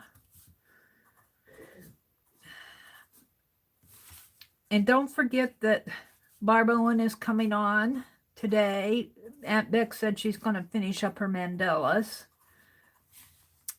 So we're not going to, I doubt that she'll do the art journal page. And I'll stream tonight at 7:30 Central. I won't be doing this. I won't be doing a Dirty Dozen. That took me all night last Friday night. I want to work in my mystery journal. I don't know what else I'll do. I'll have to think about it. I don't have a Fibsville story to tell. But that mystery journal might take a while.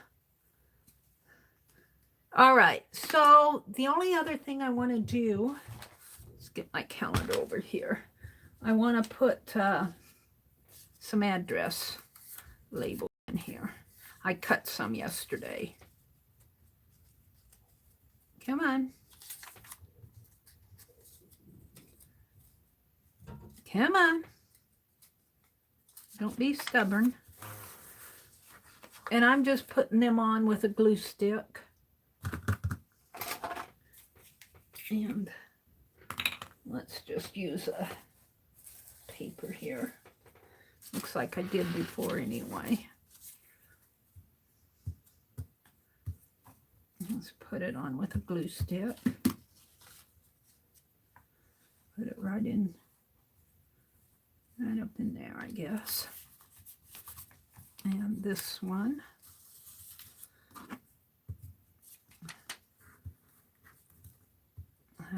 Like that.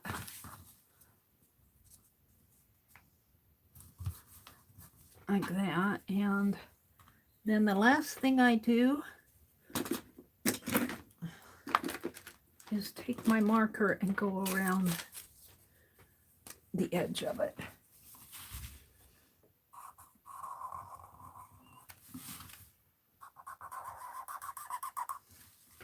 So it kind of sets it off.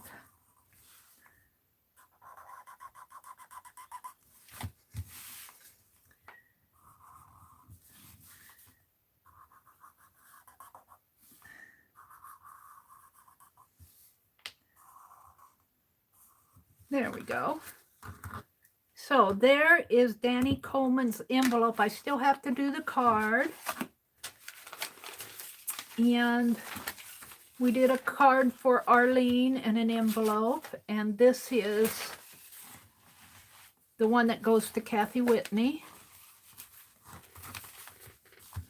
And I worked on my calendar. We sang happy birthday to Arlene. Let's get, look, I got Fig Newtons out and didn't even open it. I was going to have Fig Newtons this morning. That's what happens when you art. We did that. I carved the bee stamp. Let's get a card out here that I put the bee stamp in. One like that, and we'll open up one like this. I'll put it like that. We did the bee stamp, and let's get it out. I sketched my dad and showed that art journal that I did 7 years ago. 7 years ago already. Oh my goodness sakes. Where has the time gone? So I sketched my dad. Not too bad of a sketch of him. Not too bad. I'll have to get the envelopes. I put him over all my envelopes. Dad, scoot over. Make room for the ladies. He says gladly. Let's put my calendar. Let's put this one here. My calendar really doesn't need to be. I did that bee stamp. Yeah. Something like that. Dad, scoot up a little. I can't. Your lamp is in the way.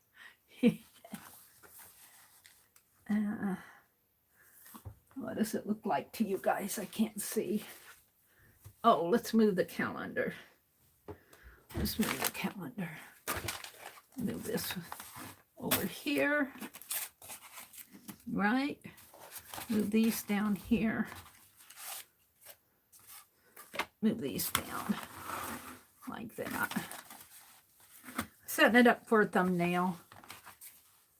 Setting it up for a thumbnail. The bee stamp. I'll put it right like that. And then we'll put the calendar back over here. Like that, sort of there. And we have just enough room for Penelope.